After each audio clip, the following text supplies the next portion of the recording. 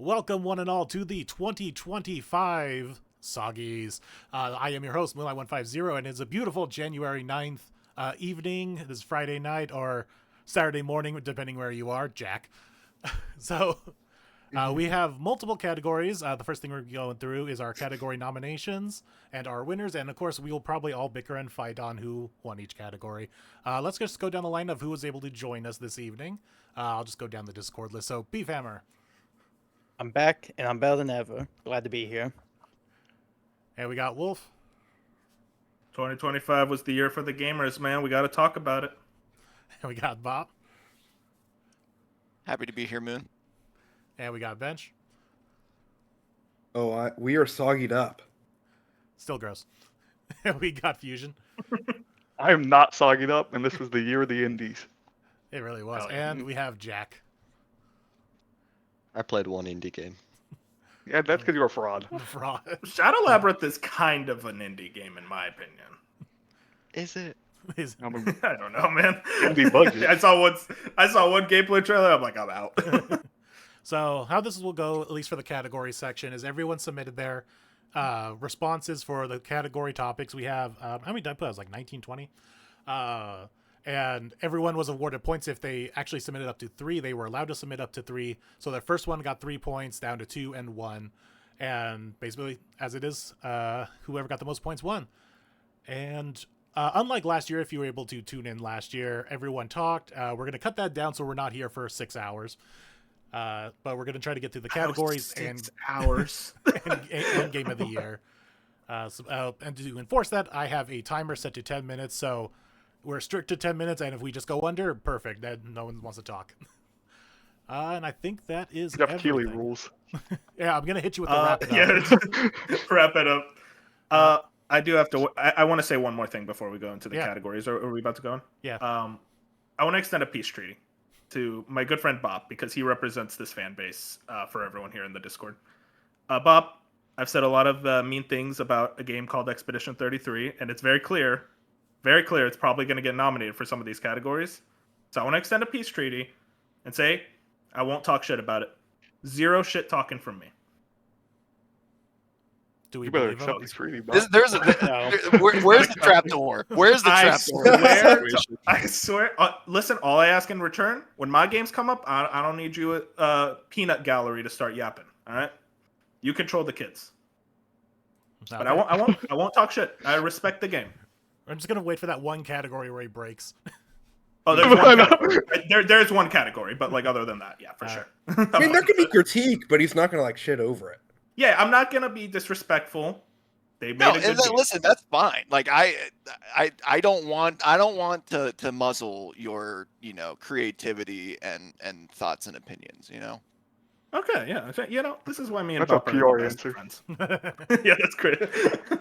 Right. I think we're ready to go. Yeah. So where did we want to start? That's where kind of what we did last year. We just kind of voted. We usually do backlog. I was gonna say Backlog's probably the best one to look at games past. And like last year with best backlog, since there's real no winner. So everyone, the game here is just gonna be, can you guess who's each game's backlog, or what the fuck did I just say? Who's backlog? Who's everyone's favorite backlog? Yeah, everyone's game? favorite backlog. Great start. I know one person's. All right, best backlog. We have Alan Wake 2. Ooh. We have Final Fantasy VII, the original. Shout out. We got the original Hades. Nice. Yeah. And we got Indiana Jones and the Great Circle. Nice. Now Wolf. We got No, I'm Metal not Gear saying Solid anything. 2, Sons of Liberty. Hey, whoever did this, I love you. Mother 3. Oh, whoever did this, I love you. And we got the Silent Hill 2 remake. Banger! Whoever did this, I love you. There's a lot of love going And on. Undertale. Oh my god, whoever did this, I love you. I don't trust him. A lot of lovable people. But we actually do have a winner, because 2 people voted for Alan Wake 2. Oh, Yes. wow. Wow. Oh wow! Fusion, It deserved another award. Fusion stuffed the ballot. I was really hoping it'd be Indiana Jones. That would have been so funny. Hey, you know what?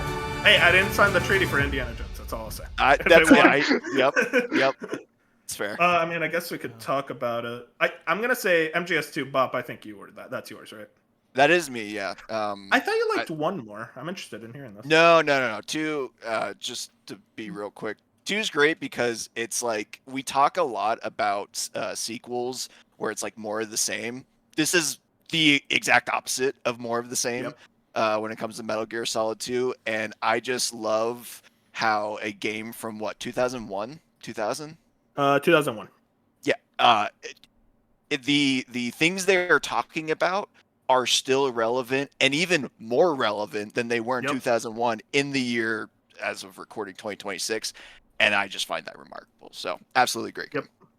Life-changing game for me. I'm glad it resonated with you so much. As you said, it's just like more and more relevant each passing day, and it says a lot about society. I guess I don't know. Hopefully you get to 3 for next, because 3 is really, really good too. Best backlog at 26. Hey, we'll see it. know. And then I'll say for mine then, Bob. I mean, you did it for me. You got one of my games. Mine was Final Fantasy VII. I love Remake, but I never played the original. And I will say, very close between either OG FF7 or Journey. I think those were both very strong games, but for me, FF7 takes it. I love the cast of characters. I'm an Aerith guy, Vincent, Red 13, Tifa, like all that. That cast of characters is legendary, all-timers. And I know the big twist of that game. I already knew that going in. So the fact is, like, there were other twists. And one relation to Kate Sith that I was talking about, it was like, I couldn't believe, like, that wasn't spoiled for me. Where the story is very relevant to this day, talking a lot about, like, climate change and kind of the state of the world. And it hits more, just like MGS2. It's like, it's more relevant more than ever today. Love the combat system. I used to be a hater of ATB. It actually works really well for what it's doing here. Soundtrack. I mean, come on. One Winged Angel, Let the Battles Begin. Just every song in that game is 10 out of 10. The only thing that stops it from being like a 10 out of 10 to me is I hate the menus. The menus are... I hate the clinging sound effect. The really loud ding is always annoying. And it just looks kind of ugly. But otherwise, phenomenal video game. Nice. I don't know who else had the winner, but Alan Wake 2 was my vote. That was you, Jack? Or Beef? The other Brit. The favorite. But yeah, I mean, I came away from Alan Wake 2 very impressed. I had played Alan Wake 1, really loved that the year prior, and had dipped my toes with Control into the Remedy Extended Universe. And just everything that they're building on and continuing in Alan Wake 2 is just very impressive. From a visual standpoint, from a game... I know the gameplay standpoint is kind of simplistic, but it's that survival horror kind of loop that keeps you going, especially with the flashlights and all that. And just the visuals with the flashlights are very impressive. And then just the creativity and direction of the game is just, I mean, mind-blowing. And the music. For a game that you wouldn't expect to have a good soundtrack, I still listen to this game's soundtrack repeatedly. And then I'll just say, touch on that. I'm glad they went survival horror because I like that kind of survival horror a lot more. Agreed. I think it fits Alan Wake a lot. I like the first one plenty, but I think it just fits much better, especially for like a bigger budget, higher, like going for a lot more sequels. So it helped it make like my favorite Remedy games. So I am looking forward to Control coming up this year, hopefully. But I'm like now like curious because I'm assuming they'll do another Alan Wake, and I'm just be looking forward to it. Yeah, I just echo all of that. So Fusion, with these two now here, we now have to redo the 2023 Soggy so we can get Alan Wake 2 I know. higher. I know, it'd go high. It'd be Sorry. pretty high. I think it was like top 5, wasn't it? I think it was like 4. I think it was like 4. I think it was 4. But I think with them, it could have been 3. No. I mean, honestly, yeah, that's probably true. That is, that looking back, it honestly could have won, genuinely. I thought at one point, I thought it would have won, but then Bop was like, I didn't put it on my list because I'm scared. And I was like, okay, that makes 0 sense, but okay. That's I mean, crazy. speaking about that, the game is terrifying. Absolutely Okay. terrifying. Oh, yeah. The JPEG jump scares. I'm sorry. I'm not going to be mean. I like that game. I think Fusion, they I'm had, curious, to be fair, what's I think they had toned them down by the time we got to them. I There was a think they patch were- that didn't tone them down. Fusion, what's your backlog, Goody? I did Undertale. which Oh wow. kind of like you said earlier, Journey was my second option, which Nice. this year wasn't a huge backlog year for me. Like I just happened to not get into like a lot of my backlog. This was the most like in-year games I've ever played at the same time, and it was also a down year in a total amount of games that I played this year. But I finally got Same. through Undertale, and I enjoyed it. I enjoyed it a lot. Obviously, it is my backlog of the game, but the one thing I just keep remembering about the game is how good that soundtrack is. Like, I Yep. still listen to that soundtrack all the time. That soundtrack is like as iconic as it is for a reason. Like people always talk about Undertale when they talk about like the greatest video game soundtracks out there. I think me waiting so long and hearing how good Undertale is hindered my playthrough a little bit because my expectations were so sky high because of everything I've heard for the last decade, but still able to walk away from this in an emotional, like impactful way. I was just really impressed with. Like, Yeah. there's just certain things in this game that you won't see in other games ever, and it's like to me that's why I think it made Undertale special then, and still if you played it now, you would have some type of specialness still, even if it doesn't live up to your expectations. Yeah, and Toby Fox is like a celebrity in Japan now. I mean, he does music for Pokemon. That game resonated like worldwide. So I didn't know he did music for Pokemon. Yeah, he did it for Sword and Shield, and I think he did Scarlet and Violet. Yeah, he as did well. Scarlet and I think Violet. he did some, yeah. Okay, cool. Yeah. Jack, what was your backlog? I was the Indiana Jones guy. Technically, whether it's backlog or not is debatable because it was only a few weeks after release that I played it, but I did play it. Like Fusion, though, I didn't play that many games this year, so while I do like this, I probably don't feel super passionate about it. It was just a really cool way to experience Indiana Jones's world, and yeah, it was a lot of fun. I really liked the tombs, I suppose, and yeah, it's just good. Jack, don't be shy. Speak with your chest, all right? You love this I game. mean, it was my runner-up, so Oh, okay. yeah, it would have been my Jack, runner-up. Now, let me ask you this, Jack. Would you have been interested in a Wolfenstein 3 instead of Indiana Jones, perhaps? You're never getting Wolfenstein 3, Wolf. They are making it right now. That was the rumor. Oh my god, getting disrespected. Moon, which one was your backlog go to? I was the Silent Hill 2 remake. Nice. Oh, what a great game! Yeah, so it's What a I didn't have too many backlog games, and the ones that I did do were all just kind of niche little fun games, but I like it would be weird to call them like my backlog game of the year, like my hidden gem. It was between this and like, oh god, what even was my other? I guess like Uncharted 4 could have been there. Or like any of the weird dating sims that I played, but I'm just like, I don't want to put any of those. So I just, thankfully I remembered, just like Jack with Indiana Jones, it was like one of the first games I played this year, or at least finished. I actually started it before the end of the year last year and finished it in the previous year, so I kind of technically counted it as this year because I finished it then. Yeah, man, really great game. Glad you digged it. I think so. Wait, Dark and Colin, did they submit any? Yeah, so I pulled up the spreadsheet here. Best. Yeah, pull it up. Was Colin Hades? Pull it up, Jamie. I would yeah, guess Colin would be Hades Hades. would be. Yeah, that would make pretty sense. Colin. Yeah, Hades was Collins, so I think Mother 3 Shout was out. Dark's. Yeah, Dark was Mother 3. Yeah, that makes sense. Dark was that's one I really need to play because I love Earthbound. That's like one of my favorite games. So Mother 3 has always kind of been sitting there, and I keep thinking like maybe Nintendo translated it this year. Probably not. So I might as well just pull up the ROM for it. But I'm glad Dark digged it. He was raving it about it to me. Right. And I mean Hades. Yeah, enough said. I mean, it's Hades. There we go. All right, so next category. I was thinking between either not getting into the full games yet, but like best DLC or best remake.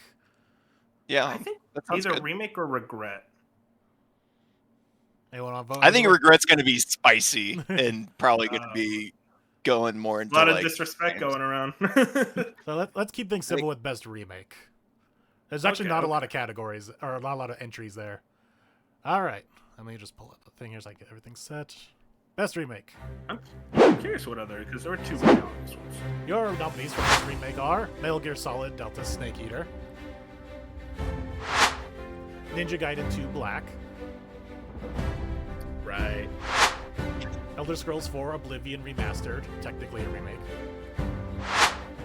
Tony Hawk's Pro Skater 3+4, Oh man, that was this year. I would have and thought about Trails that in the one. Sky first chapter. Wonder who did that. And that was it. That was all the remakes. So your winner for best remake is Trails in the Sky. Oh my god. Oh yeah. I'm fine with this because I have something to say about my best remake. If I could go real quick, I'm gonna read note for note or word for word what I wrote in my notes. So I voted MGS3 Delta and Oblivion as my 1 and 2. So frustrating that these remakes I otherwise wouldn't have any real issues with are bogged down by the dogshit ass Unreal Engine 5, consistently in the running for worst video game engine of all time. Makes games run like utter ass or have godforsaken stuttering. It actively makes me less excited for certain games because I know their frame rate is going to be split in half by this trash. And don't think you're off the hook, Virtuous. Your asses take on 70 projects at once and then proceed to just stop updating Oblivion. Fix the fucking game. Otherwise, the remakes are pretty faithful, despite the art style being noticeably weaker compared to the original games in both. Oblivion has actual half-decent combat now. So yeah, that's my fucking rant. I just needed to talk about those two real quick. About Oblivion specifically, just on the performance side, is like I've put 20 hours into that game, enjoyed it, but dropped it for whatever reason. And every time I go back, that performance is just like I could be playing a game that just runs better and enjoy myself. It's like I love the game at its core, and I like how they changed the combat, but it literally does not run. It's like it actively does not want you to play. Part of me is like, what if they just drop the miracle patch and then I'll go back then, hoping. And that's the praying in thing. corner. They updated it 2 months after it came out with its first update, and from there, it's like I don't know if it's been updated since then, which is insane. Nope, don't think so. So yeah, I'm fine with neither of those winning. Speaking on Trails, I assume it's Moon and Dark, both your number ones. Both For remakes, yeah. And so And I mean, also, guess who else? It was I also played Beef. the. Oh, I Beef, you gotta talk voted it? about too. Yeah, I'll talk about it. Go first. you played it? No. I We'll talk about guess- it. I have played the original as well, so I guess I can kind of put some of that as well. This is a tremendous remake. Everything you want a remake to do, this remake does. It enhances combat to a very high degree to make it a combat system that's just addicting. Visuals are just stunning. Yeah, I almost put you it can as say my they're best very visuals. You can say like anime visuals, but what this game does with its art style and visuals combined is impressive, especially knowing what Falcom is working behind. And 60 people at the studio, not all of them make this game. And then just story. They made the first game is about 40 hours, 45 hours. This a little longer. And the story is pretty much all build up into the next game. And what they did here is they made it very impressively made that build up a lot more engaging with new added side content that kind of explores more characters. And also something that I think is kind of not pointed out a lot with this remake is they add voices throughout when you're exploring. And it kind of brings new life into these characters in a way that I think is underrated when talking about the game, and this new music is also great. So everything about this game I think is a home run. I think it's also pointing out it's the breakout of the Trail series. Everyone's on board the train now, which is this great. game has brought on so many people to the franchise. Like I said, the discords or not the discords, but the subreddits of both Falcom and the Trail series, like practically almost double tripled. So I mean, it's just everything that I wanted from this. And I mean, knowing that the next game is next remake is right around the corner, and knowing the quality bar they set with this one, Falcom and Trails, which is the best game series, has a very bright future.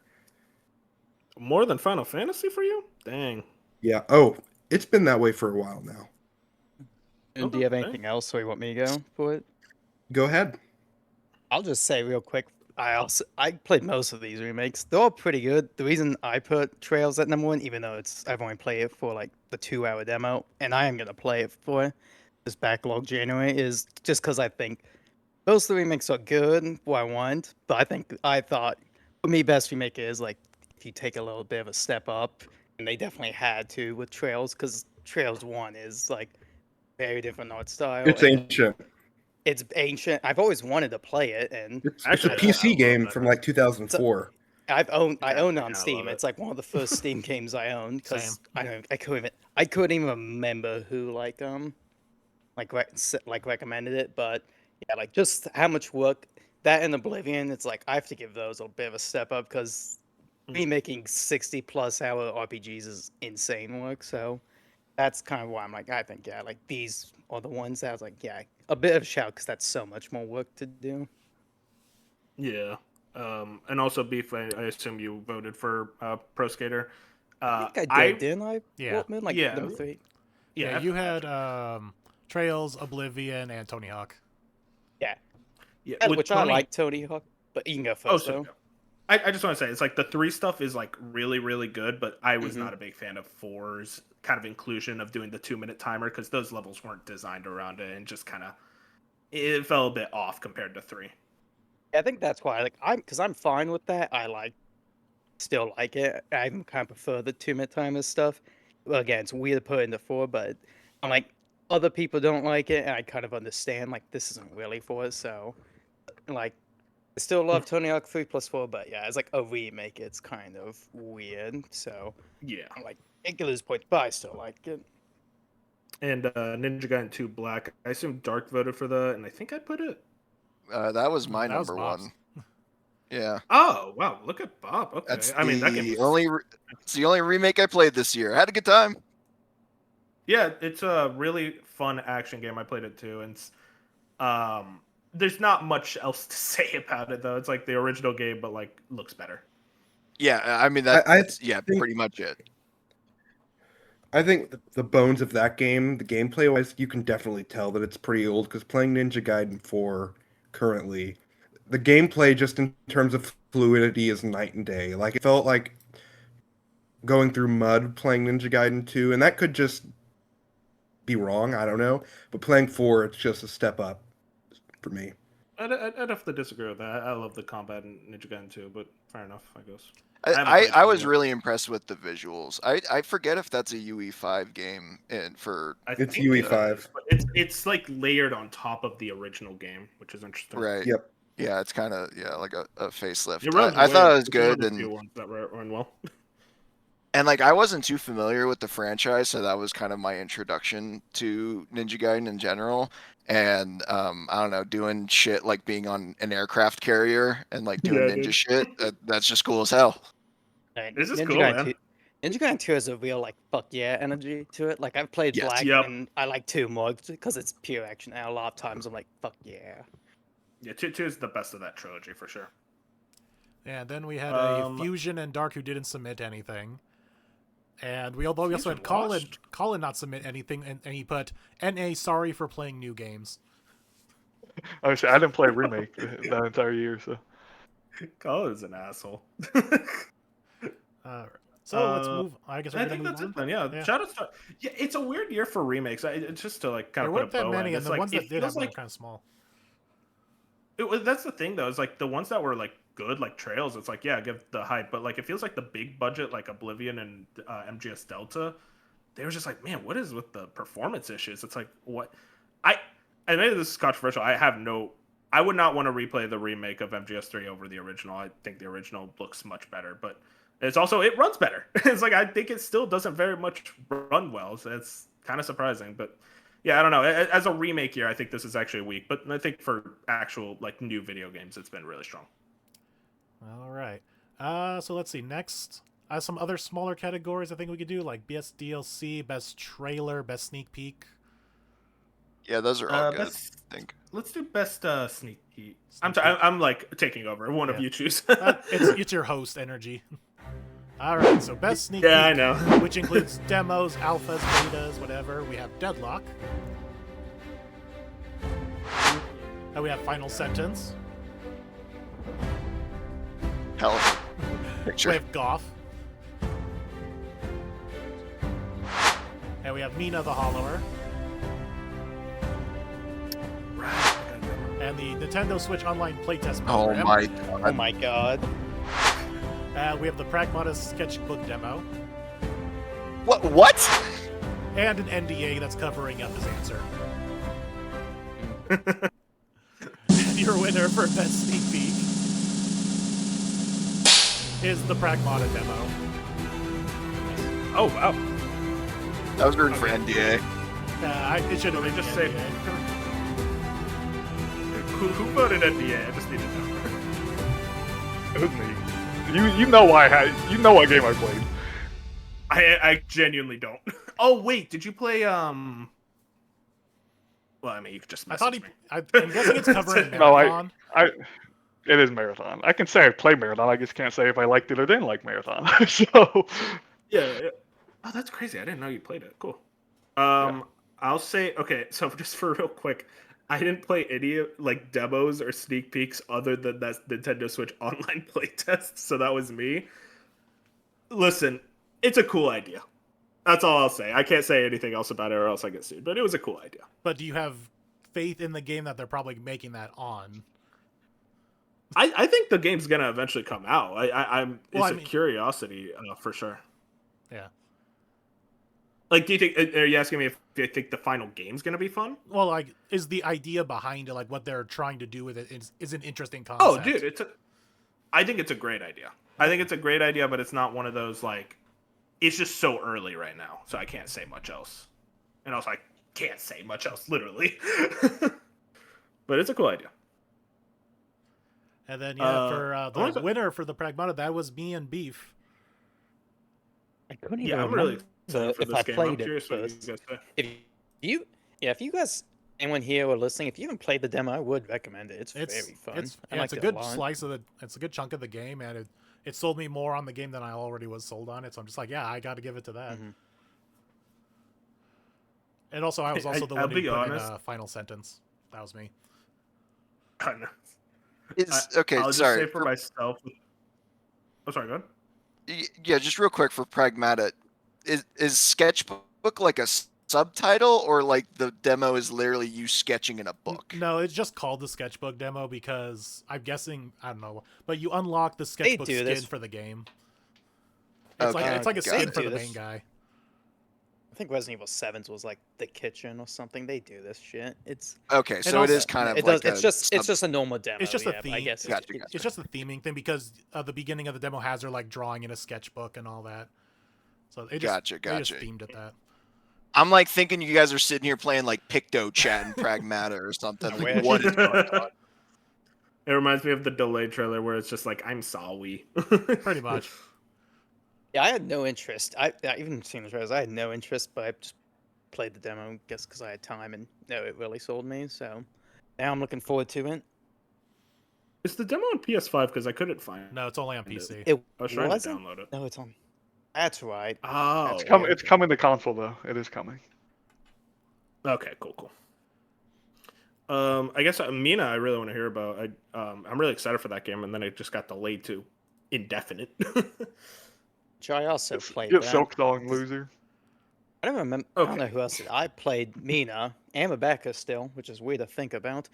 So yeah, I'm definitely looking forward. I mean, it's hard to say without playing the demo what it is because it's people like think about like a Zelda game. It almost now I'm like, it's so like built on like Mia the Hollower's like kind of version of Shovel Knight, where for her it's like all about burrowing under the ground and what you can do with that. So I still like it like a lot. Like I'm not sure if I can say if you're a big Shovel Knight fan, this is definitely for you because it's a very different game. But I guess it's built for kind of what's going for like the Zelda games on like the Game Boys. So I mean, I think does everyone because the demo's for anyone, right? It's not just Yeah. for backers, right? So Yeah. yeah, like I still recommend it, but I don't know exactly. I don't even know when it's coming out, so I'm like, I don't No know how one much it's knows. gonna sell people. I don't on think it. even they know. So yeah, that's right. Yeah, Uh, it told me enough that I will I be see- playing it. Yeah, no, it looks awesome. And then Deadlock, new Valve game. Bob, I assume this was you. Yeah, and who else? Because there's one other point here. I Right? think No? oh yeah, I think I accidentally gave an extra point there. Yeah, Oh, okay. but granted, I mean, that's fine. there's there's not. I might have just left it there because there was literally nothing else in anyone's responses. There's so many blanks here. It was Yeah, fun I was gonna stuff. say, I put it as my number 3. I'll admit it. Did you really? No, I'm trying to Like, like wait, explain the 3 points. That's it. Gotcha. Yeah, it's funny because Deadlock was also on the best early access last year. Mhm. And honestly, it has changed a lot. Like, this genuinely would be a good nomination for best ongoing game because even though I don't play it as often, my friend group does, and they're really like into it, so it's easy for me to go back in because they're kind of explaining all the changes and stuff. And like, they've added a ton of characters, they've completely redone the UI, they like changed it so like the between the player count and the lanes that you guys share, like they completely removed the lane. And I think the controller support's better, like the builds are better, they're still constantly tweaking it. So it really does feel like we're getting very close to 1.0. And I'm still very curious if the other like, this could be a game people talk about, like Half-Life 3 for the Steam machine. This would be an interesting one for them to drop 1.0 on with the Steam machine. Yeah, that was kind of my guess. I like the idea of the black box where it's a Deadlock in Half-Life 3 and one other game. Have they added controller support yet? But no, Yes. you have to Okay, cool. I might check it out now. you have to because imagine it comes out this year. I hope so. Yeah, I mean, it's really it seems like in a much more stable spot than last year. Last year definitely felt more early accessy, whereas like now, like, I don't know, I just think they kind of understand what they're like, and like character designs have changed, so it seems like they really understand their like design philosophy now. So yeah, I'll hopefully it'll come out. But also too, I wanted to shout out Gauf. That was also my other early Yeah, that access was cool. nomination. It's actually, so the cool thing about that one is it's very much in the style of like Super, or not Super, but Mario Golf Super Rush, except good. And instead of like running to your ball, you literally get in like a golf cart and you can like run people over, and it's kind of just more of like a quirky, like fun way to do that instead of whatever the hell Mario Golf did, with an actual like RPG, like sports RPG kind of story to it. So I had a good time with it. I think it's supposed to come out like Q2 this year. Nice. That sounds sick. I think we're ready to move Alright. in to our So next what do category. we want to do next? Got best I talked to them. DLC? DLC. That's another. Yeah. This is another short one. Not a whole lot. A lot of blanks also on this. Let's get all the ones with high blank entries in. All right. So your Not a nominees lot for of best DLC. DLC. Astrobot: The Vicious Void. We have Expedition 33 Versos Drafts. We have Indiana Jones and the Order of Giants. We have Pokemon Legends ZA Mega Dimension. And we have Roadcraft the Rebuild expansion.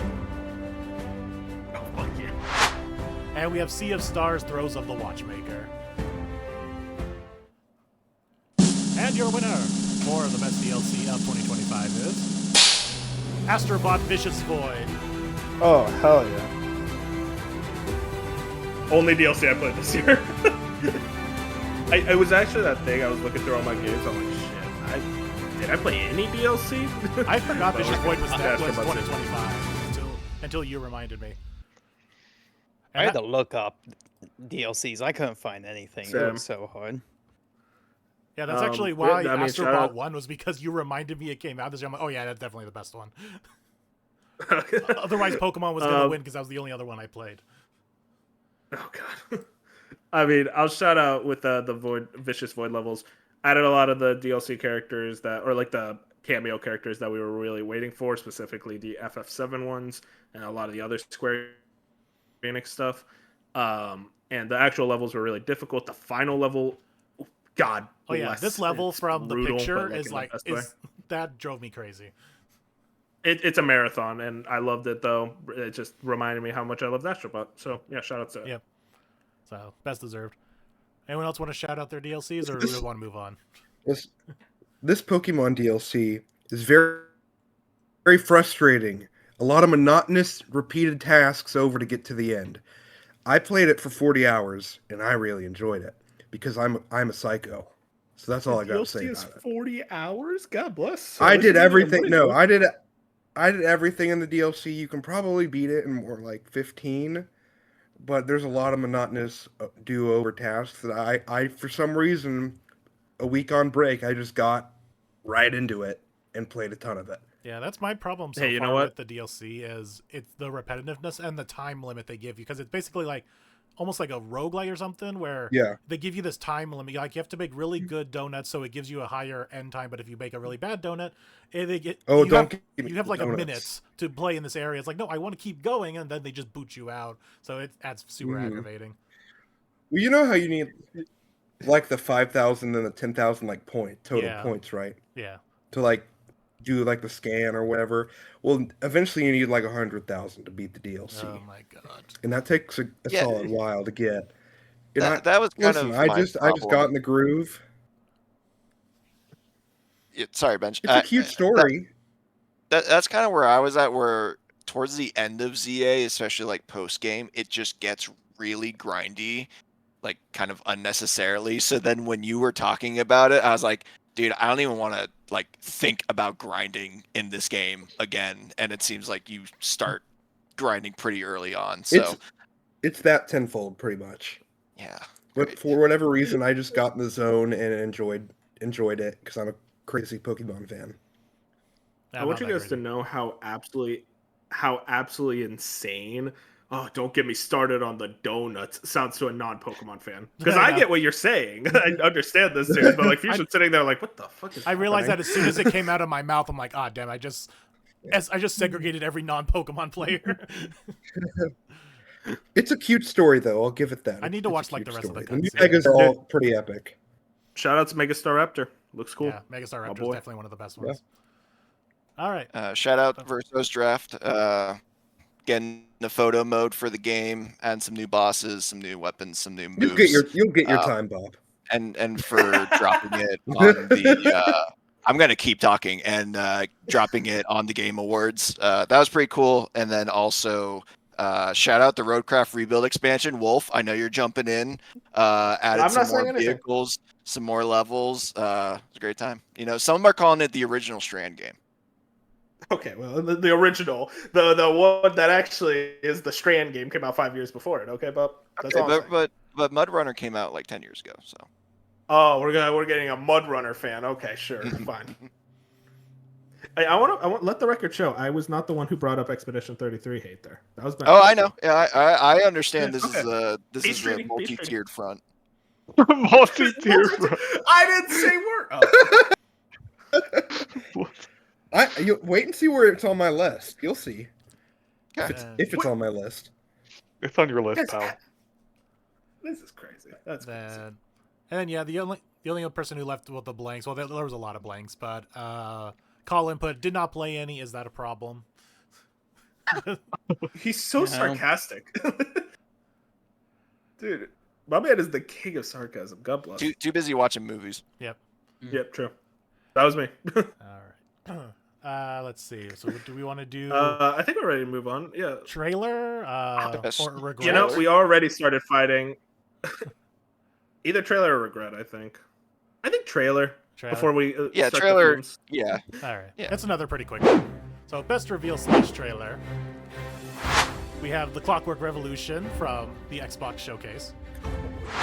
And we have the Control Resident reveal.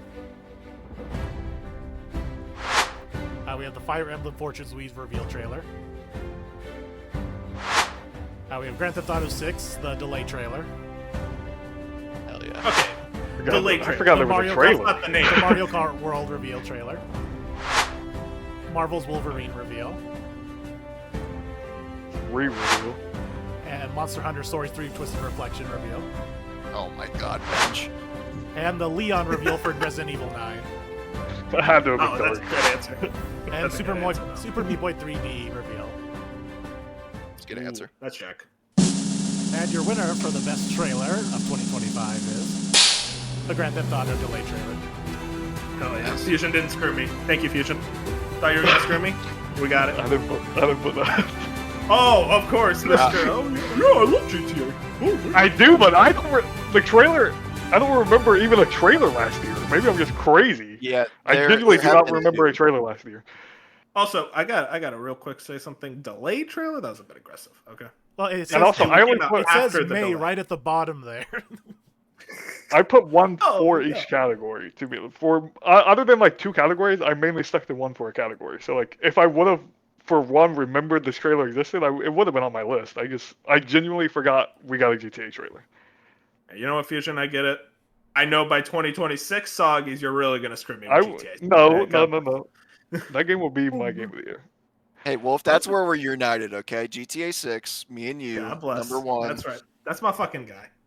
But yeah, I I really always thought did. Roadcraft was awesome. See, thank you. But that trailer really was like, I mean, everyone remembers that first trailer, but this was the one that really went into like introducing Jason and introducing kind of more of like the characters and kind of just more like the scene moments that you'll see in the game, and then of course just like more GTA stuff and more of the map in general. But yeah, I mean, it just continues to look amazing. What Yeah, month Mike? did this drop? May.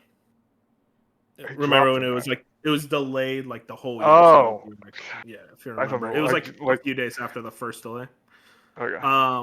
I think for me it was like this was when excitement for the game was kind of like really depleted because it got delayed out of the year, and like, you know, people were like, oh man, what even is this game? We haven't seen anything about it. So seeing this trailer and they actually showed the world and the characters and kind of what we're getting, and I mean, Bob, you remember the website where you scrolled? It was like super impressive. It was that Yep. thing where it's just like, okay, I'm back in on the train. And then the second delay happened. I'm like, I don't even care anymore. But like, you know what? I'm still excited. It's just that trailer definitely renewed the excitement that I was kind of Remember the losing. website. I do remember scrolling the website. I do remember that. Okay. Fusion, Yeah, they you did- probably remember all the rumors of the second trailer for like 5 months leading up to them I was thinking of like actually showing. the moon, the GTA 5. Like I remember all of that talk, but I guess I just It was completely becoming a forgot. psyop. Yeah, I guess I completely forgot a full trailer came out. Like I remember the website now and like going and seeing the factions and the different parts of where we could Yeah. explore, but for some reason I cannot recall the actual trailer. What was his name? Bubba? Or like the nightclub owner or something? We were all like making fun of his name. But that was exciting. And shoutouts, dude, the Mario Kart World Trial. I didn't think anyone else was gonna vote for this, but like I voted for it because it just like the music combined with like kind of the tone setter for the game as a whole. It was For Jack's sure. He number got one. me really excited. Oh shit. Yo, shoutouts, Jack. Jack, you gotta talk. What's going on with this? I respect it. No, it really set, like you say, it set the tone. Regardless of like how the game came out, just the trailer itself, I rewatched so many times just after the Switch Direct. It was absolutely fantastic. The music, the course design looked incredible. Like, do you remember us all zooming in on the character animations and everything? It was, yeah, it really blew me away. So, yeah, it was easily my number one. Yeah. It was that thing where it was like very much a normal Mario Kart trailer, and you're like, wow, this game looks amazing, all the characters, and then Mario jumped with his cart, Yep. and it like started like wall riding, and it's like, oh dang, this game's actually gonna have like crazy tech in it. And a lot of analysis videos after that, which is awesome. Yeah, because we like realized like, oh wait a second, there's like 24 carts. You had Donkey Kong's redesign. Yeah. But yeah, The I just harmonica. remember. Yeah, I was just about to say that rusty ass harmonica. I can hear it like every time I see like the cover image of this game. You know, looking who at voted all Yeah, and then a the shout out. just looking at all the answers again, I really should have. I only put the Fire Emblem trailer in. I didn't put it second and third, but I should have because Clockwork would have beaten Wolverine. Damn it! Yeah. Sam, there was I think did I put Wolverine as my number 3? I might have done that because I think yeah. I would have put Clockwork over it. Yeah, Yeah. that I know Clockwork trailer was like one of those things where I Great. feel like by the first half I understood what it was, and then it just did the whole different thing, and it just kept going and going. We're like, dang, wait, is it actually going to come out like this year or next year? And it was like coming out when it's ready. It's like, okay, never mind. You stole my line. I was gonna say I know I did. I'm at least pretty sure I voted for Clockwork Yeah. for what you said. Yeah, you They did. showed so much. You just assumed. I was like, this might come out, or at least have a date. They even have a date. Which is wild to think. So, but yeah, I thought it was a really good trailer. So that and Wolverine, I think, were my top Yeah, two. Wolverine was your so number I one. just really like them. Then Yeah, it was, Which I don't even know. Which is funny because I don't even know how high of it on my anticipated list. I think it's like top 4 at least. But I just thought it was a really good trailer because for me, I can just tell. I think it's what everyone kind of wants from a Wolverine game. So that's definitely like Yeah. helping build the anticipation for it. Especially since I don't even remember when that first, the just like kind of sneak peek trailer came out.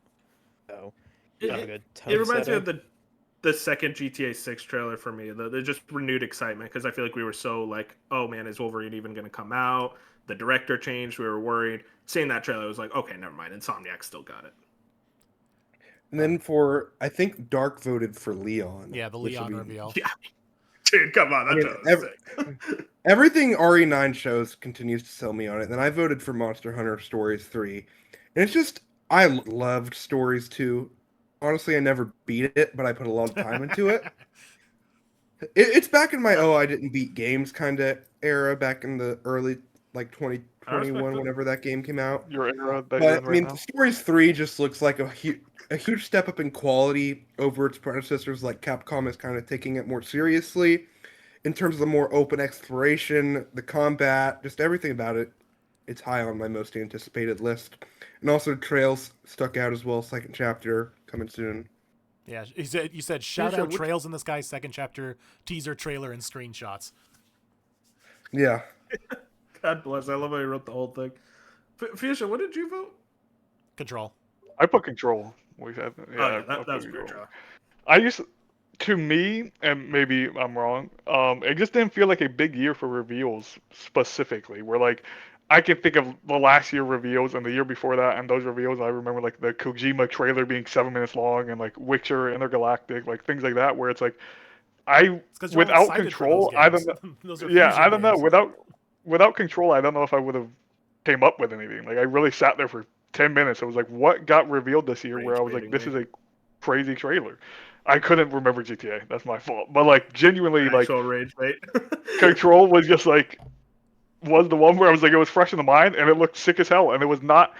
I think the coolest part about that Control trailer is it was the last thing I expected. The move to melee combat, where it's just like I fully expected Jesse Faden to be the main character again. And it's just like for them to flip it completely on its head, which is like what Remedy. That's what Remedy is. It's just like I did not expect that from the Control 2 thing. So it's like I've watched that trailer a few times now, and I feel like the trailer gets better every time I watch it. So that's why it is the one I put. Yeah, I respect it. That was an awesome trailer, and I get what you're saying about like reveals specifically because I also think about like the actual trailer's quality, like why I ranked Mario Kart so high because like we knew the game was already existing, but the trailer itself was so high quality. I almost put the Mega Man like the Dual Overdrive trailer because like I got so hyped when Mega Man was revealed. The actual trailer kind of sucks. I mean, it's just like 2 seconds of gameplay. It's like, hey guys, look, it's Mega Man again.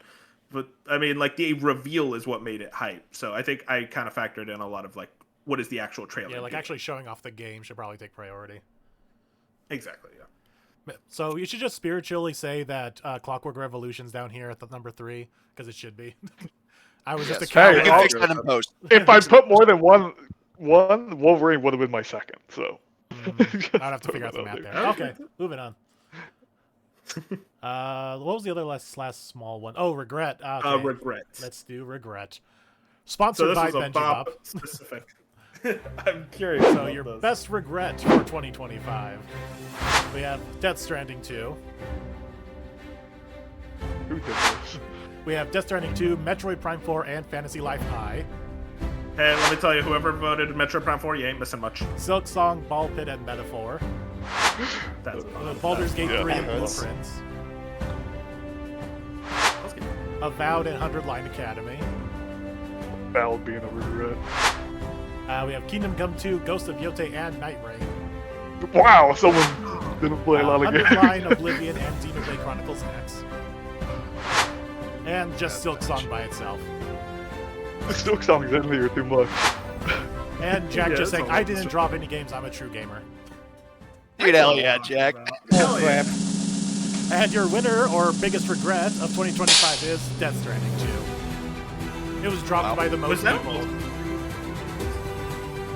Interesting. I mean, Well, I can I'll pick talk up about two. my. So yeah, it was a tie basically between Death Stranding 2 and Silk Song. Okay. I just gave it to A lot Death of people Stranding dropped 2. 100 line. Yeah, I gave it to Death Stranding 2 just because it was more number ones than Hollow Knight, Silksong, which had a number 2 slot. But yeah, and like, No, that makes sense. and then 100 Line Academy, it was me and Bench because we're the only 2 people who played it. We both dropped it. I heard it's long. Dude, that's, It's long. yeah, that's I- like the big thing. Can you hear played me? it, but I just Yeah, we dropped hear so. you. Yeah, we can hear you. We can hear you, Bench. Yeah, it's Echoey. just a monster game. It's I mean, I played it for 10 hours and I hardly scratched the surface on it. He switched to his phone, by the way, viewers. If you're Yeah. wondering why Yeah, his he one didn't is fall Listen, into a void. One person, God is he trying makes to make one, me not podcast. Yeah, He's he a made mobile one hotspot. comment about Expedition 33, and look what happens. That's karma. Bench, you could just use a mobile hotspot. Anyways, I gotta ask the Silk Song droppers. All right, Bob. Bob, I'm looking at you. This is your disrespectful moment to me. Now, let me tell this you. This is part of the I peace know- treaty. This is part of the peace treaty. Okay. I was Put just the gun part of the down. no. Oh, here's the thing: the peace treaty is that you can't talk shit about Silk Song. You can't be disrespectful. That's what I'm saying. This is part of the peace treaty. All right, put your gun down. Okay. Phone down. Gun down. Because my thing is like, listen, I don't want to like. I have a lot of respect for Silk Song. Obviously, 3 people developing it. They made a fantastic game that a lot of people love. I'm just not one of them, and I even like the original Hollow Knight. Like, I still really enjoyed. But I prefer other Metroidvanias more. And I think the biggest problem I had with Silk Song, because I made it about, I don't actually know how far into, I definitely didn't make it to Act 2. But I got a decent amount into Act 1.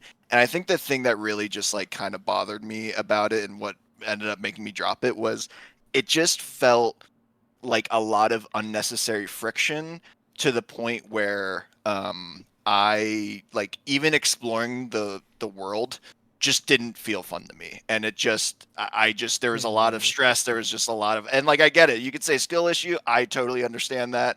I had a good time with the bosses. I thought the score was great. And I thought their attention to detail with like their visual design was excellent as always. It's just, I don't know, man. It just wasn't. I don't know if I was in the right state of mind or what, but it really hit me when I got really upset that I couldn't get a bench because I didn't have enough beads. So I kept exploring because I didn't want to go and backtrack to go to the one spot where I'd grind beads. So I kept going forward, and then I went too far, and I was so far away from the bench that I lost everything because I didn't get back. And I'm just like, dude, fuck this. Like, I'm kind of just over it. And so I still kind of want to go back to it because obviously, as we will hear later, you guys hold it in a really high regard, and I do respect that.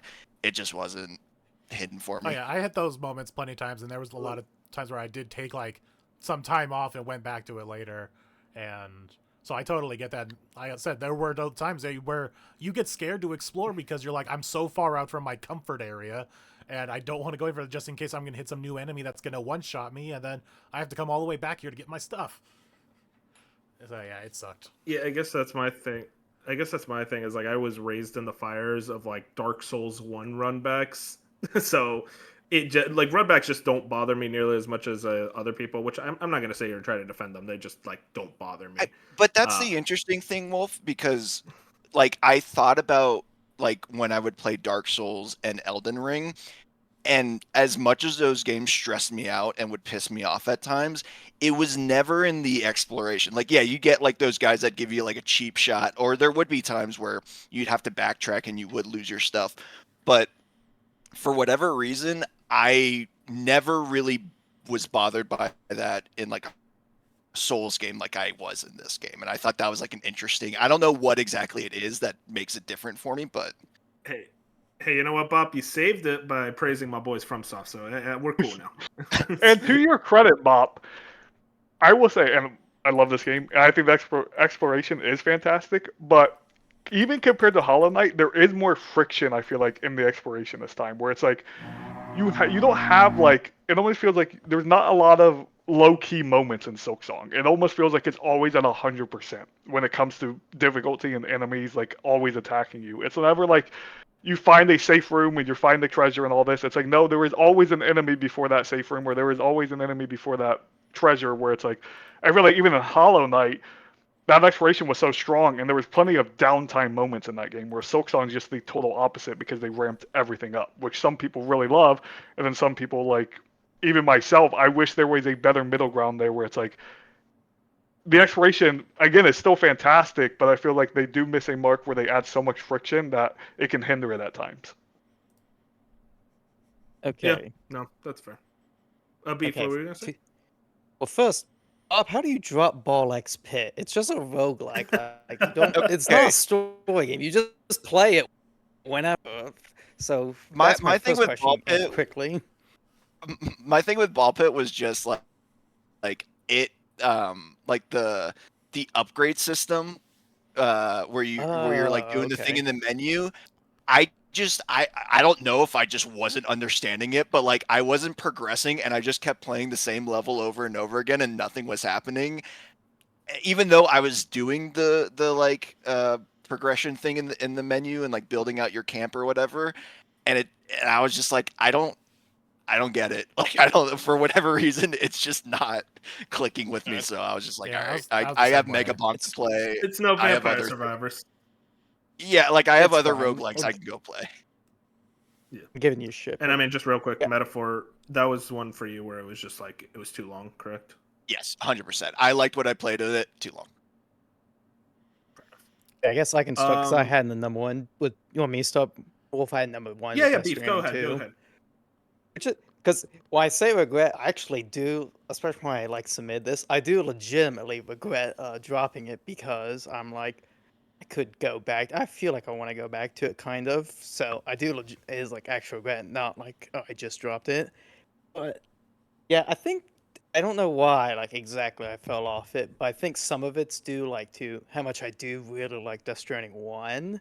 A lot of what Death Stranding 1 I like is like learning about the world and kind of how everything got to this really fucked up world that Kojima came up with. And now that it's kind of like answered, it's not really touched on as much in 2, and especially like some of the characters I really liked in 1. I'm like, I had a lot tougher time kind of staying for the story. I still like the gameplay because it's mostly Death Stranding 1, probably Yeah. in some ways better, but without kind of like the exploration and like learning more about the world, I don't. That's kind of where some of my motivation fell off when I was trying to keep going with it. So that's why I regret it, but I probably will eventually finish it off. And the story in 2 is definitely hands down weaker. Yeah, I think me, Bench, and Future are gonna talk a lot more about Death Stranding 2 later. But I think everything you're saying, Beef, is like nails, or not nails. Nail. What is the term? Head on the nail. It's like when you use a hits hammer. the the head on the Hits the nail on the head. There you go. There we go. Head on the nail. There you go. But yeah, you nailed everything. And I also see you put Metro Prime 4. Let me tell you, Beef. Oh not yeah, missing this much. is my list. I think you should just leave Okay, that. Metroid Prime. I know, but like, if we're talking about the game, had like the most disappointing. I was actually looking at our anticipated list. Like when was like the most disappointed? This is definitely one, and even like Yeah, same. with what I know about Metroid Prime 4, even with my expectations pretty set, because 2 and 3 I don't like as much as 1. I'm still like, man, I really like Metroid Prime 1. It's like top 5 all time for me. I like it so Same. much. So it's just kind of like this, just like, and I didn't even play it that long. I could start feeling like the drop off pretty quickly. I was like, man, I don't even think I'm ever gonna go back to it. I'm just really disappointed in it. And then Am I Fantasy the only Life, one who I beat- It's one of literally. those- No, I beat Go you ahead, too, Ben. Bench. We can talk about Metroid Prime. I was just joking about Fantasy Life. I was like, I bought it solely because I think the name is hilarious, and I want to play it, kind of. But I had to looks refund it cool. because I was like, this is not worth $45. It's hilarious, but I love the name. But apparently, people Metroid is like it, just so meh. go back to it. Yeah, it's sad to say it's meh. Dude, the ending is so fucking. It's bad. Oh, I did- It's bad. I did look up- so Bad. fucking ass. I did look up the ending Did you- because I was like, Did you look it I was up like- or play yeah, it, Wolf? yeah, I watched a video and I No, kind I of played all the way through. Oh, I Oh, didn't you know found that. Yeah, Oh, I you beat. finished it. I even said it. I was like, man, that game is like, it's fine. It's a fine game. It's not Mhm. bad. It's not good. It's fine. It was one of It those peaks things where very I was actually early. like, I was like really high on like the first and the second zone. I'm like, wait, okay, Metroid kind of got it. And then you had to mess around in that fuck ass desert. I'm like, I can't do this anymore. And I kept playing because I'm like, it's Metroid, man. I gotta play through every Metroid game. But let me I'm tell you, glad I. dude, Beef. When I played Metroid Zero Mission earlier this month. I'm Mhm. like, oh, it feels so good to play a good Oh yeah, Metroid game. I went and played It was Dread just after like a this. detox. I Yeah, played fuck yeah. Dread afterwards, and I was like, fuck yeah, mean, this is much better. I googled Go like ahead, Metroid Mitch. Prime 4 endings to see if I got the bad ending after this Same. I became was so like, big. I Oh there's was yeah, like, no I way heard that's that that. can't be. I couldn't believe my eyes. That's Just actually Metroid Prime incredible. 4. And Again, not a awful game. It's fine. And I want to talk about My Games Moon. What was it? KCD2, Night Rain, and whatnot. KCD2, that's a case of just like I just didn't have time. I started it last month. I really, really love what the game's doing. I think it's a super cool idea of an open world. It's just such a massive game. I don't know if I have the time to really sink into it the way I want to. Ghost of Yote, I actually want to thank Jack for this one. Because Jack told me on the podcast when I was complaining about it, he was like, dude, you could just drop it. And I did. And I was like, man, that's just a weight off my chest. So I don't really have. Ghost of Yote is really just like, this isn't my type of game anymore, and I kind of just had to accept that. But I do recognize what's there as quality. Night Rain came at a really awkward time. Like Switch 2 just launched at that point, so it was a thing of like I played it for a week. Love what I played, but it's a very Beef. You played it too. It's a very exhausting game.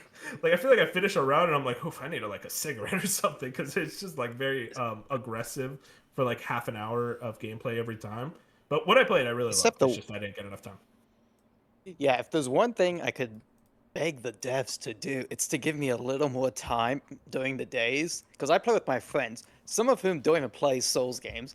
And it's become to the point where I'm leading and everyone's just following me. I'm like, guys, we gotta fucking go.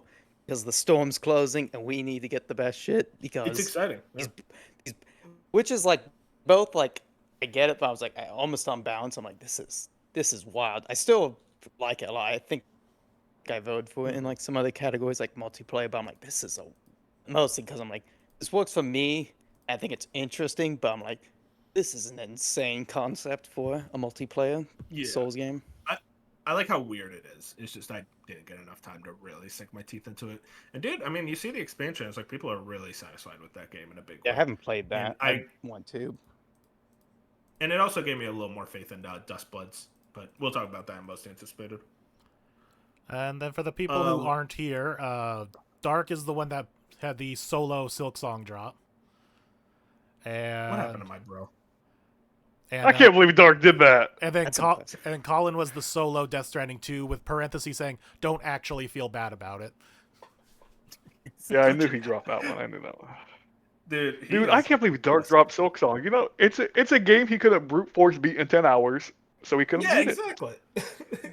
What happened to That's my crazy. bro? I thought What it happened was to my cool, goat, though. dude? No, I hate his ass. Exactly. That's what I'm saying. And then Jack loves just left Hollow this. Knight. Expedition Jack 30. Hey, I was just about to do Expedition 33 slander, Bob. Didn't I stopped myself? I'm like, nope, not gonna do it because we signed the peace treaty. We don't need a Just let storm it go. hitting your house. God, it was. And then Jack I left this think that- empty, saying he didn't drop anything, which we should praise him for not dropping Shadow Labyrinth. I don't I'm believe not praising you. him. I saw it was Oh, Shadow he's- Labyrinth, buddy. Yeah, Shadow Yeah, Labyrinth. he should He have dropped didn't that. drop a game. Yeah. But then it would be a If regret I because had he just was dropped after to Shadow do that. Labyrinth, I would have beat so many games this year. Exactly. He should have dropped the game. It was like 40-hour video game. The Pac-Man Metroidvania is 40 hours. I don't know why. They need to remake the movie Butterfly Effect, but it's Jack dropping Shadow Labyrinth. How society would How look with a after. different person. How would life be Exactly. different? It's just the Metropolitan vibe. All right. Can I real quick just say that I just Go. want to real What's up? quick say I had Blueprints, and it's not because that game isn't fantastic. It's my biggest regret because the game crashed on my winning run and didn't save. And it took Oh. all That- Yeah. it took it all out. Where the moment that happened, I stopped playing, and it was like, that blame game me. would have been high on my list this year. It would have been like up there. Like I loved every experience I had with Blueprints, and then the first time I get to the run where I'm like, this is the run. Like I'm here, I'm doing it, I'm going through the motions. Crashes, doesn't save, and I'm like, I'm not picking the game back up again. Like it is what it is. Yeah, I don't blame you. And that's my regret because, like any other game, I would have got around with it, but that's the one game that can't happen because of how much RNG and luck was in that specific run. Out the window. I was like, nope, I'm done. Like that was the game. It was over. And I think that's also like I don't think that's an isolated experience, Fusion. I saw a lot of people where it's like, oh, my game crashed and I lost like 5 hours of progress. It's like, why isn't it saving like more regularly? Yeah, I don't know. I looked it up immediately after my game crashed, and there was a bunch of Reddit threads on it, and I'm like, that is just it was just terrible. Like it just I sucked. genuinely would have cried. I'm not even joking. Like I Fusion, that shouldn't be your best regret. That's Blueprints' best regret that they lost you as a Exactly. gamer. They don't Aw. deserve you. And then I like that you put Baldur's Gate that? 3 parentheses It's on again. my list. Yeah, this is the second year in a row I've dropped that game. I now have over 30 hours. I'm just going to admit I'm never going to beat it or care to beat it. Whatever. We're It's a running it special back game that to I just want to 26. experience. Just like Tears of the Kingdom and like Breath of the Wild, I understand there's special games out there that I don't have to beat. It is Yeah. what it is. Yep. Oh, okay. So you just want That's to good. real quick give That's a healthy. jab towards the best game ever. Didn't made. have to do that. Yeah. No, I'm not. I I just complimented them. Sign the peace treaty. Please, God, sign the peace Like, treaty. I I really only just signed it with complimented Bob. them. Everyone else is free. I think we're ready to move on Alright. now. So I think that's all the small what if we did- categories of. Yeah. So now we got. Yeah, I think Art- one we could. You got a suggestion? Oh, I'm so sorry. I was gonna say best multiplayer. Oh yeah. Okay. Yeah. That's cool on the with smaller. That's getting to medium now. Good one. That's a medium. Where's best multiplayer? Oh, here it is. Best multiplayer. So for best multiplayer, we have 2XKO. Oh, nice. We have Arc Raiders. Oh yeah. We have Elden Ring Night Rain. I knew I voted for it. We have Final Fantasy 14 Online. I wonder who. We have Lego Party. Hell yeah. Oh, someone's a face right there. Mario Kart World. Oh my god, that game has multiplayer. I could have voted it. Split Fiction. Okay. And your winner for best multiplayer of 2025 is Mario Kart World. Seawolf, you're okay. I legit completely forgot this had multiplayer. I really like the multiplayer. Oh. I played it a lot. But I forget a GTA trailer. Oh, here we go. He was hyped up now. All right. I Real can't. quick, Hey, did Arc I know- Raiders. Yeah, Arc Raiders got lower than I expected. Did Bob Yeah, not I put did. it that high? I did not put it on my best multiplayer now. Oh man. See now. But that's Fusion not is because getting tripped that. up. But that is not because it is a bad game. It would probably. It's because it be uses for- AI. But no, okay, all right. Not Jack, please. But literally, my top three were Mario Kart World Peak, which I think deserves a shout out for multiplayer games, and then Lego Party. So it was just a really good year for me for multiplayer games. Yeah, man. Did I put Battlefield 6 on my top three? I think I did, right? Yeah, I think you did. Yeah. I just ran out of spaces, so I couldn't get to everyone's like third slots. No, that's fair. Yeah, I just want to real quick shout that out. That game was awesome. Really gave me that military shooter vibe that I've been looking for, and Call of Duty's been so fucking dog shit lately, so I was happy to play that. Yeah, no Call of Duty plays, not even at number 3. Not even Now that's a game you can blame AI on. All right, You we think can we all agree. played 7? I was even with how much I played 6. I was like, oh my Yeah, God, who would 7, do I'm that? tired. I'm tired. Fusion? Thank you. Good work, Fusion. I've played Well, at one- least 60 hours of Black Ops 7. So The only man in the world who played Call of Duty over Battlefield this holiday. So I just want to point that hey, out. and guess what? Who has more players right now? Yeah. Not Battlefield. I- Game's ass. Okay, Mister. He got shot by a tank once. It's like, I don't want to play this game anymore. I'm bad at it. Battlefield just like it's so bad. It's so bad. Oh, okay. This is the man who was hyped for it, by the way. Multiplayer curse. I was hyped for Multiplayer it, and I curse. played it, and I'm like, wow, this is why Battlefield is just Don't be Battlefield. surprised. Don't be surprised when Marathon is asked, because that guy's getting real excited for it. Okay. Moon, next year Fighting when a we lot. intro the Snoggies, we just need to be like in a celebration of gaming at its most positive light. You know, Yeah, I think that's really what it's about. There's a lot of argumentative happening. We haven't gotten to Expedition 33 yet, and I'm realizing it's like, man, maybe I'm just letting out my aggression now, so I can be like very positive when Expedition wins all There you the go. awards. So God bless. Final I hope Marathon's Fantasy- good, Fusion. It won't be. Final Fantasy 14 patches continue to get better every time this year. Story's very good, combat's very good, raids very good. Yay, best community support. Was that your number one, Bench? It was his only one, yeah. Yeah. It was my only one. 14 really stuck out this year. I think it just had its best patch that it's had in probably about 3 or 4 years in I terms say of that just every pure year. content story. I mean, We So, literally great played game. Mario Kart World together with Wolf. I didn't realize you could have more than 2. Yeah, More dude. than 2. Listen, I Okay. can't blame Bench for that because I also forgot. It still won, so But shout out. That was a very fun night. That was a very fun night A one where night. we enjoyed some Mario One night Karting. stay in the Mario. Yeah, and we only did it like And- twice. Well, because But it it's was like every fun. time I'm always like, oh, maybe I should ask them. I don't want to bother them. So that happened every night where I was wanting to Hey, play. we used game chat. We did use game Yeah, chat. for like 2 seconds, we're like, this shit sucks, and we went back to Discord. We did use Mario Kart World, very, very fun game. Knockout Tour is awesome. I think Knockout Tour Online is like probably the best Knockout Tour is pretty experience fun. in Mario Kart I've had in a while. I think one of yeah, my not much else to say.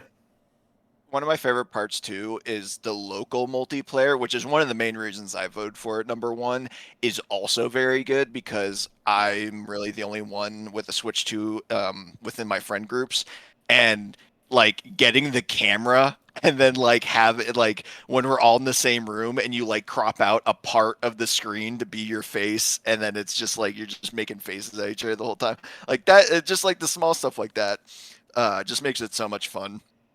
And yeah, Mario Kart's just always a good multiplayer game. Yeah, it's hard to deny. It's like Mario Kart's just, it's going to be an infinite multiplayer experience for everyone. And And I think I also put in Night Rain. I mean, me and Beef talked about yeah, Night Beef. Rain a lot. Yeah, Beef and It's you put very in good. Night Rain, as well as Beef and Fusion put in Arc Raiders. So I don't have. Yeah, we can go in all craze because I don't have too much else to say about. I don't think. Yeah, I Sam, feel like I you can go probably to could have voted. I probably maybe I did vote Split Fiction, but like that's a weird one for me because I mostly think of it as single player with someone else, whatever. Upgrade is weird. I'm like I almost had to start negatives, go with negativity, even though I voted for it, because man, my friend playing with my friends is horrible. Playing it alone is horrible, but I kind of expect it because it's supposed to be horrible, and it's fun to like be nice to someone you meet in the lobby and then kill them, and they'll like think you're the biggest dick in the world. They're like, yes, I am, and then you go and like karma just comes back at me, and I get fucked by someone else. And I'm like, screw this. So I haven't played in months because I finally broke free from it, but I can't deny it kind of is going for what it is. But Jesus Christ, this genre is toxic. I can't believe this one actually blew up. It's so toxic. So that's my rant on it. Yeah, Arc Raiders is, for me, it's the most like unique and most fun multiplayer game I've played in a few years. I can't remember the last one that I could honestly think of. Would be like that's the one since I didn't get to play Helldivers. So this was kind of like my Helldivers experience, where it's like everyone in the world was playing. All my friends got on. We played it day one, and like for Arc Raiders to go out there and put the extraction shooter genre that's very niche up to this point up there on the map, and now everyone loves this genre. Not everyone, but a lot of people in the multiplayer space who would never look at extraction shooters ever can now look at this genre and be like, oh, this genre is actually really cool and unique. I think that's really special. I think Arc Raiders, still, if you look at it today, it's like 400,000 concurrent every day. It's insane. 3 months post where it's just like this game is still chugging along, and it's like they have some issues and they did use AI and there was a bunch of other stuff, but like your pure gameplay loop of going and extracting, being the toxic asshole that Beef dies to, and then coming back with the loot, it's like that loop is just so good, and their progression system inside of all of this makes it just so fun to just load up day after day. I haven't played it in a while either, but it's just like this is a game where it's like if any of my friends were like, "Hey, you want to play Arc Raiders today?" I would hop on and just have a blast with. Yeah, I Yeah, also respect. just want to add a little bit to Arc too, because I think you know, I echo everything Beef and Fusion said, but also just the importance of proximity chat in like 2025. I think Oh, is yeah. actually so important because ever since like late 360 Xbox One era multiplayer games, when party chats became more of a thing and Discord became more of a thing, you wouldn't actually, I mean, Wolf talked about it earlier, like, you know, joining a game of Overwatch, you wouldn't get people on open comms because they're either don't want to talk or they're in a party chat with their friends and they don't want to be in the game chat. And I think that's where Arc Raiders really shines, is that you are actively encouraged to be in the game chat, because you can still have a party chat between your friends, and then it's a very easy toggle to talk in that world. And situations can go far better if you actually interact with those people. Granted, I haven't played it. I don't know if like the community is like now super toxic. But at least that first, you know, month or so, like you just get these amazing interactions with people, and that's something that like multiplayer games have been missing for a while. And I'm really happy that Arc Raiders kind of brought that back in a big way. Yeah, I mean, like you said, it's like as a big Overwatch fan, it feels like everyone was like, hey, yo, anyone got a mic? And we were all talking like for the first 4 years, and then went full silence after that. And it's cool that Arc Raiders is kind of bringing back that spirit. You know, it wasn't mentioned here, I but think kind of that's in that everyone. same vein, when I was playing the Final Sentence demo, there were actually a lot of people on open mic, so we'd just all be talking to each other as we're just typing along, and there was actually a good number of people like role playing, kind of into like getting into the whole thing of like, oh god, I gotta get Yeah. back to my family, as they're like typing away, and they like scream when they get Oh. shot. It was so funny. Yeah, the typewriter game. I didn't know that had open mic. That's sick. Yeah, it's actually it was really funny with some people. Nice. In the same vein, I did want to also, I talked about it for a second, but shout out Peak. You know, that Peak's friend sick. swap category kind of blew up this year, which I'm kind of glad, because it tended to, those proximity chat games tended to only be in like more like horror focused games like Phasmophobia and Repo. And I'm really glad that there was just like a different kind of game that was just like, I don't know, a normal multiplayer game, and that game is genuinely so much fun. And there, Nice. you know, the being able to like the levels generate a new thing every day, and it's like a genuine challenge, but you can also just easily fuck with your friends the whole time. Yeah, Peak is. I hope there are more games like that come out in the future, because that was a very fun game to play with my friends. Hell yeah, dude. Friends Up is sick. I love that genre, despite not really being able to interact with it much. But It's great what's for, like, there is Twitch clips. Really interesting. They Yeah. they need to be putting these games on console, because both Peak and RV There Yet would be awesome for console players too. I bought Peak on Steam because it was like $7. I'm pretty sure I could run it. It's just that thing. Every time I'm on my computer, I'm like, I don't want to play on this thing. So Yeah, maybe 100%. eventually I get that PS5 version. Oh, I think we're ready to move yeah. on, though. So what do we I'm want to move? Now we're in the curious. big boy categories. I'm just gonna run through them real quick, and people just shout out what they want to do. We have art direction, antagonist, character, writing, score, narrative, male performance, indie, gameplay, game direction, female performance, boss fight, and song is the big boy one. I mean, Let's do character. Character? Yeah. Simple character? That sounds fun. All right. For best here you go. character, we Peace have Treaty's holding. Donkey Kong from Donkey Kong Bonanza. Yeah, that's the go. That's my fucking go. We have Henry from Kingdom Come Deliverance 2. Great. We have Invisigal from Dispatch. We have Jan Dulski from The Altars. Yay! That's a good choice. We have Thank you. Mael from Clair Obscure Expedition 33. Great choice. We have Monaco from Clair Obscure Expedition 33. And we have Verso from Clair Obscure Expedition 33. Let's go, Bob. Only 3 characters. Let's go. And your winner for best character is Monaco. Really? Okay. Yeah. That surprises me also. Wait, what's the deal with this dude? Is he like I mean, look at it. really Oh wow, racist? Nizagal or funny? second. Okay. Hey, let's go. Alright. No, Monaco is absolutely hilarious. He is the best character. is- He's so funny. Yeah, Okay, so he's comic just, relief. He's comic relief, but he's also one of the best characters to play as too. Yeah, he is. Depending on who you ask, I find his play style to be pretty busted once you, because he's one of those characters where like he's like a mimic. Monster Tamer. Yeah, and Yeah. like the Or Mega more Man. enemies you beat, you take their attacks, and then so you just have like Oh, a so Mega Man. smorgasbord. Yeah. And he has like 30 But yeah, of them, or something like 30 to 40 Yeah, he has- different ones he- you can collect.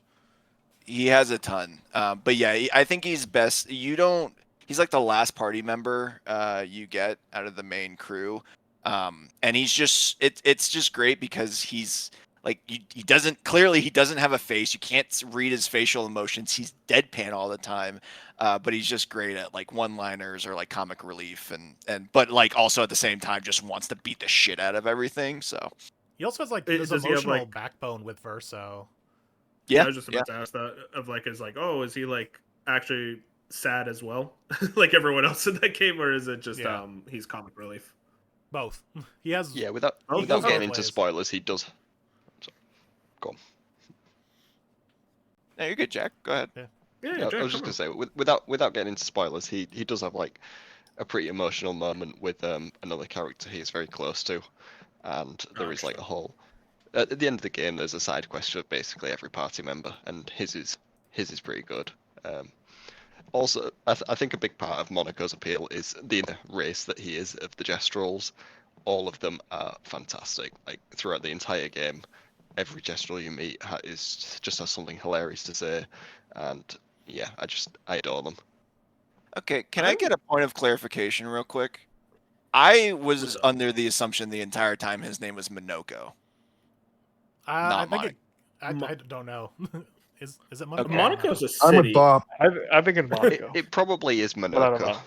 Okay. I don't I think it's pretty sure- Minoko because it's Minoko because Monaco's a city. So Yeah, I think that's Monaco's why you spelled guys are with an confused. A, not an extra L. But either way, shout out Minoko. He's great. He likes feet. He likes feet. You guys might as well talk about, since you're talking about Claire, you might as well talk about wow, God, Mael? Yeah, okay. I already The forgot. true It's okay. best character in the game. Yeah, Mael was my number one. I mean, I literally named my cat after her. So I'm pretty big fan of Mael. I think Biased. she has such a great journey in this game. And it's one of those things too where like you meet her in the beginning and you're not really sure the role she plays, and then obviously by the end of the game she turns into like a pretty big The deal. most important character. Yeah, I mean, I was trying to bury the lead, but yeah, the most Yeah. important character. And I just think what she goes through, and just like her experiences that you like, it's one of those things where she doesn't really know what's going on sometimes, so you're kind of experiencing a lot of these revelations with her. And I think that just kind of resonated with me a lot. And also, I mean, I know this technically doesn't count, but like Jennifer English also just killed it with Mael, and I thought she was really a great written character, but also just like the true backbone of this game from like a story perspective. All I'm saying is, there's only one character here where Tim Geddes' unborn daughter's middle name is of that character. So, I mean, That's two, I two think things named after her. I think that shows honestly how important Mael is as a character and how important Claire Obscure is as a whole. Where They it's just like, Didn't Expedition 33 or someone from the team have to put out a tweet saying, before you start naming your kids Mael and Renoir and stuff like that, please look them up and realize that most of them are made up? Yeah, I actually did get some shit for that because apparently. Ooh. Just like because I had to explain to my family like what Mael comes from, and when I first looked it up, like it technically is kind of French for princess, I believe, or prince, like of like royal something. But the funny thing is, the French don't actually pronounce it Mael. I think it's Meili or like a different pronunciation entirely. Like the Mael part is made up. And then it's also really funny because none of my family can spell her name right or like remember her name. So every time I now have to use the phonetic pronunciation of like, it's not your L, it's my L. And that's how I've gotten them to remember her name. Well, fuck the French, whatever they think about the pronunciation. Let's be real. True. I'm just. That's what I'm saying. You want me to talk about Jan or just real quick? I guess since I'm the only one. Although I did put. Yeah. I put in the altars for a few. Spoiler alert for people, so I'll talk about them later. But I think I put it as my number one just because I was like, well, what's character that had to carry the game the most? And yeah, it was definitely like John from the altars. Since you meet 9 versions of him for those who haven't played it, so you Was it 9? basically get I thought it was 11. I had to look. I looked it up thankfully before I said that because I was like, I don't think I know. I think you only can get like 6. So different one we play, It's like but yeah, different on the other playthroughs, I heard. yeah, you get to choose. So Well, there's an I error just- going to come up in another video. well, that's fine. We'll cover it later. But yeah, I just really enjoyed it because I was like, well, it's almost weird too to think about because it's like, well, are these 9/6 versions of the same guy? They're all very different, and the game kind of is like, oh, it's all different because they made this one different choice in their life. So just kind of learning about that, kind of like exploring kind of how big changes come from your life. I'm like, it really helps like me appreciate like, but like personal stuff, like even in real life, but also just kind of learning about Jan. So that's why I voted for him. And then I would say, and moving on to other characters, shout out to Invisigal, but I would have voted for a lot of the Dispatch crew if I thought about it, / didn't play it solo in the air, but yeah, that's another game where. By the second game, where I really think about the characters first and foremost. 100%. I'm just like, when I get season 2, I'm like, I want to see all these characters again. Like, I don't want a new cast. I like these characters too much. Invisigal was my choice because I think she kind of represents the whole theme of the story about redemption and kind of bettering yourself, and coming back from a situation or a path that you were forced on or that you were born into and wanting to change and wanting to be better. And I just always get really happy when I see her, like the little celebrations, like when she sees herself get out of the last place spot around episode 3, I think. I thought that was a really sweet thing. And it just adds, it's like, clearly she's someone who wants to change. She's very aggressive towards you throughout the whole game, but it also really works for kind of the romance if you pursue that. And just the relationship between her and Robert and all the other cast. And I especially love what they do with her in the end. And I got a really good ending with her. I know a lot of people didn't, but I think the way that character story ends was very much like, yeah, it solidifies as my favorite character of the year. But a lot of great female characters this year, specifically. Shout out to the ladies out there because they were kind of cooking this year. If you would have podcast. if you would have told me that with games like Death Stranding 2 and Ghost of Yotei that my favorite character of the year would be Donkey Kong, if you told me that 12 months ago, I would have called you stupid because 3D platformers can't be one of my favorite games of the year because they're just not my jam. And well, I'd be completely mistaken because Donkey Kong and his goofy pal Pauline and their journey to the center of the earth captured my soul with all its music and punching things along the way, and Donkey Kong is the best character of the year. Here's the thing. I'll say this, but Bob and Jack have been very hateful towards Bench towards this. A lot of slurs being thrown out. I'll just say that. I kind of get where Bench is going with, because I do understand the feeling of like a Saturday morning cartoon. Like, there is a case where you could say, well, my favorite show was Adventure Time because even though I love Breaking Bad or something, Adventure Time was the one that always got me in the best mood. And I kind of get that feeling of like, well, Donkey Kong was just always making me smile. And like, maybe he's not the most best written character, but he's funny, and I like seeing him smile, and I like being there along with him on this fun, joyous adventure.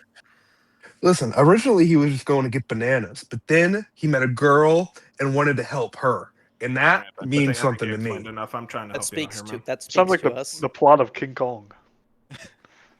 Going back to Dispatch, even though I voted for Mecha Man, I did want to shout out Invisigal because I think what I liked about her the most is that you, at least for me, and I'm stupid, I could not get a read on her. I could not figure out what she was going to do next. She was like a very complex written character and just like a complex character in general. And I really appreciate that because I think, especially with superheroes, like they do a really good job of like a lot of them are very straightforward stereotypes. Some of them might be a spin, like an like you know an alternative of or like the opposite of a typical stereotype. But I really appreciate how complex Invisigal was, and she felt so real because of that. And then a lot of characters in that game do. But I did think that she was just really good and shined in a lot of the episodes because of that. And just really fast, I want to shout out. I think I put her as my number 3 Hornet from Silksong. I think me and Fusion agree where it's like, it's very nice to have a talking protagonist in one of these games. Like I like the Knight for like as a like he looks cool, but like it's having Hornet actually interact with the characters adds so much to that game. Yeah. And if you're wondering where the rest of the cast of Expedition 33 are, they are with Jack, who put in Francois and Lune as his 2 and 3. Oh my.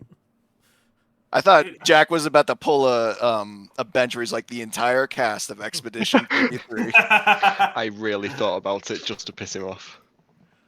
That would have been good. All right. Listen, they're all great characters, but one. So Whose Verso's vote go to? That was Dark's. Okay. Oh, shout out Dark.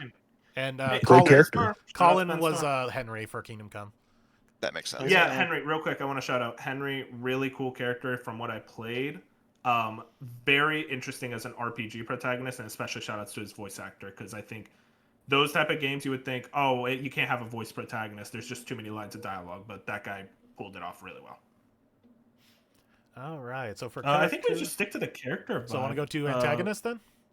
Yeah, let's just stick to character stuff. All right, from good to bad, we now have Best Antagonist.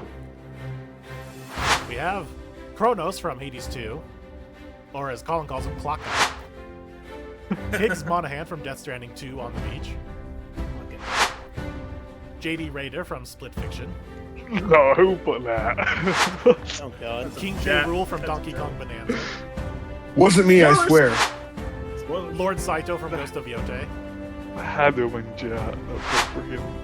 Mael from Player Raider. Obscure Expedition 33. Oh my god. What? Renoir I from know Player this. Obscure Expedition 33. Hi, that's better. Ro from South of Midnight. Oh, I love Ro. That's not mine, but that's Shroud a good from show. Dispatch. Oh, that's a good one. And Void Kong from Donkey Kong Bonanza. Oh, Vodka. Dude, this game got 2.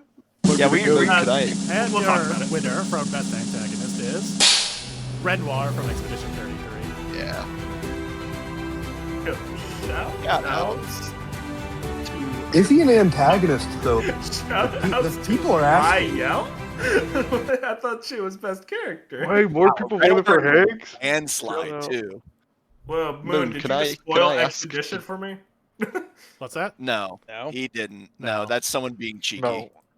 But sorry. No, But if Binks, I have. but if I Binks, know if this Binks, one, keeps, so it's if whatever. Binks keeps talking, then you might get the spoilers, which I fear Binks is about to do. So. I'm gonna be Oh, very no. careful. You guys can talk, but I've had the whole game spoiled for me. I don't care. Go ahead. Oh, so you're never playing it? It's really new. No, I'll play it. It's just I've had it spoiled for me. I'm just saying, so you could talk about that stuff. Okay, well then, Yeah, I think Mael was my antagonist of the year. Jesus. I think as the game opened up, I think her feeling of wanting to stay the same and shy away from grief and come into terms with what had happened, I think is the antagonist of the game. Like, I guess you could say kind of grief is the antagonist of the game, but I think she herself kind of that. Into the part, like, as we were entering the final act in the game, was like, this Renoir guy, he's spitting.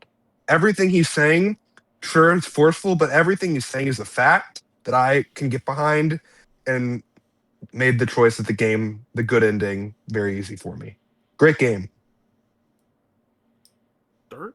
Wolf, votes for this is Renoir. Wolf, that was like the equivalent of like when you really want to try and impress your English teacher and you use like an off the ball answer for like a very basic question. That's kind of just like In other terms, rage I bait. I voted it. understand. I understand.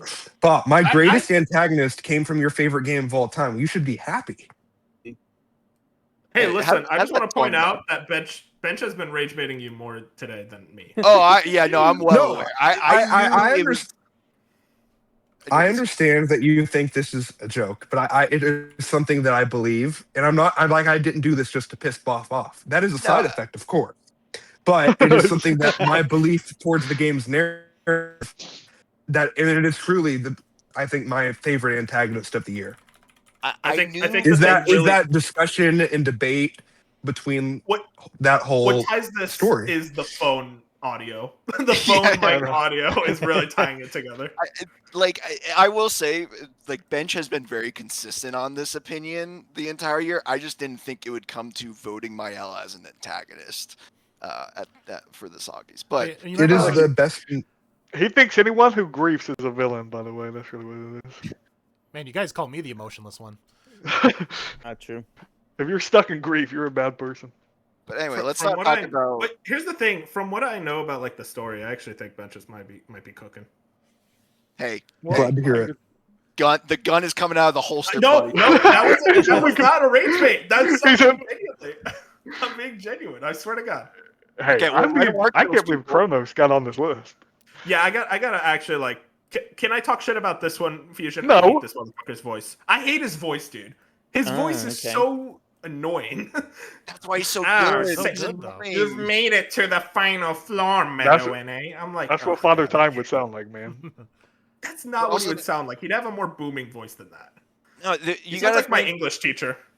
you gotta think like Game of Thrones, Wolf. I know you haven't watched it, but like Joffrey is a great villain because you want to punch him in the face. He's so annoying. You hate him so much, and that's how I feel about Kronos. And that's why he's I too. get that, Bob. That's a great point. My only thing, he talks so much, and he Yeah, talks for because he's a so long constant with that presence. annoying He's constantly voice. looming over you, and that's the whole point. He's I Kronos. get that. He's time. I don't think he's a bad villain. I want to point that out. I don't think he's a bad villain. It's just the voice. That's my one thing. I don't like the voice. I think if you gave him a cooler voice, I'd be more into it. Like Higgs. No, Higgs. Higgs. Now Higgs. God. He's the Higgs best is villain the this high- year. He's Yeah. like, this is what, sorry, Anthony Jones, this is like the Troy Baker performance that should have been nominated at the Game Yep, Awards, 100% not agree. whatever he's doing. Like, every time Higgs is on screen, which is not nearly enough, which is why probably people just didn't think about him, it's just like he's Yeah. giving a generational performance, and Higgs as an actual written villain is just so fantastic. His motives, what he's doing, his monologues, every monologue he gives, they last 40 minutes, but all 40 minutes you're just locked into what he's saying because he's just such a 100%. like he is a villain as villain gets. Like he's just a bad person, and it's just like that's what makes Higgs so special. Generational hater. Yes, he is a generational psychopath hater. and- Like with the he's a guitar, psychopath. That's why. like the flamethrower. Crazy. Yeah, Yeah.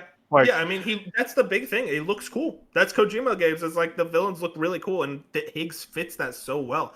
My only issue with really with Higgs is, like you said, not enough screen time, and also the way he goes out. I'm not a big fan of. But otherwise, man, generational. Agreed. Villain. I absolutely love him, and I'm right there with you, Fusion. I mean, I'd go as far to say it's like my favorite Troy Baker performance. I think he is generational talent. I think this was a generational performance. yeah, it's up there, and it's that thing where it's like, it's not the level of like Sephiroth when you see him in like Final Fantasy. You hear the music, you're like, gosh, like this dude, like you're terrified. But it is that thing of like, Yeah. every time Higgs just appeared, I'm like, damn it, dude, like you're gonna ruin my Everyone goes life. silent. Yeah, like everyone it's just goes like quiet. He's in he a almost has monologue that and level stuff. where it's just like next thing you know, you're gonna have to be Higgs is going to give you a speech for the next 10 minutes that you just have to lock into every time he appears. The worst part of Death Stranding 2 is that Tarman has more screen time than Higgs. True. Just straight up. I fucking hate Tarman. If we want to talk about worst character, there's my answer. We It- should it's probably funny note on though- Window since he Yeah, I won. was gonna say it's funny you bring up Sephiroth because I think everyone who has played can be in agreement. The second after you get introduced to this guy, which by the way, the way you get introduced to this guy is crazy because he just comes in and massacres people. Like it's genuinely terrifying. And then when he comes in later in the game, like he's just always causing chaos until like the very end of the game, until you like start to learn more about him. But after you meet him the first time, every other time after that, it'll just be like a normal scene or like, you know, the expedition is going on, and then you hear the sound of his cane hitting the floor and it echoes, and it's like everything stops, and you're like, oh fuck, this fucking guy, god fucking damn it. And then he just shows up, and it like again, Look how much I don't want this to guy has. yeah, he does, like he's so sick. And it's just No, also he has aura. it And he's just voiced goes by into the Andy thing. Serkis, which is just so good. Right, that definitely helps. And it's just the whole thing of like obviously Expedition 33, like all the people are 33 or younger or 32. And he's clearly old, and you're like, wait a second, how is this old man like still alive? And there's a lot of good like mystery there. And his like motivations in the beginning are just pure evil because he is just like the thing of like, I want to, like, spoilers, I want to live forever kind of thing. And I think it just, but then again, going back to like Invisigal, you learn more about him and his kind of like your opinion of him, like Bench said, can change, and he becomes a complex character within himself, and to the point where it's like, and again, I want to give Bench credit here. Some of the best villains are the ones where like, wait, shit, I understand his reasoning, and I think he might be right. Like, I kind of hate that he's spitting facts, but yeah, I just, plus he has, well, we'll get to it, but he there is a certain, not a scene, but the other moment of the game that is just straight aura, but I don't want to spoil a different category. While I was getting like clips and stuff for this, I ran across the boss fight against him, and I forgot how cold some of his lines are. And the YouTube dude. comment section reminded me of one of them, which was, "You can hate me as much as you want as long as you're alive to do it." And I'm like, God damn. It's so and it's always just that cold delivery. He's never yelling. He's never like over exaggerate. He's just saying it in such a slow, like, just a cold killer voice. It's like, damn, dude, you are. He's also like, it almost has like the warmth too of like a loving father, but he's just too overprotective. Yeah, a little bit. A little too controlling. Uh-huh. I like his name, Renoir. That's a cool ass name. All right. Is it Renoir or Renoir? Renoir. I think they pronounce the R, yeah.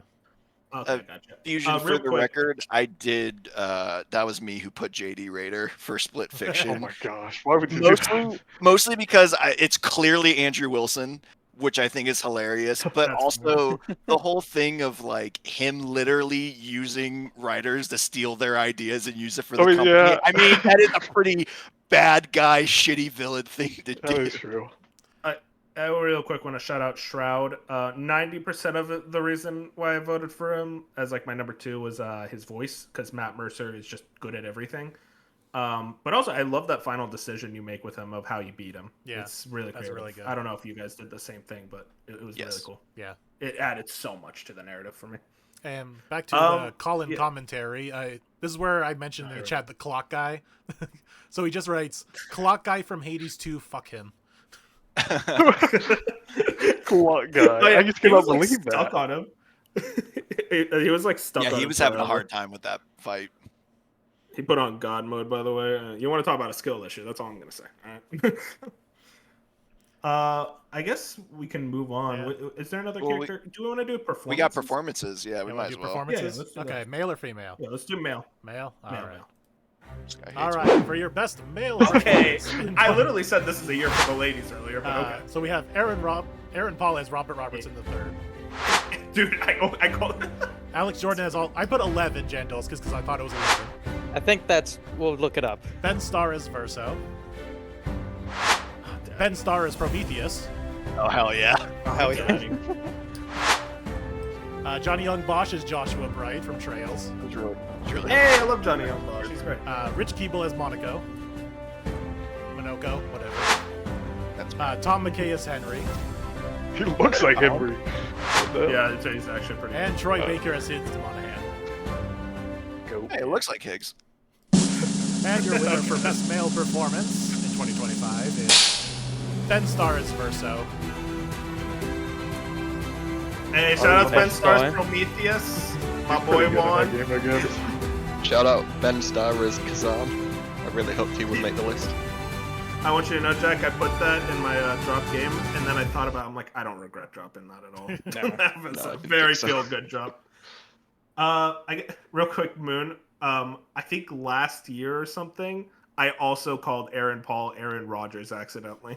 So, Hell yeah. he has a Rodgers-looking face. I almost called him Aaron Roberts just because of Robert Robertson. Okay.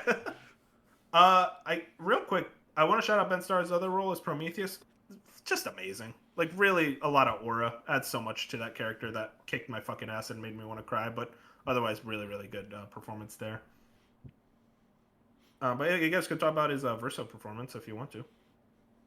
In Moon, who did I vote for? I can't remember. Let me go find that. He voted for Donkey Kong. No, I know, probably. Best Male I'm Performance. I'm not surprised with Verso. I mean, Ben Starr yeah, being you voted for first, Ben but I Starr. am a little bit.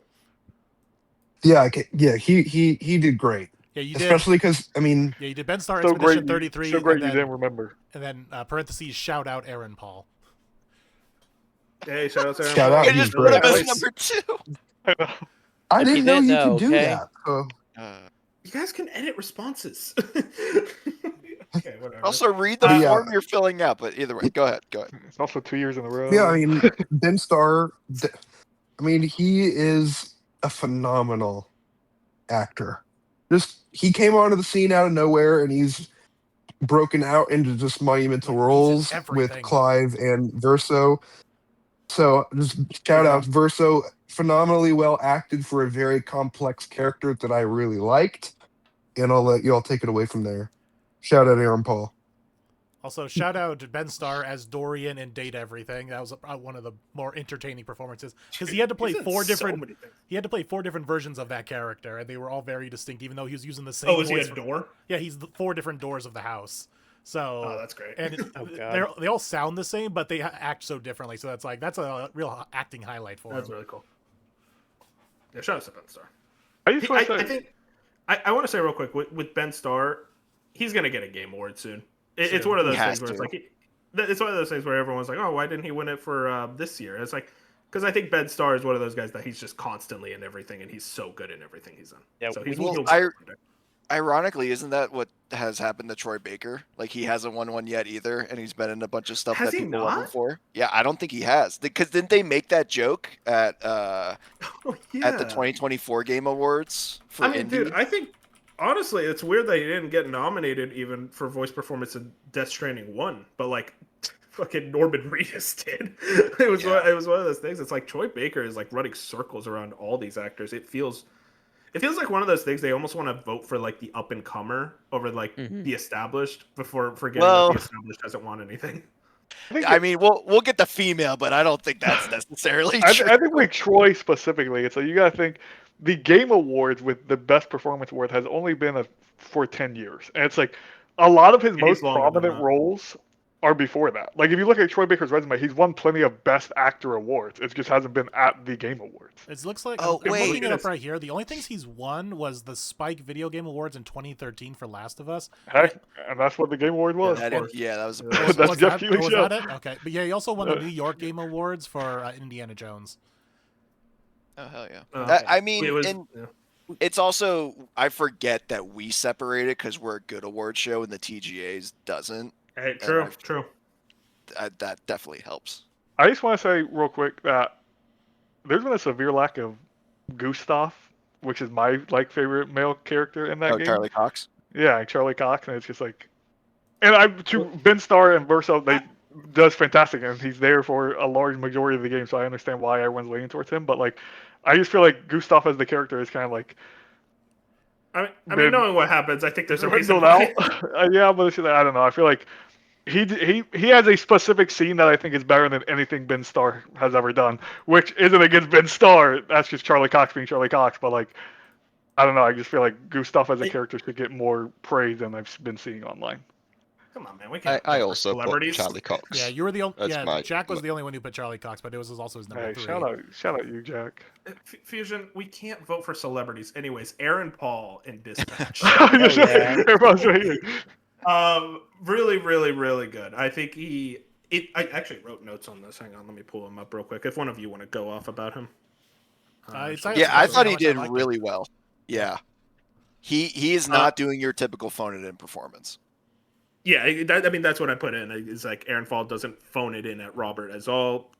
He doesn't phone it in as you know what I meant. got this, Wolf. I love specifically how Aaron Paul is this live action actor, and what happens with a lot of live action actors is that they don't really train their voice in a way to do voice roles, so it always comes off as awkward or they just sound like themselves. It's clear Aaron Paul understood the assignment.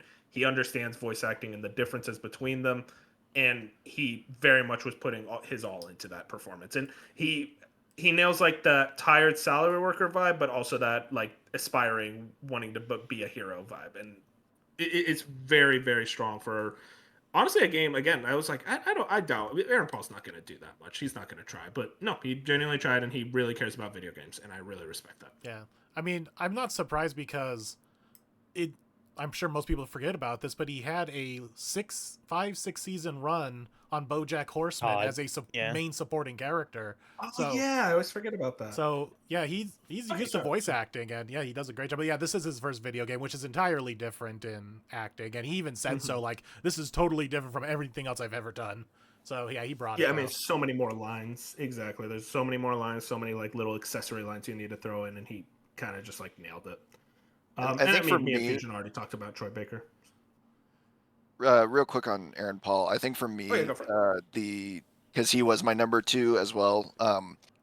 I think the best compliment I can give voice actors, especially if I recognize their voice, like I will admit, like the first 30 minutes of episode 1, I'm hearing him talk, and all I see in my head is Jesse from Breaking Bad. But then as it goes on, I'm like, no, this is Robert Robertson, and that's always like the seal of approval for me. Is like if you are well known and or like a prominent actor, voice actor, whatever, and I know your voice, and you can get me to buy into like, no, you are this character. That is always a testament to how good you are. And I think honestly, all 3, even though I've only played Death Stranding 1, Troy does a great job in that one as well. Like all 3 of these guys do really good jobs at selling the characters that they're playing. I will say Ben Starr is going to run into that problem eventually, because Ben Starr kind of uses the same voice for everything, but it's such a good voice though, and it's so versatile. But it is, when you hear them all back to back, it is kind of the same voice.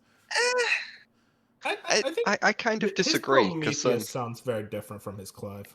Yeah, I'd agree with that. And like Clive compared to Versa, like you can tell it's the same guy, but they have such different personalities. Yeah, I do think that's where the acting comes in. But it is, like I said, it's the same voice though. So this is where Ben Starr's acting is where it really shines in. Yeah, plus he sings. Yeah, and I mean, real quick, I think Beef wants to talk about the guy from The Alters. What was it? Two thing. Actually, Alex Jordan. Yeah. I mean, yeah, like, I kind of said it, but yeah, like, well, what's funny is like, it's the same person, but I remember, like, because they're slightly different characters, it's not like, it's the same voice, but you're still like trying to play slightly different characters. So doing that for a ton of characters. Shout out to him. Really, I don't even think he got nominated. That's why I was like, I'm surprised he got nominated for like anyone. But I was like, I will carry this for you, my man. So shout out to you. And one last thing, I think that means, because Ben Starr's a lot. I think that means we should get ahead of the curve. We need to turn on him like everyone else does. We need to pretend like he's overplayed. That's all I'll say. Hey, true. Real quick, I want to also shout out Henry. I already kind of went over it, but it's just very impressive for an RPG protagonist to have so many lines of dialogue and really nail them. And the guy himself, I mean, we even mentioned it. He kind of looks just like Henry, so I'm not surprised. He's really cool too. He's a very big gamer. Did you use 2 different pictures of Ben Starr for his character? Of course. Good work. I thought it'd be funnier. 2 different. Oh, it absolutely was. I noticed. I think that's it though. We go to the women now. Yeah, women. All right. For Best Female Performance in 2025, we have Adrian Ray as Hazel Flood from South of Midnight. Jennifer English as Bayal from Expedition 33. Jenny Kidd as Pauline from Donkey Kong Bonanza. Yeah. Nope. Mm-mm. Whoever voted that, nope. Judy Alice Lee as Melanoe from Hades 2. We have Konatsu Kato as Hinazo Shimizu from Silent Hill F. Nailed that. Kirsty Ryder as Lune from Expedition 33. Laura Bailey as Courtney / Invisigal from Dispatch. And Susie Young as Hinako Shimizu from Silent Hill F. Okay, hold on. Here we go. Oh my god, someone played in dub. I'm pissed. And your winner for Best Female Performance Listen. is Jennifer English. Okay, who played in dub? I played it both. I played Not it me. both. Do we want to discuss this real quick? Me. I played it. You want to know what I wrote down? Did either of them You get? want to know what I wrote? I Okay. literally put, she was by far the best part of the game for me, and while I'm usually a dub guy, the sub is genuinely the only option for this game. I think You for was that. great. I think for that game, I switched between because I'm usually dub and I still in dub. I was like, this is a very Japanese game, and so I did. I guess so. Just real quick, we'll do both, but I still, I did play mostly sub. I guess we'll just say, Silent Hill F is very traumatic and goes through a lot. So like that especially the main character. So they had to do a lot of work, and I thought it was very good work. So shout out to them because I really liked. They look at me really like Listen. that character.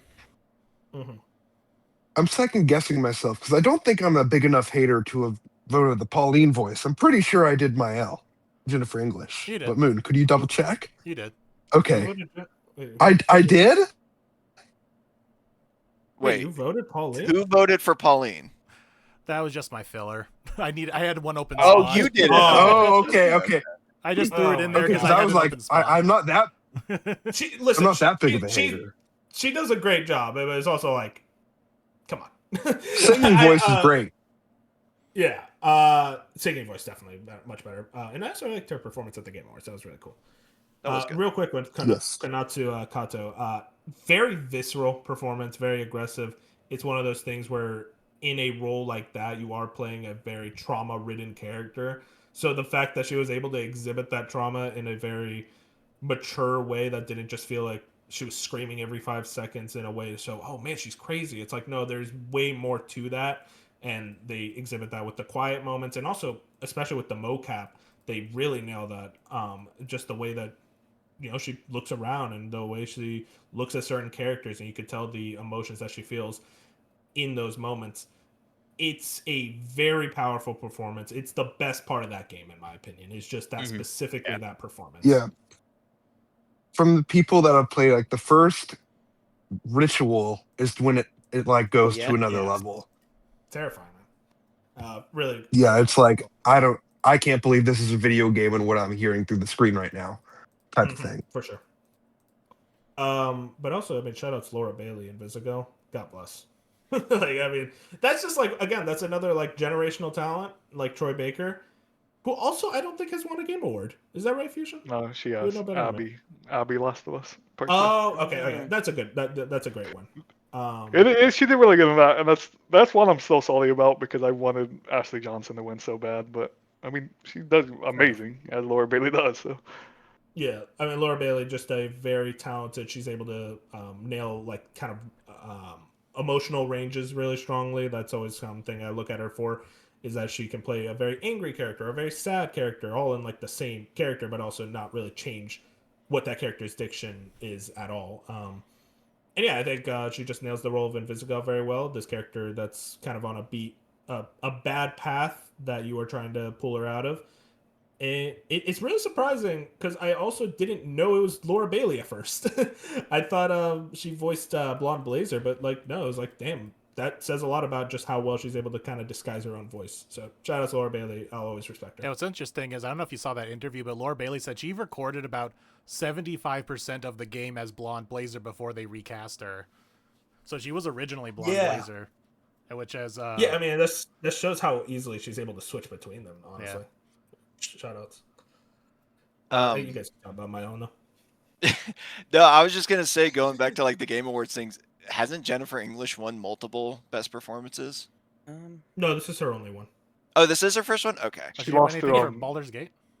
No, she Yeah, lost to Neil. Somehow No, Asterion won. Yeah, I she think- lost to Neil Dagger. That was have by no far idea. my least favorite I think character. people just saying a character she voices that game usually wins because she. That's what it is. She Okay. voiced someone in Elden Ring and then in Baldur's That's Gate. right. That's right. Okay.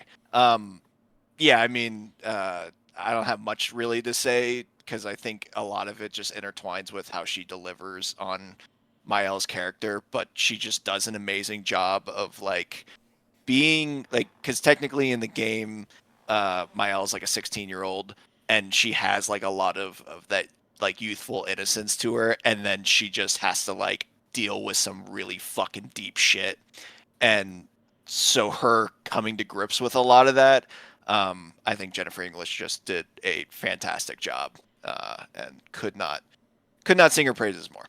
I mean, He's kind of what clearly like everyone Ben agreed, Star 'cause look fans at the want point Ben Star to difference. be. Yeah, that's the thing. Yeah, she won this in a blowout. This is the highest point total I think we've had so far. It's not fair, man. I mean, it's very fair actually. Shout out to Expedition 33. Deserved. And then third is what, Millennium? Melanoa, yeah. Melinaway, she was. I want to point out, Bob did not respect her because me and Fusion were talking about. I this. put her as my number 3, so clearly I'm only one of 2 people that put her up here. If she was mocapped, you would have been like, "Where are you?" Maybe she's number 2. Really, really strong performance. It's just a really strong year for female performances in general. I feel betrayed by Fusion again. I want to point that What I out. did He's is been- fine. You didn't vote literally your game of the year, and you were like, "I don't like her though." We don't know if that's what you're here. And no, I only put one character, one person. Oh my god! I think I feel Gotta do the Illinois, third though. I'm not giving runner-ups to everyone, bro. Like Oh, we're not yeah, a participation Mr. trophy. Anti-runner-up. You Okay. give I me am. points to use them. But yeah, if you want to know, Nope, not Melanoa here. was voted number 3 by both Wolf and Pop. Yeah. Yeah, Um, I do remember that. It's just really good. It's just Even if I put her on my list, she doesn't get higher. So, like, Oh, here we go. Now it's Mr. Anti-Hades too. He doesn't even like the game now. Okay, cool. and she's not better than the 2 people I've had over. So I do also want to shout out Adrian Ray, who played Hazel in South of Midnight, Yeah, that was because really that good. was my 3rd for best character and 2nd for best female performance. She did fantastic. And it kind of just going more into like South of Midnight, just that game is so rooted in Southern folklore, and I feel like that's a type of region, genre, or whatever you want to call it, that just hasn't been explored much in video games, and she just did a fantastic job, and one of the main reasons why that game I think shines so much. Wait, I just thought about it. Melinaway got 2 points. Wouldn't number 1 have been, or number 3 been Konatsu Kato? Because I made her my number 1. And that would have been 3 points, right? yeah, I think I gave it to her because 2 people voted for it. Oh my god, the okay. commissioner set this up so that Expedition 33 would win. Okay. I know. It's just not right. It's Just just not better. right. All right. This is how. I don't know. I was gonna say something about the Ravens. I but think I we really should cut it screwed out us this week. then, Wolf, since I didn't vote for the. Yeah, I voted for the. Yeah, your so number I- 1 was Yeah, We Susie. yeah. fucked up. That's our So they canceled each other out. Oh fuck! Yeah, Yeah. because, yeah, Yeah, 'cause blame your- beef, all right? Look, we gave them shout outs. That counts for more. Shout out Susie Young. She was so good in it. Yeah. All right. Best boss fight, since we're still. That's I guess. Yeah, still, yeah. Let's do boss boss fight. fight. Yeah. So Fusion can betray me some more. Let's do it. I might actually Alright. betray you on this one. Best Oh, I boss already know fight. you betrayed me. Comes You've been to a very disrespectful man. Kronos and Hades 2. Good fight. The Dualist from Clair Obscur Expedition 33. Oh god. Forgot about that. The Infernal Cerberus from Hades 2. Who voted for that? I'm gonna ask JD that. Raider from Split Fiction. King K. Rool, the King of Rot from Donkey Kong Yeah. Bonanza. Spoilers, by the way. Lost Lace from It's- Hollow Knight Silk Song. More spoilers. Yeah, Sure. I mean that was less. Renoir from Expedition 33. Hell yeah. And Ryu Hayabusa from Ninja Gaiden 4. Oh, good. Oh, that might be stuff. spoilers I've- too. Yeah, well- I just got Winner for best spoiled. boss I'm fight. playing that game. screw you, Renoir. Dark. Yeah. That was a good. That's a good choice. We'll talk about that.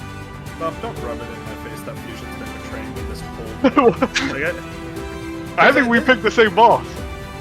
who'd you Yeah, pick? I picked Kronos. I picked Lost Lace. Well, Kronos was my like number 2. I think my thing with Kronos, I wanted to bring this up. My thing with Kronos is, I think because a lot of us have now had like 3 years with that boss, like we all played it in early access in 2023, is Yeah.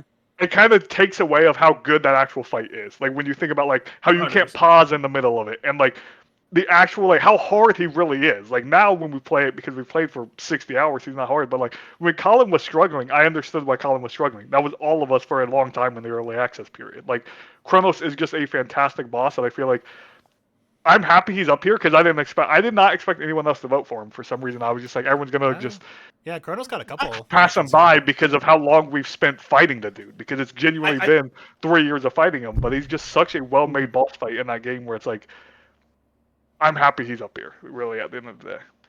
I think as a boss Listen- fight, Kronos is just very immaculately crafted.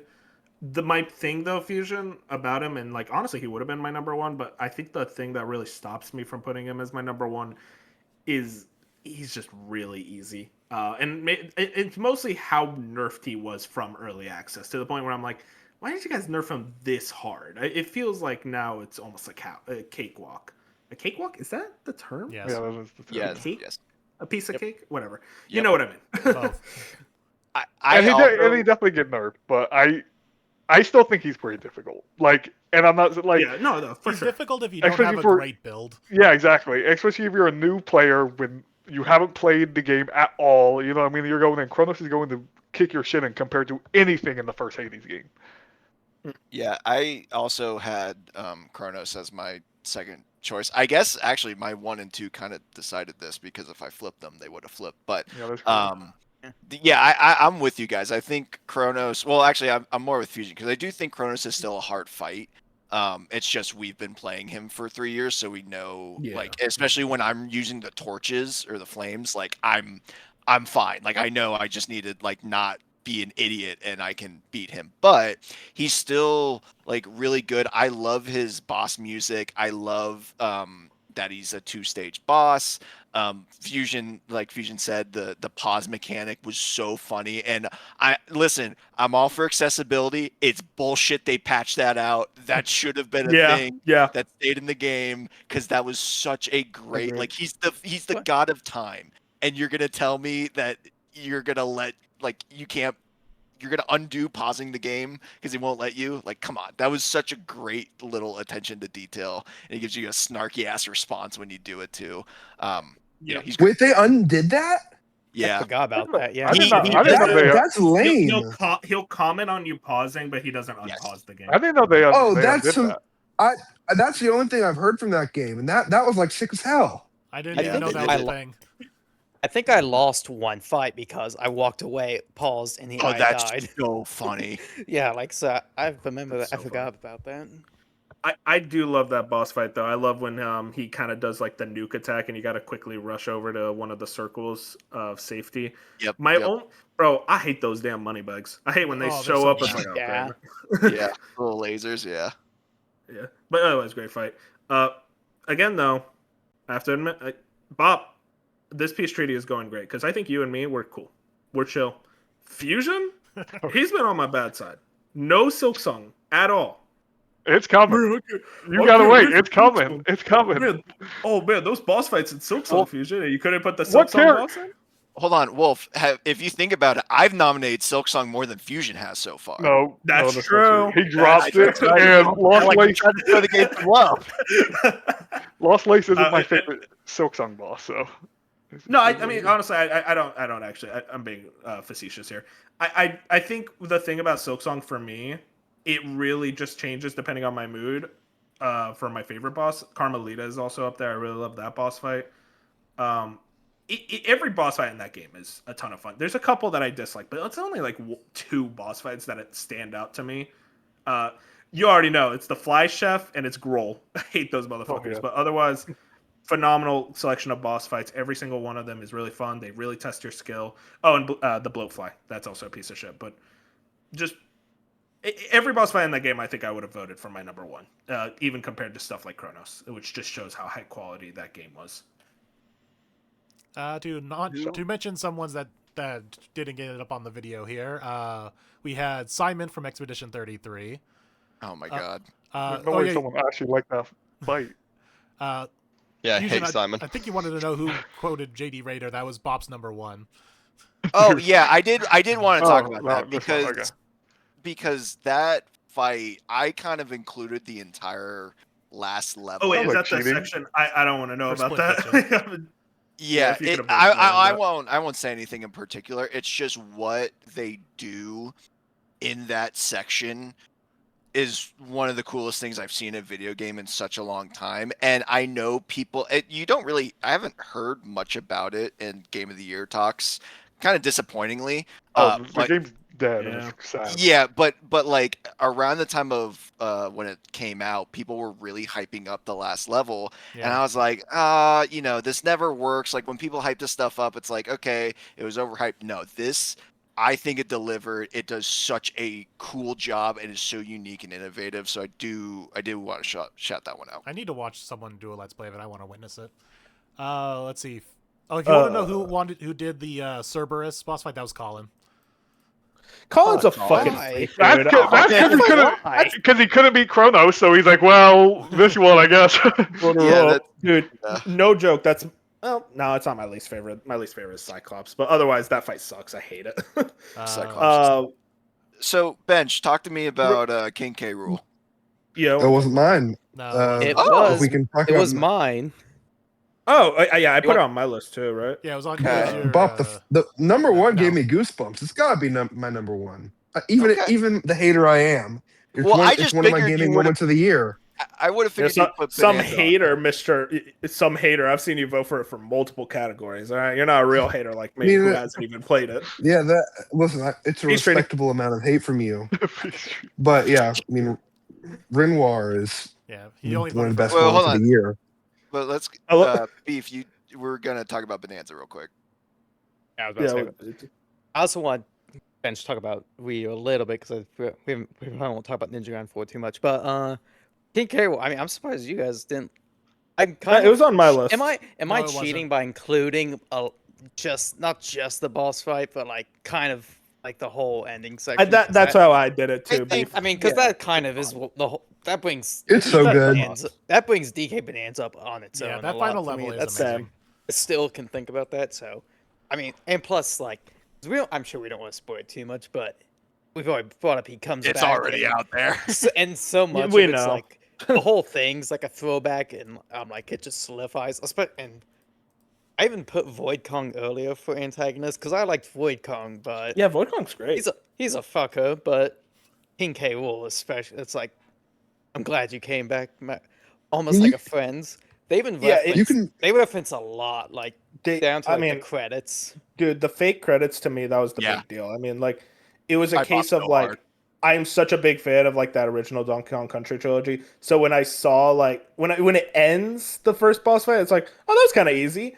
And then it's like the end and the whole like, oh You see wait, all he's the coming back. K's. It was the K that- K's. that- I was like, And oh then- my god, they're doing it. And then it brings up the copter from 3 and like the music starts playing, Gangplank. God bless. That was the moment where I'm like, this game is really doing something special. And the actual final boss is really good, despite the fucking frame drops. Oh Holy my God. shit. Holy yeah. shit. Especially But when they made otherwise, the giant great fight. arms of Rot that like came at you. That's when it crashed Dude. for me. I'm like, this is a Switch 2. I should not be dealing with this, but otherwise, great fight. Some other mentions is Fusion's mention of Clea and Clea and Expedition 33. That is a great fight. Jack with the Wrath of Los from Monster Hunter Wilds. And no Wolf, you did not mention King K. Rool anywhere. Your three were Lost Lace, Trobio, and Chronos. Oh, Trabio, yeah. You know, I had to vote for Trabio. Fuck you, Fusion. Why didn't you vote for Trabio? I mean, he's You're not a real better than Lost Trabio Lace, head? so I don't know. Trobio was good. I would take him over Lost Lace. Yeah. Okay, you didn't like Lost Lace now? No, I think Lost Lace is good. I think there's just better boss fights in it. I like Phantom. I like. And they're Trobio. all good. Yeah, like it's a game of very good bosses. You know what I mean? It's just That I yeah. think just I I don't like the one whole of cast of boss specifically fights. specifically one of Lost Lace's phases. I'm not a huge fan of. But Before we Fair move enough. on, Moon, we didn't actually talk about Renoir's boss fight. Yeah. Good fight. I mean, it's just like the So music, good. the setting, The dialogue. the dialogue, the phases, how he just like you've been getting your ass kicked by this guy the entire game up until this point, and you can like actually finally start to like feel like you're fighting back. I mean, I think we all had the same moment of you start that fight and the music hits, Oh. and you just like you're sitting there, you're like, what the fuck is going on? It's This is the because coolest not fucking only thing. that, like you've heard the song before, but then in this fight they add the lyrics, and then you're like, oh, I'm fucked. Yeah. Yep. And then there was We also lost. that point. It's in the rotation. Yeah. But what was also like really stand out for me is what I'll always remember from that fight is that like pulsating explosion attack that he does. When I finally got the rhythm to do a counter on that, it felt so good. I was gonna say, I think it was you that had someone had trouble with that pair, and I'm like, oh guys, this is a skill issue because I was doing that from the beginning. But yeah, no, there's a couple of them where it's Yeah. the timing is weird. There are for there sure. are a couple attacks in the game that are just the timing is not right. But yeah, great fight. Wait. When you fight him, is it like just him, or does he have like a form? He has a giant He has a ass stand. wolf. He has a stand. It's basically A lot what or it is. lion. Wait. Maybe Expedition's kind of cool. Wait, I can stand. It's basically what it is. Does it- Doesn't he have like a giant ass wolf? It's a lion. Yep. And he has 2 phases for that. Coolio. Shout out Trabio. Completely forgot about Trabio was fun. I love Trabio. I think okay, yeah. So art direction. Yeah, I was gonna say art direction because it's the only one that's out of line right here, so it's bugging me. So best art direction. Cool. So best art direction / visuals. We have Screaming here, I already see Assassin's Creed Shadows, Expedition 33, Oh, who would have thought? it. Ghost of Yotei, I was waiting for that wolf. Hollow Knight Silk Song, Keeper. what the hell? That's a game. It was a good. Shinobi Art of Vengeance, Yeah. South of Midnight, We're still talking. We've done well. and Sword of the Sea. I like us. That was a We're pretty doing good well. And your winner for best art direction / visuals is Shinobi Art of Vengeance. Oh, hey, I'm down for that. I can- Something's rigged here. No, I respect that, dude. That I'm game okay is with hand that. drawn. Yeah, it's hand drawn. Everyone hates the swords in the seas. Oh, what shot? Hey, Fusion, what'd you vote for? Oh my I know. god, that was close. I voted for Silk Song. That's very close. Okay, we're cool. Okay, we're cool. I put literally in my notes. It's literally hand drawn. So is Shinobi. So is Shinobi. Yeah, I'm fine with Shinobi winning. I mean, they're both hand drawn video games. Now, Bob, did you play? You any better. of those? You better. No, I'm Peace treaty. I'm just curious. Oh, it's Unreal Engine 5. Did you play any hand-drawn games this year? I just want to know. Yeah, I played Silk Song. I You didn't didn't finish vote it. for it, but it's hand-drawn. You looked at it though. I did look at it. You looked at it, and your thought was, I don't You like don't- hand-drawn. Too busy getting skill check. Hey, Wolf, Peace Treaty, you don't want me to talk about Silk Song's art and what I think about it. So let's just leave it Treaty, there. Okay. Can we talk about how Silksong was Fusion's game for the longest time, and now all of a sudden it's Wolf's game? Because I don't know, Well, dude. he's Fusion's got been Hades really. He's He's been really guys as act a like- song lately. Wolf, You guys act like The Hades vibes- 2 yeah. didn't come out this year. the vibes I get are Wolf likes Silksong more than Fusion. I don't know if Probably Fusion not. That's I think actually- that's that's just true. Like what? Because Fusion was like disappointed or something because it's like, oh, this is too high quality. I can't like a game that's this good. You know. Shout out Shinobi Art of Vengeance, really beautiful game. It was nice looking fully art. hand drawn, really cool stylistic effects, especially like when you get combos. There's like a lot of colors like just booming everywhere. Lizard Cube did this. Lizard Cube's a very talented studio. Streets of Rage 4 is also very gorgeous. Very deserved one, especially when you fight some of the bosses. They get really intense with the visual aesthetic. Also, when you do any of those supers, like the fire one, it's just so pretty looking when that fire super happens. Yeah, I do want I to shout mean, out Sword of the Sea. Come on, guys. Port of the Sea is pretty. it's That's pretty, very pretty. but it's also standard like kind of indie-ish pretty. Like Journey did it Oh, 12 come years ago. But the sea and how and the whenever you sword. like do The the sword. area, God damn it, Bob.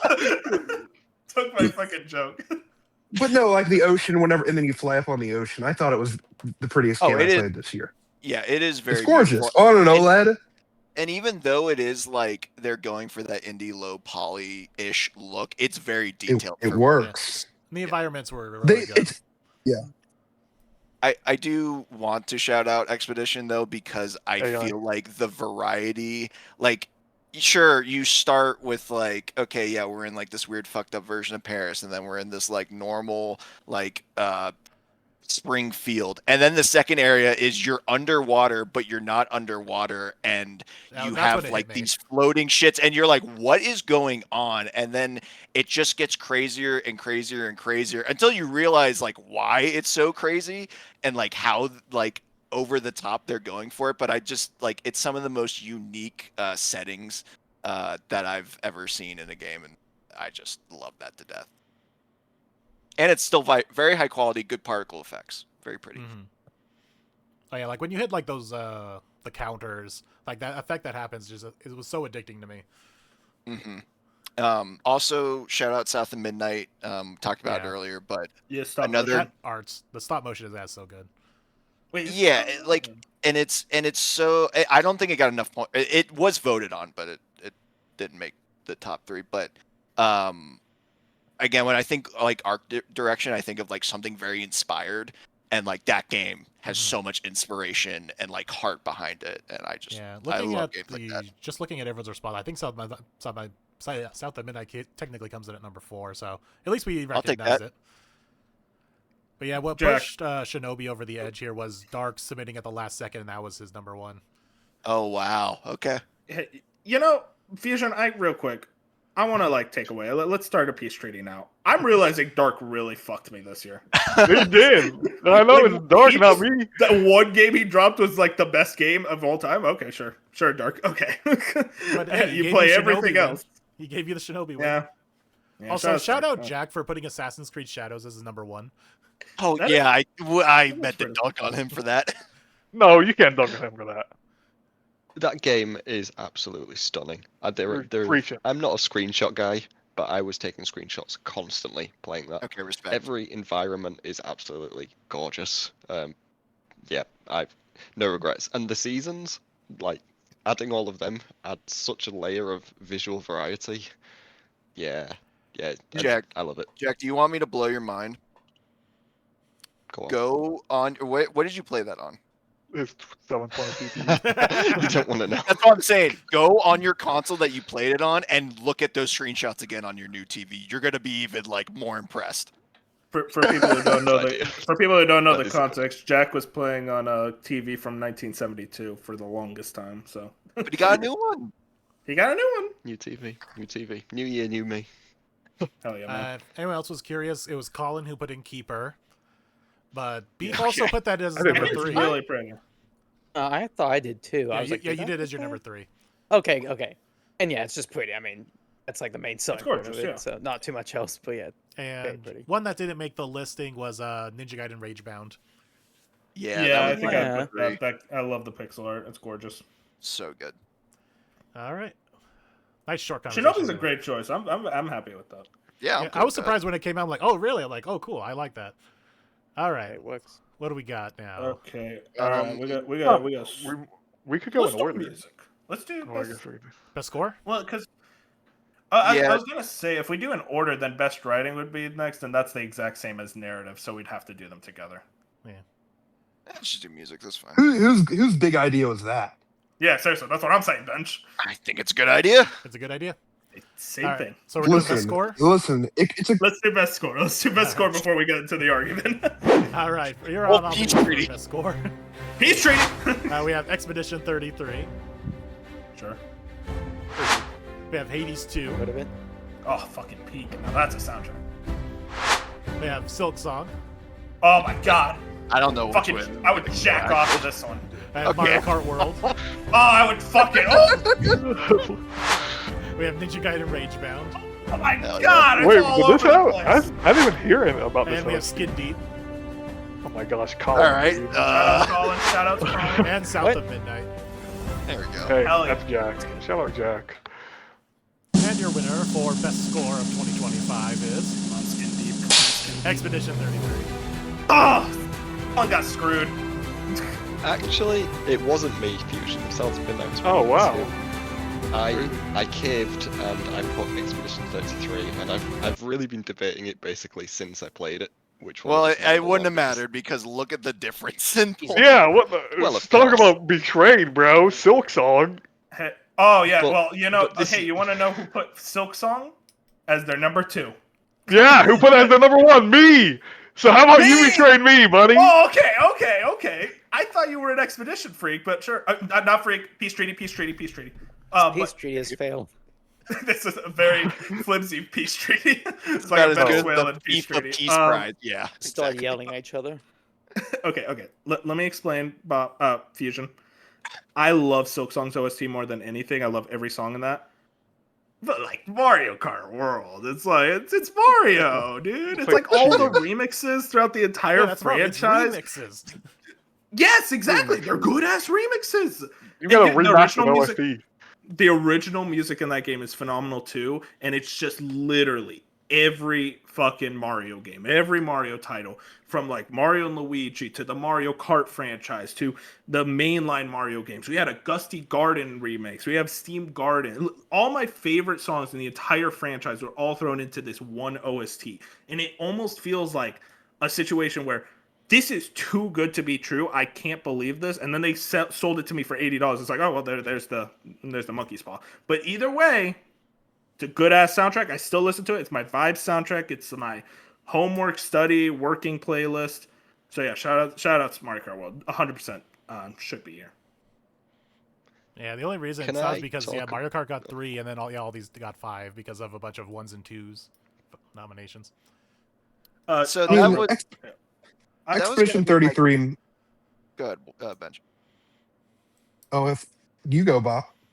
No, I was just gonna bring up a very interesting point. This is the one time I voted for Bonanza on something, and it didn't even make the list of nominations. Yeah, because Dude, this one it was was a good year crowded for with music. everyone's number 1, so yeah, I just kind of didn't have enough room for Which is, that. yeah, totally fair. But I was waiting for Bonanza to come up. I'm like, huh, it really didn't make it. Okay. Dude, it was The one close for thing I me, voted Bob. for. It was close for me, Bob. But you know, I got Mario. Mario Kart World remixes. But yeah, no, Bonanza's soundtrack is really good. Shout out to Zebra. I posted It that is. tweet today where like someone was like dogging on it because it's like, oh, a lot of it's like just remade from country, which like Wolf just said is fine because it's still good like stuff. Especially when they remix the King K. Rool stuff near the end. I absolutely Oh my popped God, off for yes.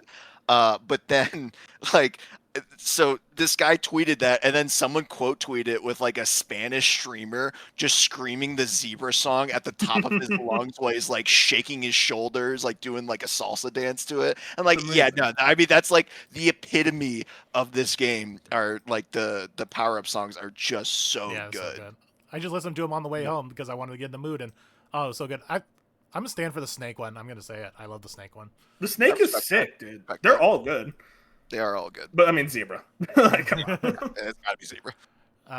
Expedition 33 is a 33-minute song that I've listened to fully probably more than a dozen times.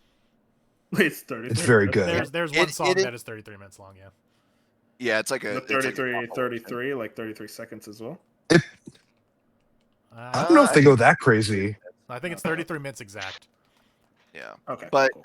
yeah, and just on top of that, like I think the reason this is my number one is just because of the well, yes, the bias, but also just like how varied it is, because you have like your classic orchestral stuff that is popular in a lot of like JRPGs, but then you have like the Minoko stuff and the gestural stuff that's very jazzy, and then you have like the underwater section just gets like weird electronic out of nowhere, and then you have like the butt rock like boss fight song with Renoir, like with vocals, and it just still astounds me that they found this dude on SoundCloud. Like at the end of the day, a dude from SoundCloud won like best score of the year, and I just think that's absolutely awesome. And what they were able to do, I know everyone kind of got sick of hearing the Lumiere song and the Claire Obscure song by the end of the year, but like stuff like the exactly, but the stuff like Renoir song and there's a couple other just like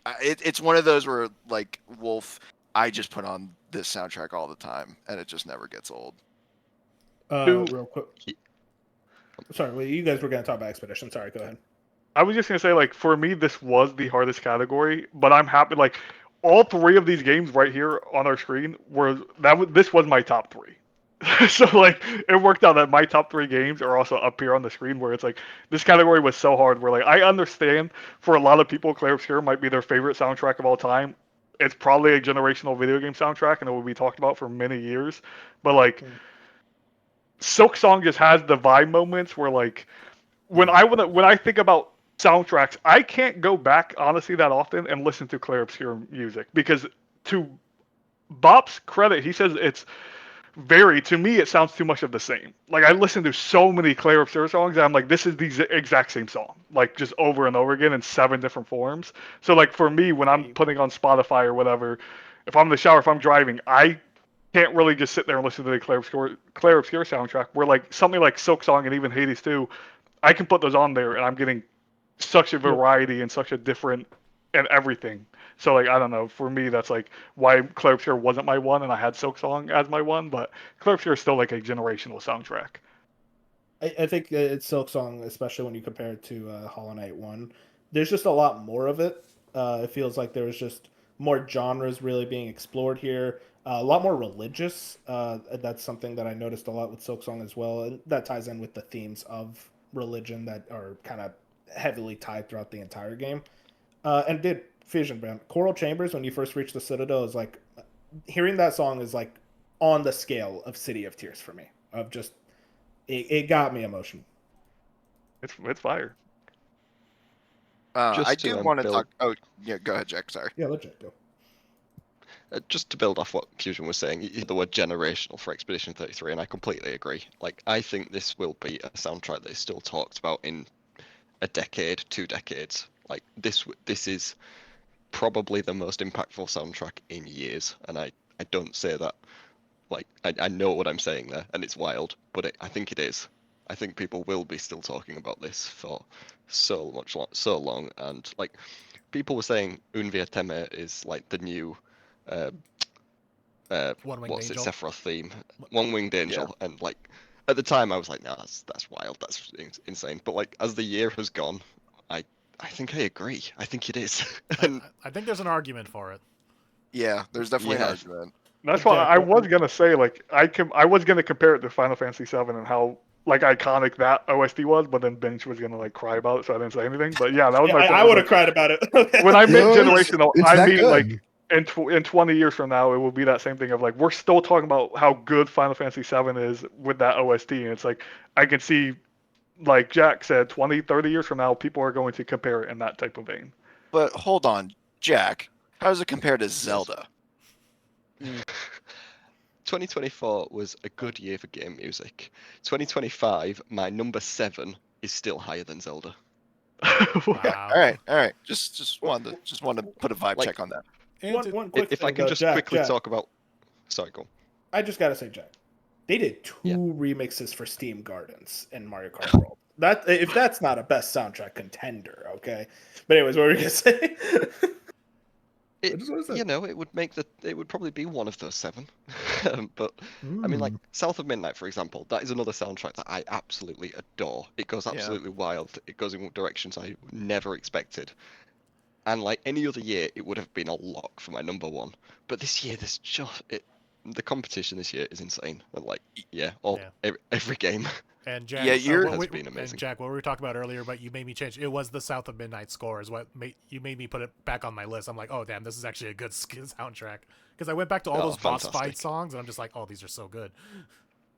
Yeah, you're definitely not wrong, Jack. I also this was best score and best song were the two categories I spent literal hours pining over, because I think you're right. Like there are, because to your point, like my number 3 was Ninja Gaiden Ragebound. I would have never expected that to make my top 3 for a score at the beginning of this year when you told me like what the potential nominees were, but it was just absolutely tremendous. And yeah, it was just a great year for soundtracks, and also Hades 2. Like I think Hades 2 probably would have been 4, but like that game just does such a good job, I think, of teleporting you to the area you're playing in.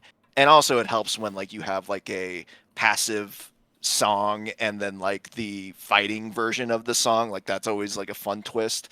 But I just specifically remember the first time I made it to Olympus, and that like dark and eerie like track comes on. I'm like, oh shit, like shit's getting real. And all it took was this one song to like really like hit about it. And yeah, I really like Hades too. That was soundtrack. that was me for Into Tartarus, the Into Tartarus song. And when that song hit for me the first time, I'm like, oh damn, because it makes you, because of the ticking clock in the song, it makes you like more paranoid. It made me paranoid. It's like a distorted version. Yeah. Mhm. Yeah, it's a really cool remix of that song. And dude, Olympus Aflame, the Prometheus fight theme, that's the one I keep blasting. It's so good. And Bob, I mean, I think I put Ragebound in my top 3. Yeah, Dude, you were that both guitar, man. You both had it at number 3. Hell yeah, Yeah. Peace Treaty. Dude, Peace Treaty. Yep, you haven't screwed me as much as Dark has. And just to name off some ones that didn't make the list, Beef had Rogue Prince of Persia. Bob had Donkey Kong Bonanza. And Jack had Dynasty Warriors Origins. Of course you did. You know what I'm realizing, Bob?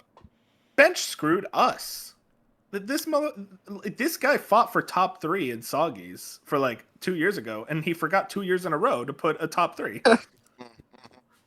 Also, listen, Moon, I love you, and I don't know when we're gonna have the beef that you talked about earlier, but you decided to pick Shinobi over Ragebound, and you know, I didn't play Ragebound.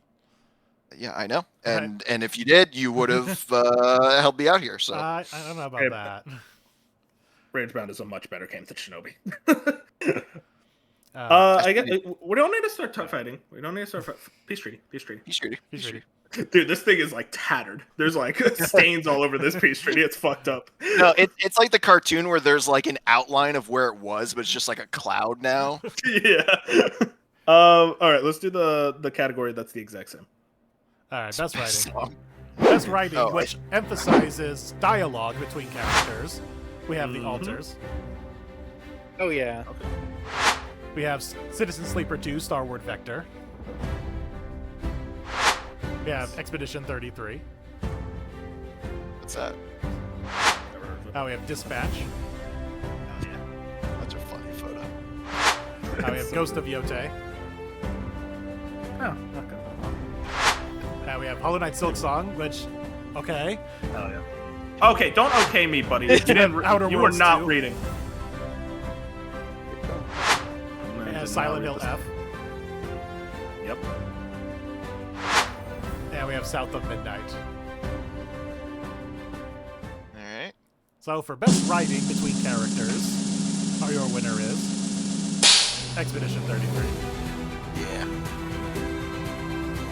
Gonna say something? Well, they're just going to give it 2 awards.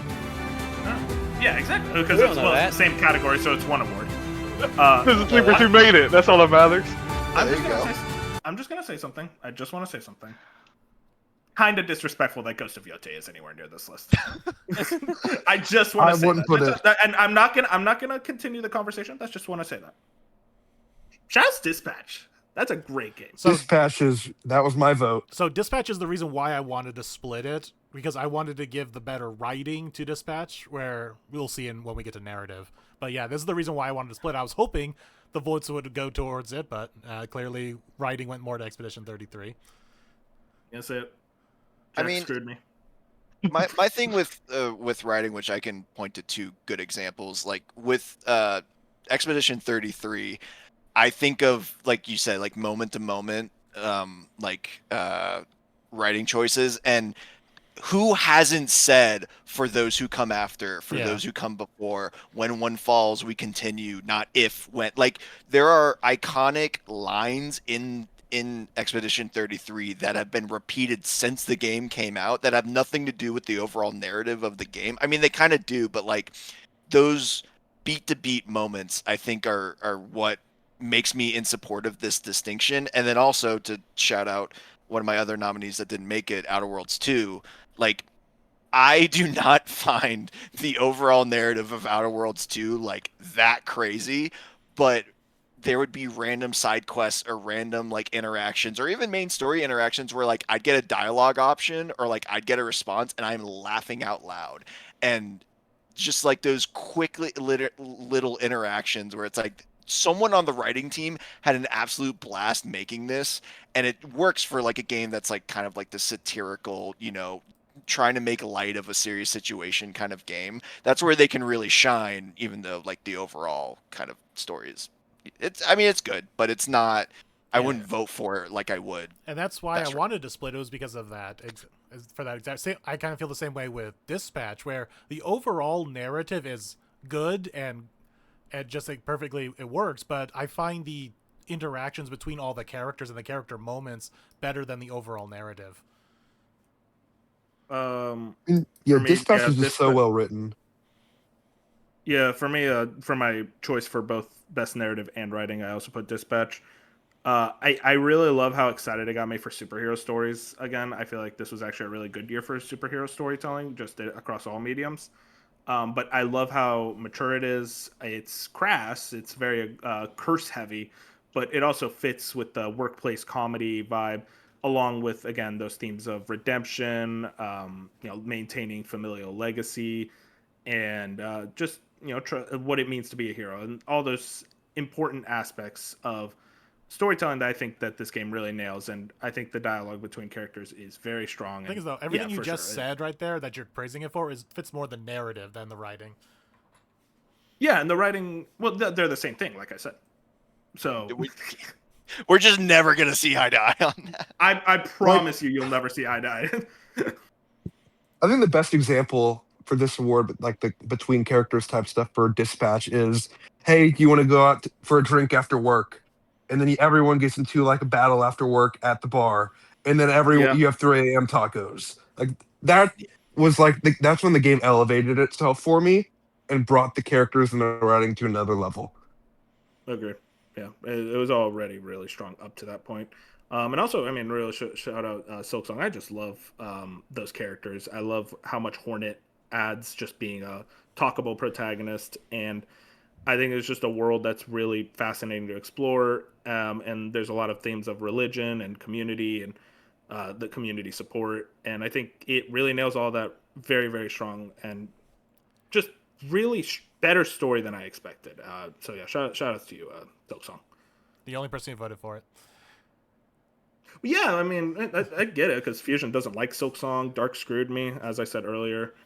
Also, to make you feel a little better, Fusion, I did incorrectly number Citizen Sleeper 2 here. It should have 6 points because there was 2 number ones. Both you I and was saying, I was wondering why it was 3 points because Yeah. I know Colin I think put it I as think that was number left one. over from a previous edit. So yeah, it's supposed to have 6 points because both you Hey. 2. So That's respect. For me, this is. I didn't care if we separated the categories; it was whatever. But this is an example where, like, I think Claire Obscure has the better, more fun narrative than the narrative Citizen Sleeper 2 is telling. But Citizen Sleeper 2, quality of writing, the actual writing, what is being written, is just leaps and bounds better than anything else I played this year. And it was the same way when I played Citizen Sleeper, the first one, a few years ago. It's just like this man, Gareth, who makes the game, like, he is an author at the end of the day. Like, he just creates, like, his writing is so strong and so profound, and it's just like, I'm happy Citizen Sleeper 2 got a chance to shine here because no one else really here plays it. It's like Binks played it and he enjoyed it, but it's like I knew this was the only category he had a chance to show up in, so like I'm happy it did get up there. Yeah, because he's like an actual like book writer, right? I don't know about that. I just know his writing is I may be insane gone and confused. fantastic. So like, it's just like I the think writing is so yeah. strong in the game. Shout Yeah. outs. All right, so let's knock out writing or narrative since we're here. Same thing. Yeah. So best narrative we have The Altars, I put it in both? I don't remember. Damn, sorry, Wolf. You're Expedition right. 33, Yeah, what do you know, bud? Beef? Donkey Kong Bonanza, Hell yeah. Hell fucking yes. Yeah. Dispatch, Ghost of Yote, Oh my god. Dude, I mean, listen, I already said it. It's the same category, so I don't need to say anything. Fuck yeah, baby. What? and Silent Hill F, Oh, I didn't even talk about that. and South of Midnight, So you can't say it's the same category because and Split Fiction. People putting Silksong on best narrative like the same people who say Okay. Elden Ring. They're like, my Elden Ring God. got a great narrative. Like, okay, Hey, man. hey, Fusion, do you want to know Wait. something? I'm that. What? I know you're that guy. Let me watch 7-hour YouTube because videos. it's not a YouTube video if you actually fucking read the game story. Your ass was just playing. I actually care about story. Clearly. As Hey, a the story author's guy made here. Expedition 33. Also, Look. the point difference is vastly different here too. Interesting. Yeah, I'm okay with this. I got a trophy for the altars. Wait, That's yeah, amazing. how did the altars get third? You with shut 2 your points? mouth. You shut No, your I mouth. mean, That's it's the 2 points that I'm like confused about. It's because literally everyone else's was Claire Obscure. The only thing that matched it Suck was Ghost of Yote. That was the only thing that matched. So I just put the altars in because I knew it wasn't going to be anywhere else. That's great. You should have put them both in there. Did producer Shouldn't Colin someone's screw number me? one have Come on, been Colin. 3? I just Well, I want assume- to Donkey- really. I just want to say something real quick before we Okay, go get ahead. like all the praise. I just want to say real quick. Fusion screwed me, and I think we can all agree with that. I would never. He's been- If you gave you've me been getting 20 the- games this year, Silksong would never have been best narrative. Best narrative. It's not number 1. I put it at like number 3. That's what I'm saying. I wouldn't be my top 20. Because you can't read? Is it because you can't read, Fusion? You don't want to Something read?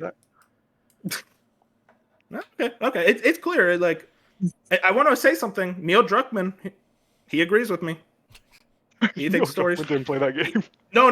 He said it about Elden Ring, and he was like, "Damn, this is an S tier narrative." And Silksong is that same style. I'm just saying. Your goat agrees.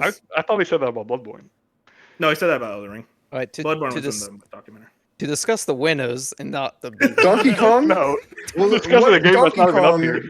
Donkey Kong has an incredible narrative They're probably more than between Silksong. Okay. Wait, I'm sorry. Real city quick. girl. He's still talking disrespect. Real quick, Bench. I'm sorry. What are we talking about more than so? You were playing the same game. Were you not talking to the characters? Which game are we Now it's talking quiet. about? Okay, let's talk about Bonanza. No, Fusion's A being Kong- nonverbal now. Okay, a Kong and a city girl go to the center of the earth, Yeah. and all you Where is King need Kong? is if you can tell a narrative with just expressions. That says enough. Game of the year. No, actually, the story was really fun in that game. It's like a It was good fun. Saturday morning cartoon. I think we're getting off on the wrong foot here. So let's talk about Claire Obscure because we didn't talk about it the last time. Since that one. Bob, take it away. I mean, it's got a great narrative. I kind of talked Very about good it earlier, where it's like you start with one premise and then it does the classic RPG thing of like turning into like something completely different. But like from the beginning, like I would say the gamage would be most games like main narrative, or like the twists and the kind of like tone setters of Act 1 would be most games' entire narrative.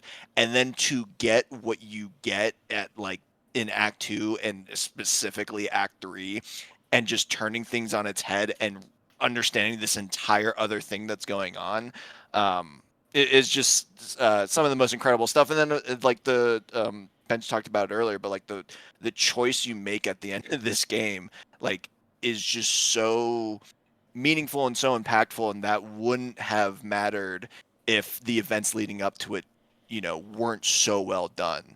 And also bonus points for any game that makes me cry. I'll say it.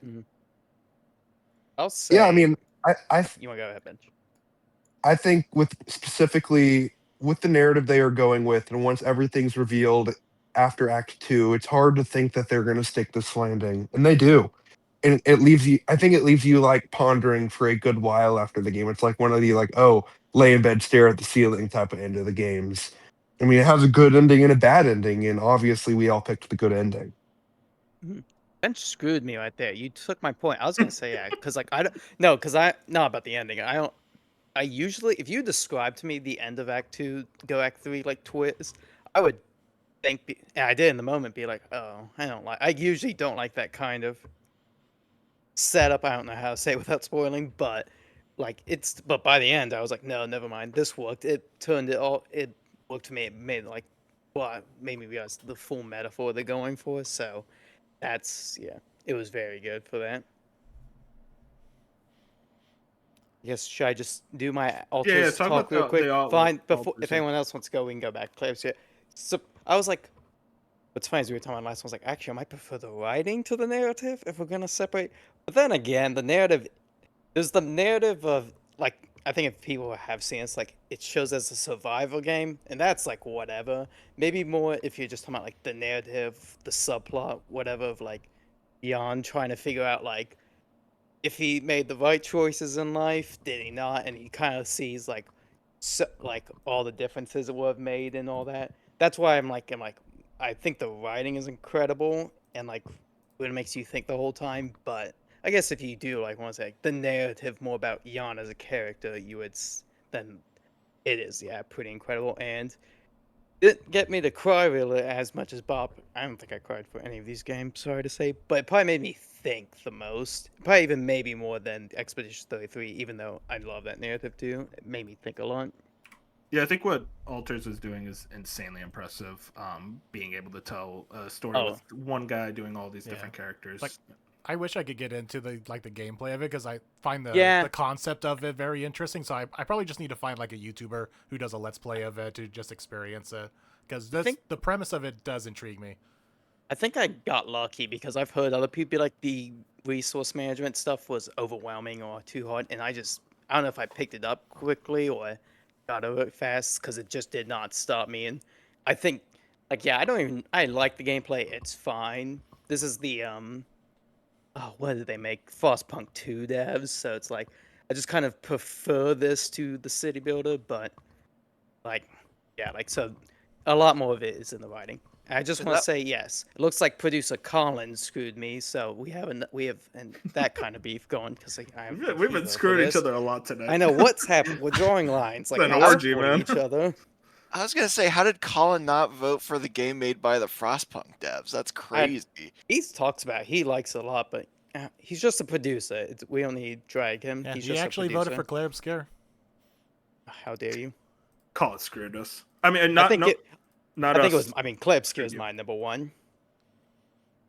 It was everyone's number one except for Wolf. Okay, well, no need to call me out. I just didn't play the game, all right? Maybe if I played it, it would have been my number one. Dispatch, dude. Come on. I do want to shout out real quick Silent Hill F. That is a very strong narrative, but it's very much carried on the back of the voice performance, so I can't say too much. I do think the other endings added a lot more context for the story as a whole. I just don't really love how it kind of requires you to get those other endings to really add to that narrative entirely. All right, we are down to the final four. We have best indie, best gameplay, best game direction, and best song. I think we need to cool down. There was a lot of heat, a lot of tension. So we could do best song and relax and listen to some music? Yeah, because, a lot of it due to Fusion, but yeah, let's do best song. All right. This is going to go well. So everyone strap in and relax because this is a 10-minute video. Oh my god. Okay, we could skip ahead a little bit, I guess. What kind of copyright are we looking at here? all the copyright. No, we can listen to this. We'll keep it quick. That's all right. It's not a Moon's channel anymore, so we can take this right. And it's 40-second snippets of every song. Oh my god, it's 40 seconds. Yeah, okay, each song got 40 seconds. I got near the end and I'm just like, I'm only missing 3 or 4 people's nominations. So I just said, screw it, I put in everyone's. So every song you nominated is here for best song.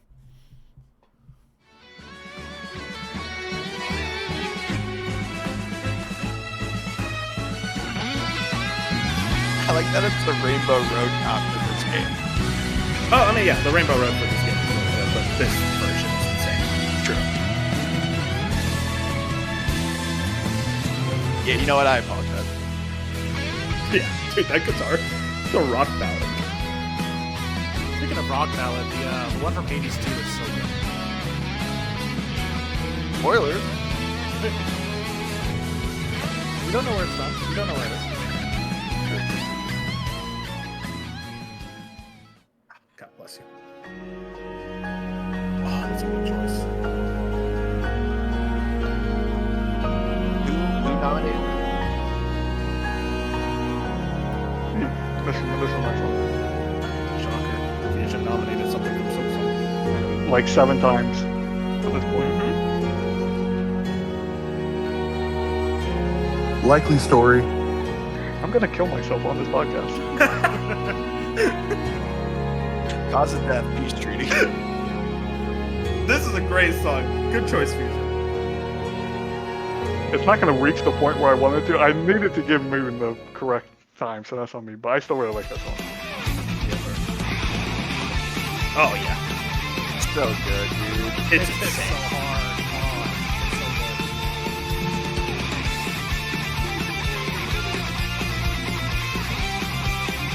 I didn't think they'd top the Smash remix. I really didn't. Yeah. I mean, it just like, again, this is another song where I like sat there and had to like pause. Because I was just awe that they pulled it. I couldn't believe it.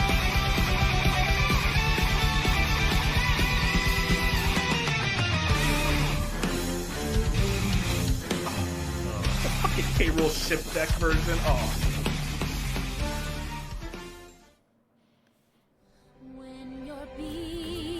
Oh, great. Banger.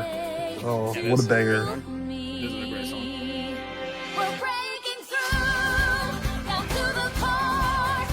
I don't know, there's As something a- funny about a game that doesn't have voice acting having a song with it singing. I mean, Pokemon Scarlet and Holy Violet talk. had That's voice what I'm saying. acting. I know. It's just so funny to me. Was this was sang at the Game Awards, right? Yeah, it was on Jenny Kid. Really good. Usually Nintendo vocal tracks are kind of cringe, but this one's one of the best. Yeah, this is no Ed Sheeran. Oh my god, don't even. This is my song choice. This one's really good too. Yeah. It was tough between this and Bellheart, but this one, it was just the moment of like reaching that area specifically. That's why I picked Bellheart, because of like how you unlock the Bellheart song. It's just like, That's true. That's true. I just love the piano here, man. I thought you were gonna pick a Laces OST. I love Laces. That's up there. I think this is the one that got me the most feels, but Laces is on there. And Carmelita, too.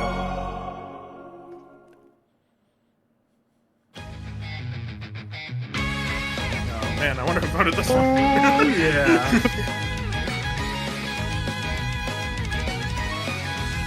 This dude loves trails, like I love Far Cry. It's insane. Kind of a banger though. Like I It's really Oh, good. it's a banger. Dude, JRPG music always slaps. I mean, it's hard to I don't know. Some of the Persona picks last year were sus. I don't know what the fuck you're talking about. Yo, call me gestural merchant away. This is a good thing. I would have never thought of this. Yeah, I think Jack, isn't this yours? This is I Jack, know you. Yeah. Jack would know. Yeah, this is my That was favorite hard. song in the This is a entire good game, one. especially when it gets to the guitar solo later in the song. Uh-huh. The beginning of the song is burned into my brain because every time I play this battle. Yeah, seriously. I drag it out just to get to the guitar every time.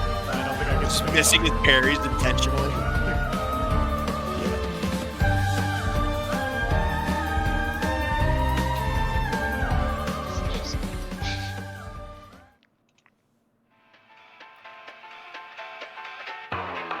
Hell yeah. I don't hate the choice. But you don't love it, huh? It's definitely one of the more inspired songs from this game. Got the vibe with it. I've never heard this before. Yeah. It's kind of like in Scarlet and Violet with the snowboard, the snow area, like rap song, where it's like, okay, we're doing something completely different here. It's just so different compared to everything else. This sounds like I feel like I heard this at Claire's Series. Like this was in the game. It's kind of got that like steampunky. Yeah. Yeah. Of course.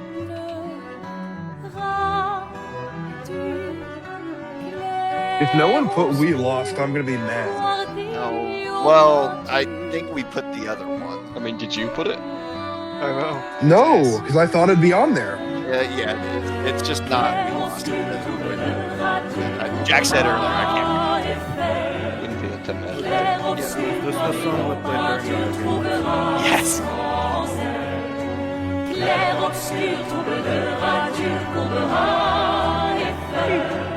This soundtrack has so many songs that sound exactly like this. That's why. I can understand that, but I Oh, feel yeah. like there's still a lot of. I'm with you on that. So we're Silk Song Bros Fusion. You didn't screw me. I love. When's this damn Kingdom Come song gonna come on? You can eat my ass. Yeah, it's a good song. Let cook. This is good. I really wanted to play this game. Is it out of early? Funny enough, I Yes. initially didn't have a song because I was like, no one's heard this. And then I told Clint, I was like, fuck it. I've heard this so many times, I'm putting it in. Hey, we all gotta listen to it. I mean, I'm glad I listened to it. This is all the slaps. This is how I feel about like the About main menus theme song. Like I heard it so many times. I was like, yeah. What's funny is there's an achievement for listening to this. That's why I had, because I just put it on. And I was like, I'll get that while I'm cooking. That's scary. They just copied Rebirth. I'm just saying, it sounds nothing like Lumiere. They just bow Yeah, out. I didn't say the whole soundtrack was similar. I said they have a lot of similarities. Jump back Like down. you say, the soundtrack's similar, yet the two Soul Song songs we have that sound very similar. Ronan They plays can Silk have Song. pianos. Ronan plays Silk Song. Those songs very different. As someone who didn't watch the trailers for this game, apart from the reveal, I didn't actually hear Minogue's theme until playing it in the game, and honestly, I was gobsmacked. Oh, I did, and I still forgot it and like remembered in the moment. It was awesome. Oh, this is slaps. Fuck yes. Dude, I love the mix of like electric guitar with traditional Japanese Yeah, instruments. dude, I popped my shit when I first heard this because yeah, like that mix of guitar and like the I don't know what the fuck It's like a taiko drum. Yeah. Or no. so- Yeah, it's the taiko drum and there's I forget the guitar's name. Pirate Enthusiast is a sick song name. Oh, dude, you want to know where you fight in this chapter? Pirate Enthusiast. No, just pirates. Oh, I guess enthusiasts too. Great song. I break my bones, I rend my skin, bricks turn to dust, Yeah, those are like Princess and and the rage Frog. floods in. dude, Well, they're all- so good. Sets my veins aflame. I I'll should- never No, I wanted to play it, and then Jack was like actively not wanting me to. Oh, you hate it. You I hate don't it. know Before if your you're cinema house. here. Yeah. Put it on PlayStation. Come on, guys. They are. I was saying. This was my. Wait, it is? I don't Yeah, think it was announced. It was announced at the Game Awards. This is fire. Oh, wow. He isn't listed to the award winners. Oh, this is songs. This is Sleeper lo-fi does have a gr- Yeah, they have a great. It's got some great songs, but first one's better. Yeah, to throw that in. Fusion, what do I like this game? No. Did you try? Yeah, it's like I feel like it's your least favorite parts of Hades, where you said like in Hades you just like spam through like all the dialogue. My So thing this- with Hades though is that's such a gameplay game. It's like I don't really care about what's being said. But the thing is, Hades 2 I think had a really good narrative, and I was listening to that. I mean, maybe I think it's worth a shot, but like Yeah, a shot for sure.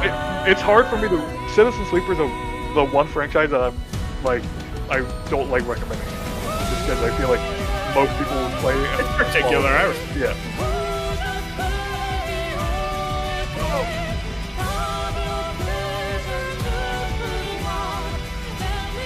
Man, we know a lot of music. Big music fans here. Have you seen the mega list? We have a lot of music. Yeah, we do. Yeah. I did. I haven't even updated live bits there. And we actually have a winner because one song appeared twice on the list, and that was Gangplank Galleon. Yeah! Oh, that's Let's right. go. Let's go. I'm happy with that. That song slaps. And it's also such a great remix of the original version. Wolf, did you vote for it too? I think it was in my number 3 or 2. I think it was my number 1. Was it us two? I Moon? thought The song. I think it was because I think it's my number 2. Yeah, it's your number 2. Sure. Yeah, it Wolf, was Wolf's dude, number we're 1. we're just peace treeing it up tonight. You know, We're homies, dude. I'm gonna say something, Bob. I actually do really want to play Roadcraft. I made fun of you, but it looks like a lot of fun. Like genuinely, it looks cool. Thank you. All right. And so we do want to do indie, gameplay, or game direction? Let's do it. Let's get indie out of the way. Indie? All right. Okay. Update. Bro played his first indie this year. So we have the His favorite Altars, indie of all time. Woo! Shout out to Altars. Blueprints, Great Oh game. yeah, we haven't talked about the blueprints. Yeah, we haven't had a lot of blueprints. Expedition 33, Yeah. Oh, Guys, what are we doing? Peace treaty. Peace treaty. Consume Me, Not in this category. Oh, This good was choice. cool. What's this? Date It's a- Everything, Dispatch. Oh yeah, that's an indie. Fuck yeah. We have Fretless, The Wrath of Rifson. Nice. We have a game about digging a hole, Oh my god, I totally forgot this. Should have voted for that. Hades 2, Nice. Hell yes. and Silk Song, Hell fucking yeah. Wow, we played a lot of indies here. Monster Train 2, Oh, let's go. Dude, I need to play this. Yeah. and Sword of the Sea. Nice that's shout my out. goat. There's benches representation. Benches won. And your winner for best indie game is Where to Hades see the 2. benches like? Let's go. Hell yeah. Wow. Great Yeah. pick. Well, actually, that's Fusion, not we bad. did it. I'm down with it. We did it. We did it, Joe. I saw Expedition 33. I was like, oh. I know. I got worried when I saw Claire Fear up there. Atlas at 2? Wow. Wow. Yeah, That's I think it's between A me and surprising Wait. list. Oh my god. so. I finished Fretless on the 31st of December. So Wow, I was you really gave it putting a it budget. fine Nice in order work. to nominate it. Something like that. I I don't don't know. like this. Man. You gotta Fusion, you gotta start doing rank choice next year. I think I put Silk Song on my list. Maybe I didn't, but I swear I did for indie. Let's see. Indie. Did you? Maybe it was on music. Because I might be Silk wrong. Song was my number 1, so it would. No, you put Hades 2. Okay. I mean, I'm fine with Hades 2 winning. That game's phenomenal. We haven't talked about the actual game itself though, Fusion, but like we talked about this like when it came out. We were like, yeah, there's no reason to play Hades 1 now. And Hades 1 is so incredible, but 2 just does everything better. I like the story more, the gameplay more, the characters more. I love all the upgrade paths, the way that you evolve and grow throughout that game. Phenomenal, man. Supergiant is a top tier developer for a reason. Yeah, it's like mean- this is one of my favorite video games of all time, and I understand like the jokes of me hating Silk Song, but no, it just happened to come out in the same year that one of my favorite games of all time came out. Like it, you know what I mean? Like I like Hades 2 more than every other game on my list like combined. Like I'm obsessed with Hades 2. I think Hades 2 is as close as perfect as you can get to a video game, and video games aren't perfect, but Hades 2 like.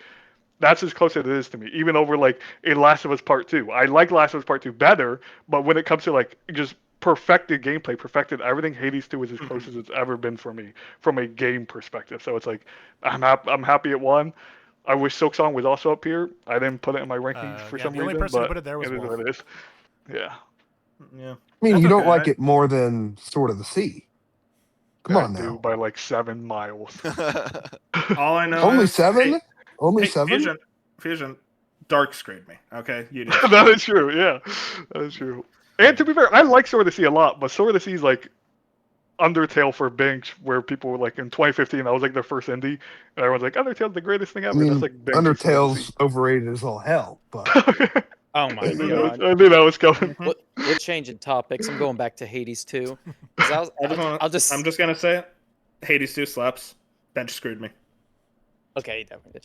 For me, yeah, because the thing about Hades 2 is I mean, there's a lot like I still like about Hades 1, but the one thing they did here just adding the second route, it Yes. changes so much. Oh It my makes God, it yes. so much Yes. better. It's like the most small thing. What's like it's kind of amazing. At least I really like Hades 1. It's by my favorite game of 2020, maybe like number 2, but it's up there.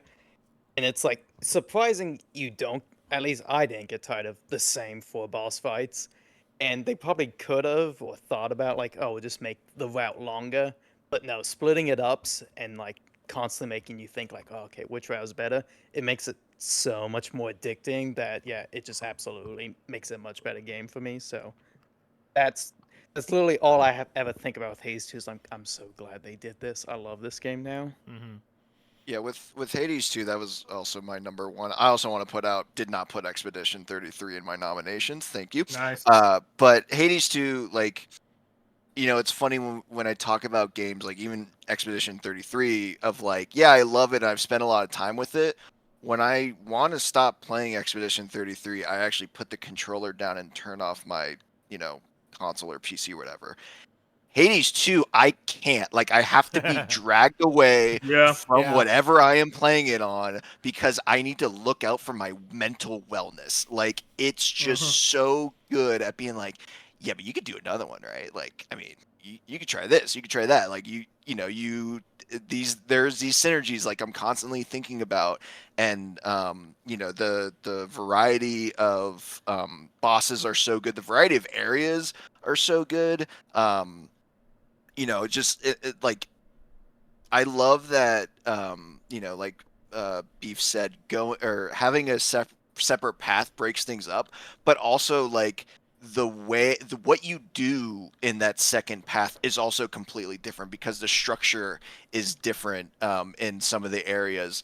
The like people you meet and the boons you get do different things, and obviously like the boss fights are a lot different as well. And yeah, I just can't say enough good things about Hades 2.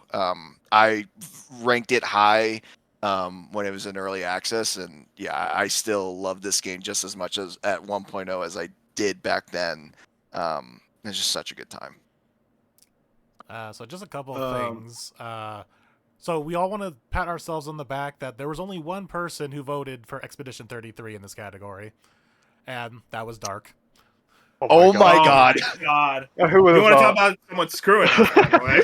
Yeah, we would have been a perfect. Our award show would have been legit if we didn't have that game right there. And then one other thing is, it looks like my bronze placement here of Dispatch is incorrect. I was looking over all the answers again. It should actually be Sword of the Sea. Oh, wow. Yes. Wow. Because Over of Dispatch?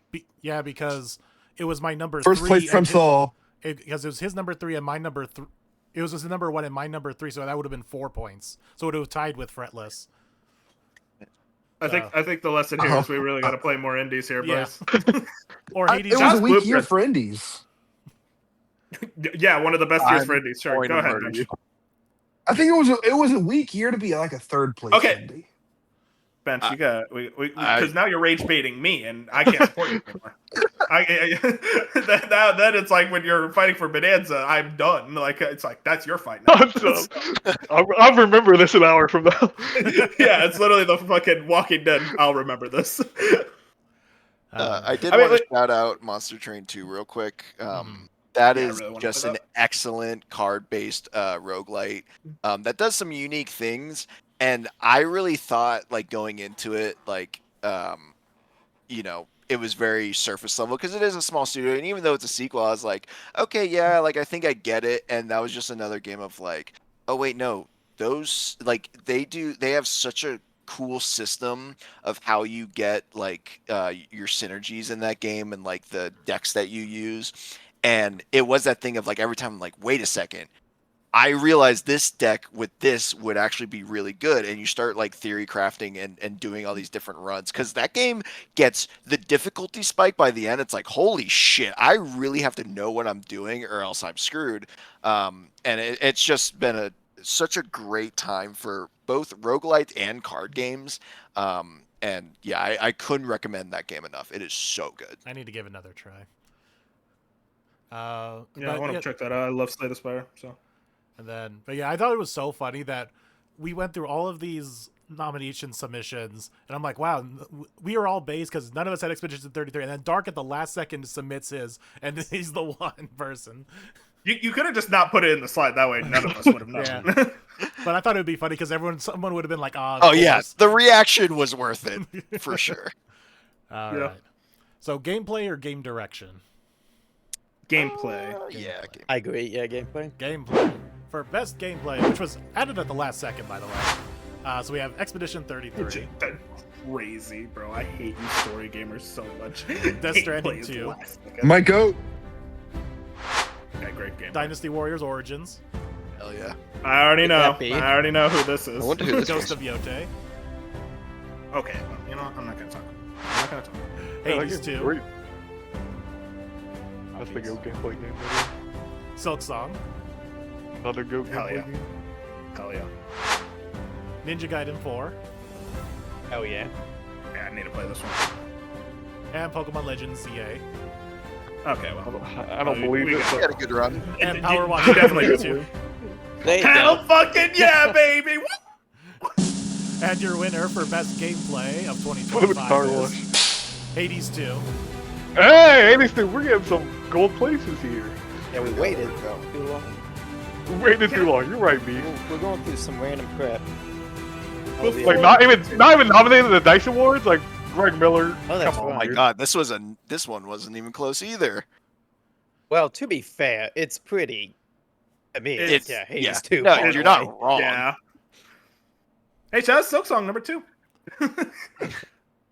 I mean, Hades 2, I mean, we kind of talked about it already. There's not much more to add. It's so much of that gameplay from Hades 1. I especially want to shout out, dude, the cast in Hades 2 are just so much more fun to me. And real quick, dude, the fact is, Hades 2, such an amazing gameplay game. We all use different weapons, I think. Yeah. Like, I was daggers. Yep. Bop was torches. So good. Fusion was the skull. But, like, the fact love is, like, we Dragon all Skull. use different things, and we all had incredible experiences with that combat. And to that point too, with Hades 1, I really only liked one weapon. And I didn't talk about this before, but like I didn't really click, like I still like Hades 1, but I didn't click with it as much as I did Hades 2. And part of that is I pretty much use every single weapon now. I still have my favorites, but I think the balance and different builds you can get and what that means for your playthrough in Hades 2 is so damn good, and it's part of the reason why that game is so addicting. It's like you said earlier, where you're talking about like someone has to drag you away from this game. It's like this might be the best gameplay loop game just ever, where it's just like Yeah. the gameplay feels so good that it's just run after run after run after run of just like trying a different weapon or doing the same. You could use the same weapon 10 times in a row, or you could use a different weapon 10 times. Or you know what I mean? It's just like, and the fact that they give you such a where you can go in there and you change like, oh, I'm gonna up the difficulty of the enemies now, or I'm gonna make them easier, or I'm gonna do this, or I'm gonna add all this stuff that you can add on top of the gameplay to make the gameplay loop even more fresh every single time you run is just like, and obviously that is what roguelikes are. They're always want your run to be different, but it's just like the pure moment to moment actual gameplay, the actual combat in Hades 2 is just so good that it's just like it doesn't matter what weapon I have, what build I'm in, it never feels like a bad run. Like I will always have fun no matter my build. Yeah. I mean, Hades 2. We said it all. This is a very good game. Y'all all voted Hades. I went with Death Stranding 2 it was with a bullet for me. Just the constant for a game that had a very disappointing narrative for me in a year of very disappointing narratives. This gameplay, I mean, I put 70 hours into Death Stranding 2, and I think most of y'all hit around the 50 mark.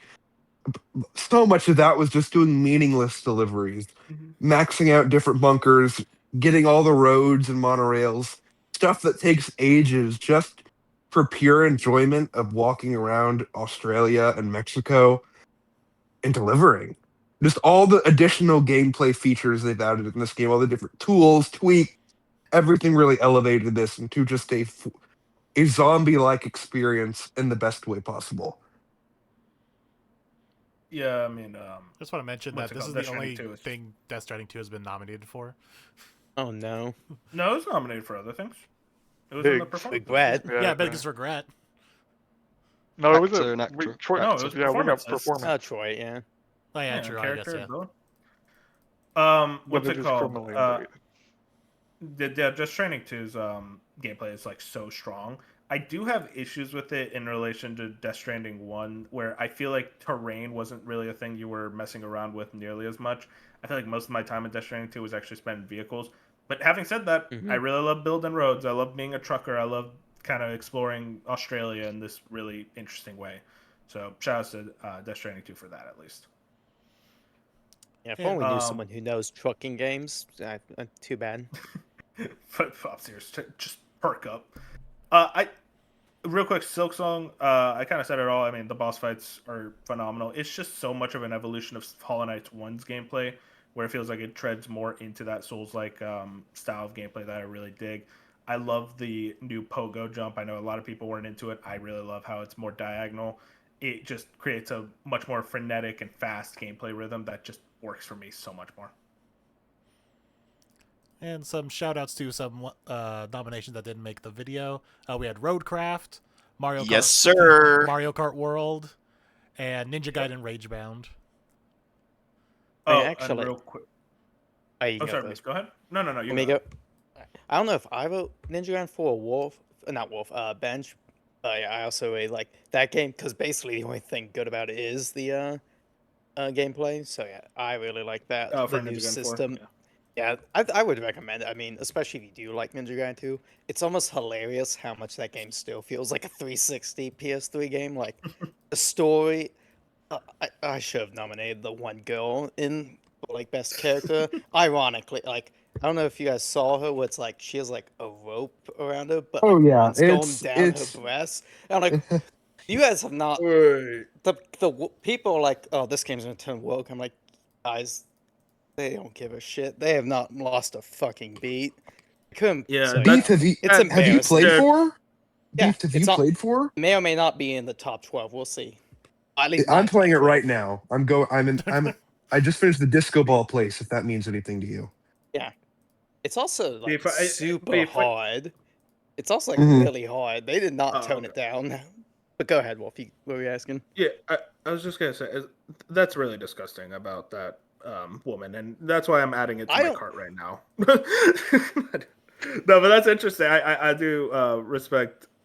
It is funny when people talk about woke and DII. It's like, hey man, just play certain games and you'll definitely I find know. them still. Like, Stellar Blade guys, was last year. yeah, I was like, Team Ninja is not going to change. Like, my God. And I hope they don't. I love them. But yeah, that's a good game. So, I don't know Real if quick, was anything else. I'm assuming Power Wash Simulator 2. I was the only one who voted that. Yeah. I had one empty Okay. spot, and I'm just like, oh, it'd be funny to put that there. Oh, but not Roadcraft? Okay. I'll just say, speak. Technically, it would be my number one, but I wanted to spread the wealth a bit, you know. Anyways, continue. All right. So we're going to move on to the last Just- one of game direction? Sure. All right. For best game direction in 2025, we have Expedition 33, Dispatch, Donkey Kong Bonanza, Ghost of Yote, Hades 2, Hollow Knight Silk Song, Nice. Split Fiction, Oh, no. and your winner for best game direction is Hades 2. Oh, 3 in a row! Wow, Look at There we us. go. You're just like, I can go all night. It's Dude, making up shout out for to it. Hades too. Yeah. I'll be truly honest, and I know you guys explained this to me 1,000 times. I still don't really know what this category means, so I just put my top 3. That's all that matters. That's- Yeah, so shout out to Hades too. It's just basically the way the way I see it is, what are the developers, like the lead of the developers, choosing to do to the game to make it enjoyable? To, like, for you, like picking how game mechanics work, picking the progression system, and how everything is laid out, stuff like that. Yeah, I think for me, when I think of game direction, I think of like, what are they doing to Keep your attention. differentiate themselves, or yeah, like not follow the same formula that every other game in their genre, for example, is doing. Which is funny because none of my picks, actually, no, Hades 2 is on here. That was my number 3, but my first two, I just want to shout them out real quick. Split Fiction. I just feel like that is already like people are calling those kind of co-op games like what does Andy call them, Fusion? Brain slop. Is that what you're talking about? No, What do you Uh, mean? Split Fiction. I'm sorry. I was. Yeah. Um, Isn't it like yeah, it's something like Ferris like, I think is what he calls them or something. Oh yeah, fair. Yeah, Hey, because Joseph. Or Ferris is like a it might be a big haze like because their name's That, haze like. I think Oh, that's what that's it is. it, I think yeah. it's a haze like, yeah. Like they're innovating in their own like world, like these co-op games, and you're starting to see it with what's that Switch game that's coming out next year that people are hyped for? The Oh, like cartoony one? the anime art style one. Yeah, that Yeah. one looks. sick. Orbitals. Yes. Yes. So like How did you clearly get that? they are dude, Jack's on it. Like it might be 5 a.m. for him, but he's on it. It's more like 8 a.m. over there. Dude, the birds are out, bro. He's trying to get breakfast right now.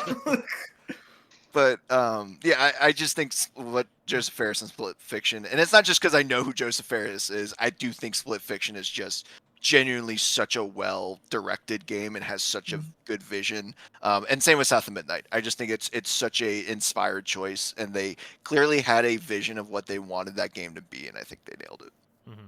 And I mean, to just piggyback off of you, Bob, I really think Joseph Ferris is like secretly one of the best game developers out there right now, because I feel like he just has a vision for the type of games he wants to make, and he makes that vision work no matter what.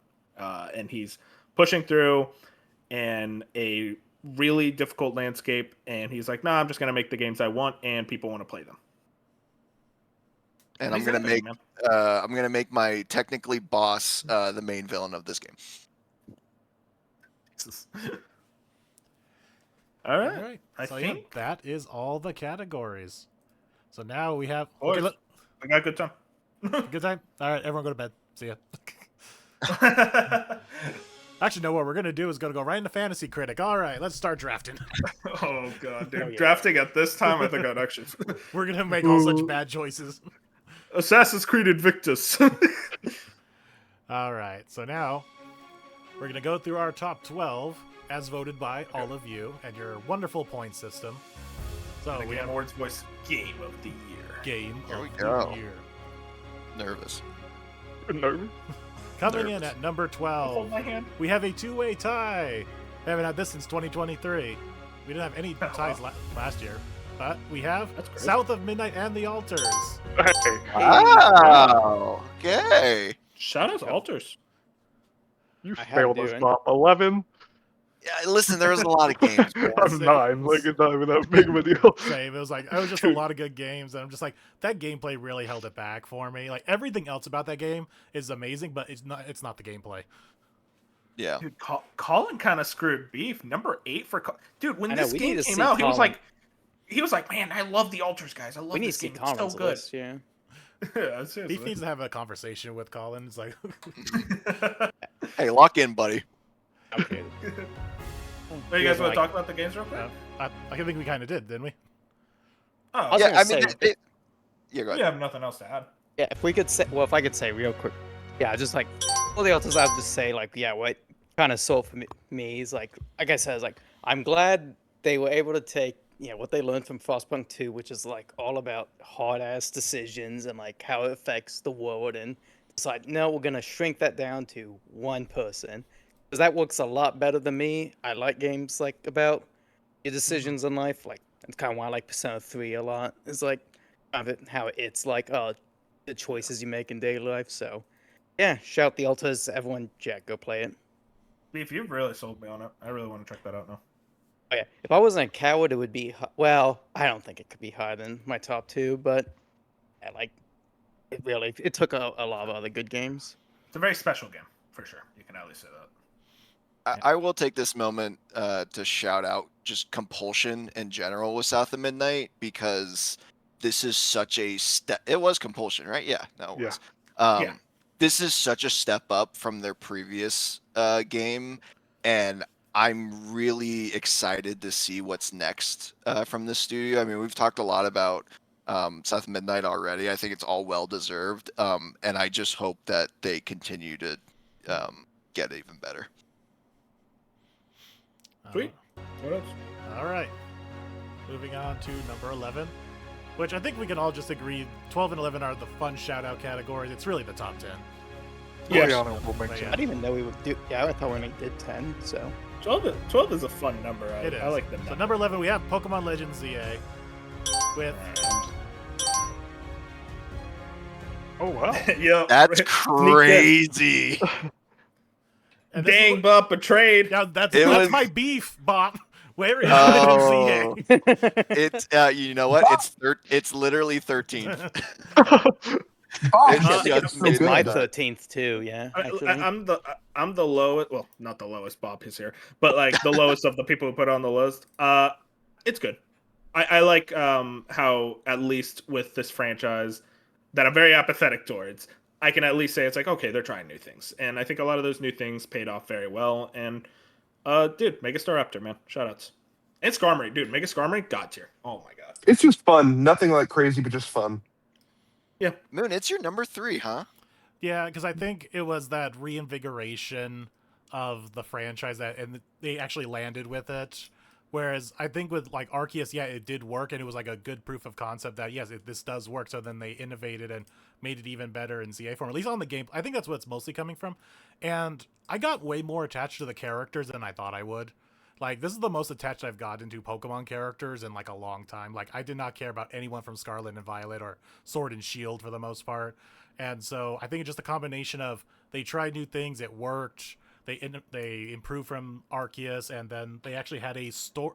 And we all worried about it being confined to just one city being a drawback, and I think it worked for this one. Like, keeping it so confined did work for me, and it just... Yeah, I think it just worked for me in that regard. Would I have liked a couple more zones to, at least outside the city, to explain? Because then turning that one park in the city into an ice field just to accommodate ice-type Pokemon is just so funny to me. So funny. It sticks out so like funny. a goddamn sore thumb. So yeah, so at least having like a cave outside the city that's a snow cave would have worked for something like that. So as much as I think that it did work it did work. It also didn't work, but I think I just appreciate the innovation and, like I said, the attachment that I got to. It reinvigorated my interest in Pokemon. I guess is what I'm meaning to say. Yeah, yeah. that's fair. I will say, like, I wanted to put this on my list so bad, and I don't want to just sit here and be negative about the game because there is a lot of about it that I do like. But Peace treaty. But what I'm gonna be respectful. What held me back is I think I was just at odds with myself because I was so impressed by how far they've come on a graphical and like quality level standpoint. The game ran so smooth. It looked really good. The cutscenes, I was blown away, especially near the end. Some of those cutscenes were absolutely unbelievable, and to have no voice acting with them just killed me. It just killed me.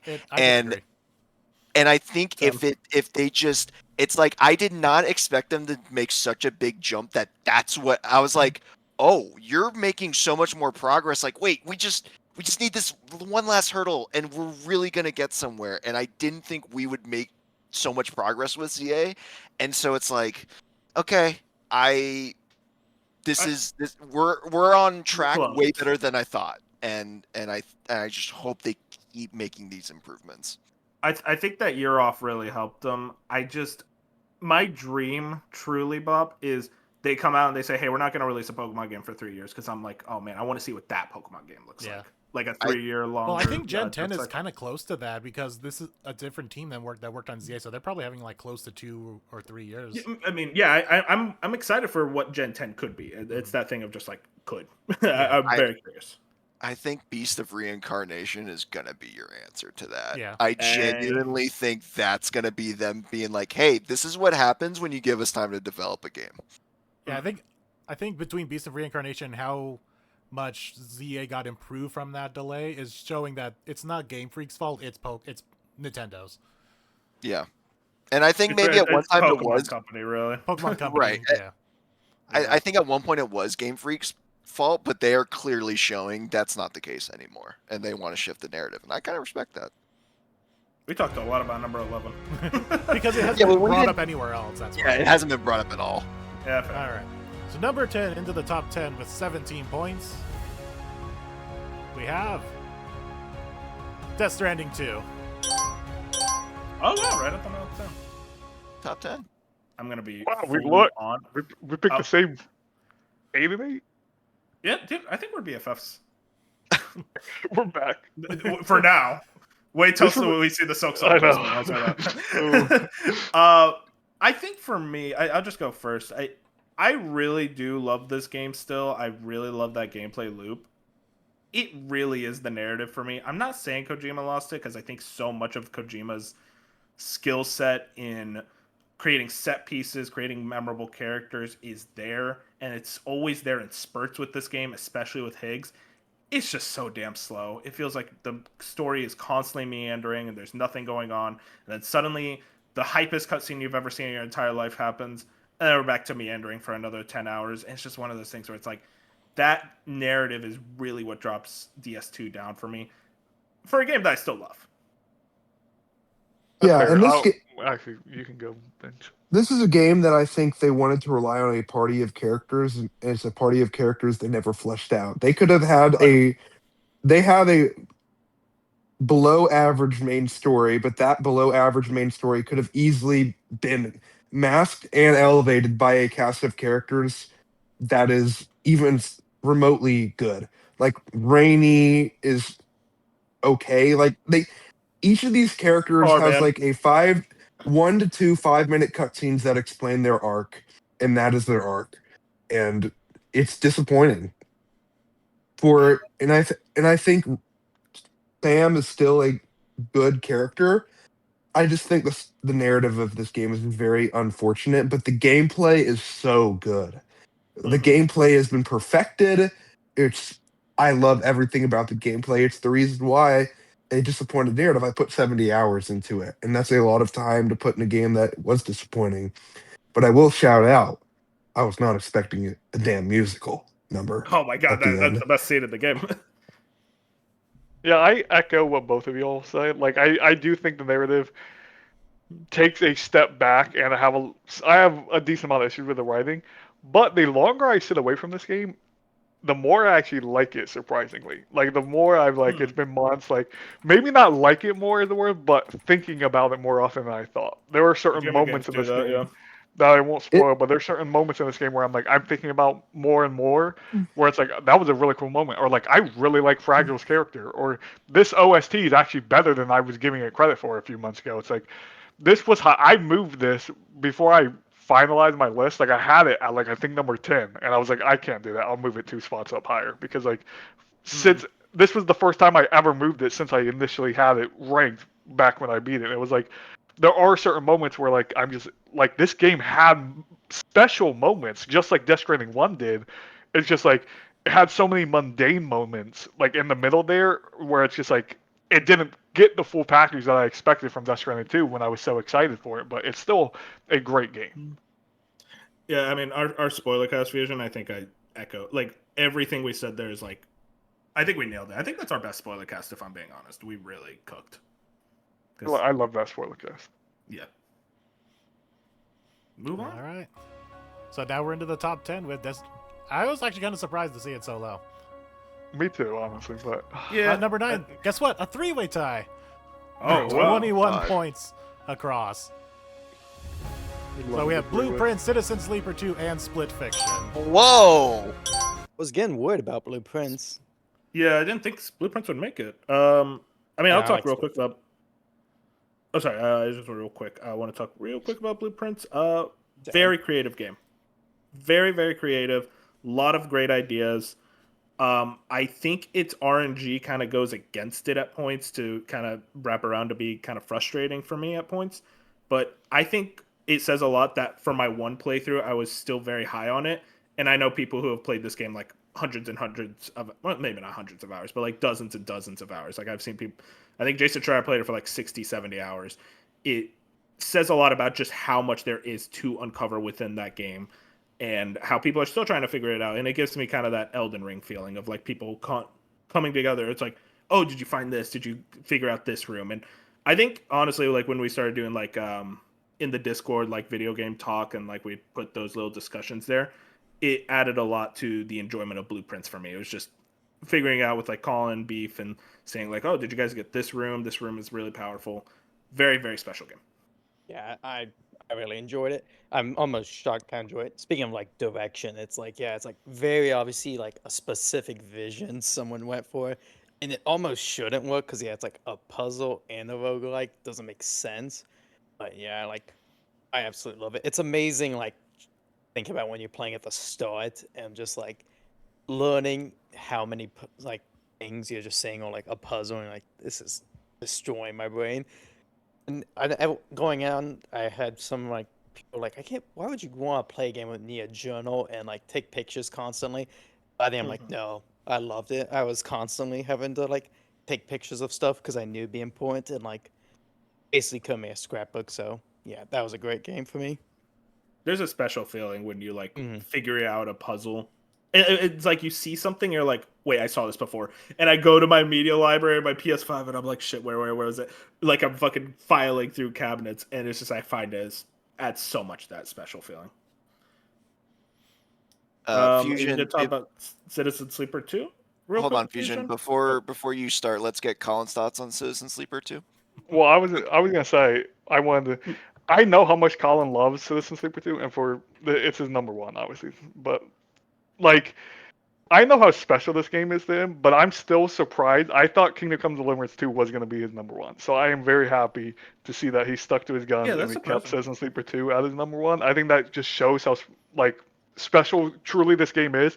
Citizen Sleeper 2 was super hard for me to put on my list. Like it was anywhere from genuinely like 2 to 4. Like I had to sit here and really think, and like I think my top 5 in general is the strongest top 5 I've maybe ever had for my personal taste. Like I love my top 5 this year, and like all of those games mean something to me in the different ways. So like I'm just happy Citizen Sleeper 2 made the list. Like it's a very niche, special game for people who really like that genre.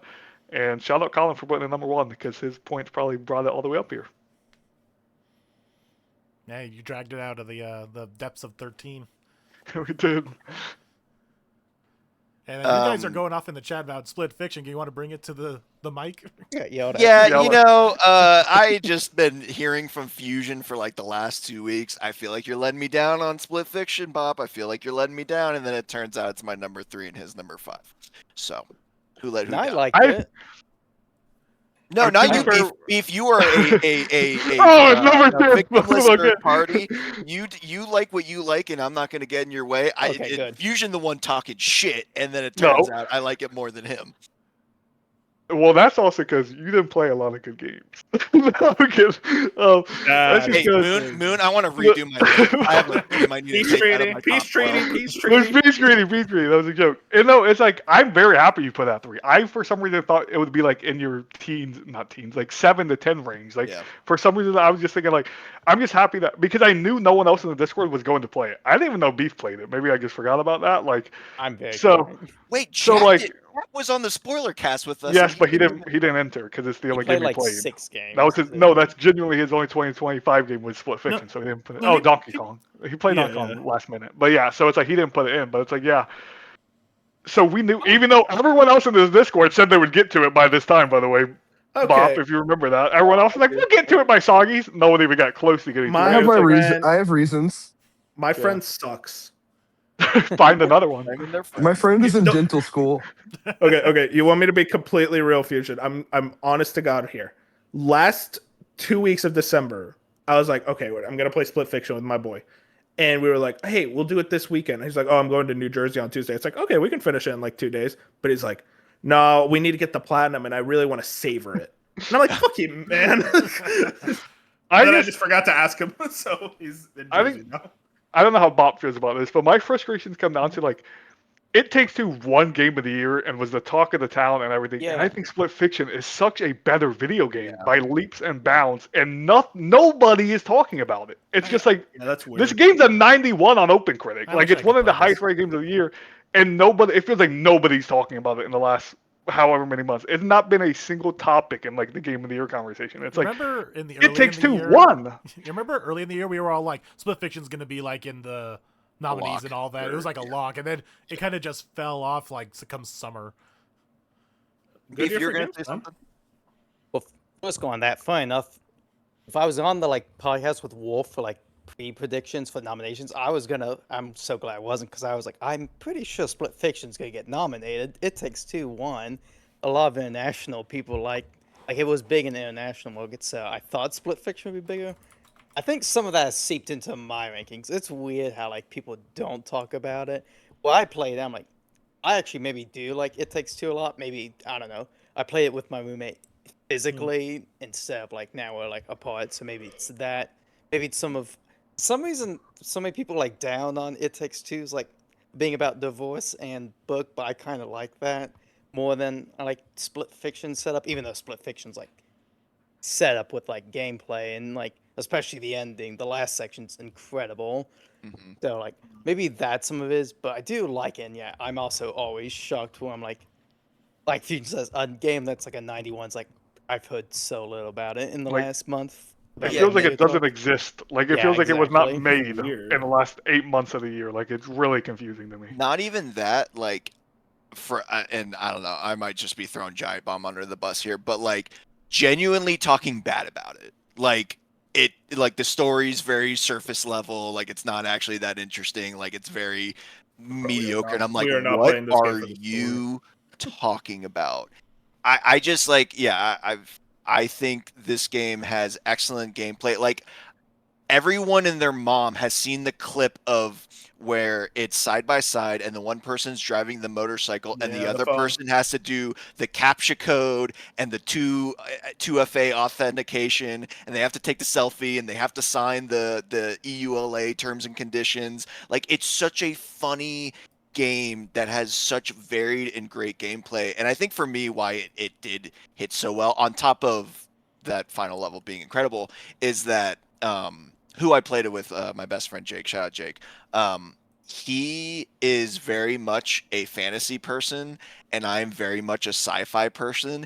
And I think he genuinely gravitated so much to Zoe, and I gravitate so much to Mio. Like our tendencies. Like it kind of felt like they wrote this game for us. Obviously, they wrote it for he like based it off his kids, but I think that like Could be his kids. second, yeah, I could.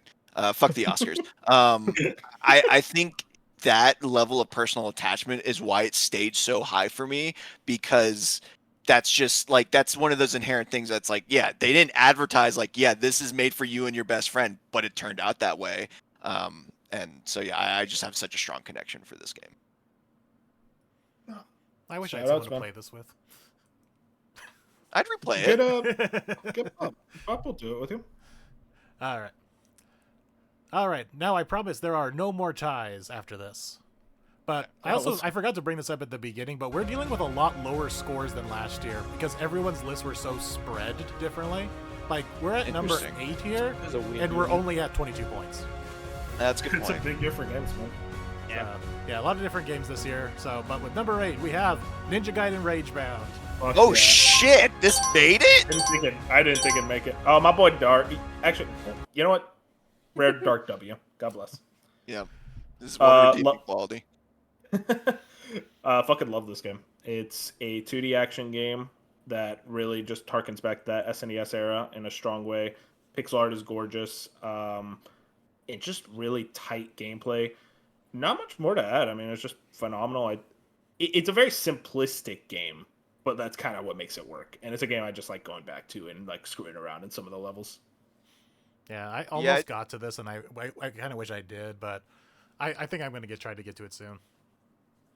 It's just such a good like throwback Yeah. to that era of of games while still being modern and adding in like the second character. I forget her name off the top of my head, but just like mixing in those platforming sections with the like traditional or more traditional combat. We heard the music earlier; it's a banger. The visuals were nominated; like they look so good. And it's like it's not a long game, and that's my favorite part about it. You get in, you get good shit, and you get out. Like it's 100%. all business. It's not stringing you along. Yeah, it's a really good time. Jackie, you got anything on this one? Yeah. I'm really, really bad at this game, and it's it's tough. still phenomenal. It's so good. The platforming is fantastic. The combat is, it's simplistic. It's just the jabs, but it's still great because of the maneuverability. The level design is great. I do like the two main characters. Like obviously it's not Ryu Hayabusa, but I still thought Kenji was very charming, and I do like the way that they sort of pick on each other. It's kind of fun. And then the finale I thought was a lot of fun, just making you overpowered. I won't say much more than that, but it really was so cool, especially with the music hitting. Yeah, fantastic. I think by the first like Kenji level, truly, Jack, I was like, yeah, this is like my top 6 at least. Yep. Really kick ass. All right. So moving on to number 7 with 26 points. So by 2 points, we had beat Ragebound with Shinobi, Art of Vengeance, the other ninja game. God. Man. I respect it. I really like this game. I think, despite my issues, I think it's just really gorgeous, really fun to play, and that combat is a blast. Yeah, combat's a lot of fun. The bosses were interesting. And it didn't overstay its welcome. Now, granted, it's longer than Ragebound, but I don't think it was too long. Like, I think it just another stage or two probably would have been too much. It does suffer from the final boss isn't very interesting. So that was kind of a hindrance near the end. But, like, the journey there was a lot of fun. Yeah. I'm trying to remember the final boss. I don't even know if I remember it. That's how lame it was. Yeah. Look. It was just some three-phase guy. You see that big face in the back of the art? Yeah, that's him. He had like 3 phases. It wasn't that interesting. I like both. I think not Ragebound. This kind of, for some reason, like cut a little deeper. Maybe it's because, is it weird to say I'm like used to my games doing like throwback 2D pixel art versus hand drawn? Some of it's that. I think some of it's also just I liked how you could like. There's a lot more to like search for and explore in each level of Shinobi. Like you can actually 100% each levels by finding all the stuff. So they're a little like Metroidvanias. I think that's kind of the, it's like a mix. Pick and choose. It's kind of like the difference because really both have really good combat between this and Ragebound. So that's kind of what maybe gave Shinobi the edge for me. Yeah, I think it's definitely Darks 4 and 3 that carried both of these games up here. Oh, yeah. Dark Soul lover, man. Holy shit.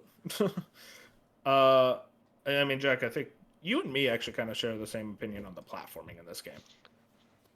Yeah, the combat is definitely where the game shines. The actual platforming, maybe less so, but if we're being positive, then yeah, just the combat is fantastic. It's like a fighting game, but a game that I can play. The combat's more than fun enough to like make me not even think about the platforming. Yeah, see, I never even cared for the platform because I saw it more as like a simple not even a full Metroidvania, but just like something that's akin to it. And yeah, it's Metroidvania light. Yeah, I never even considered platforming as part of the game. It's just an action game that just has big maps like a Metroidvania. Yeah. No, I get what you mean. That's fair. All right. It's very funny they both came together.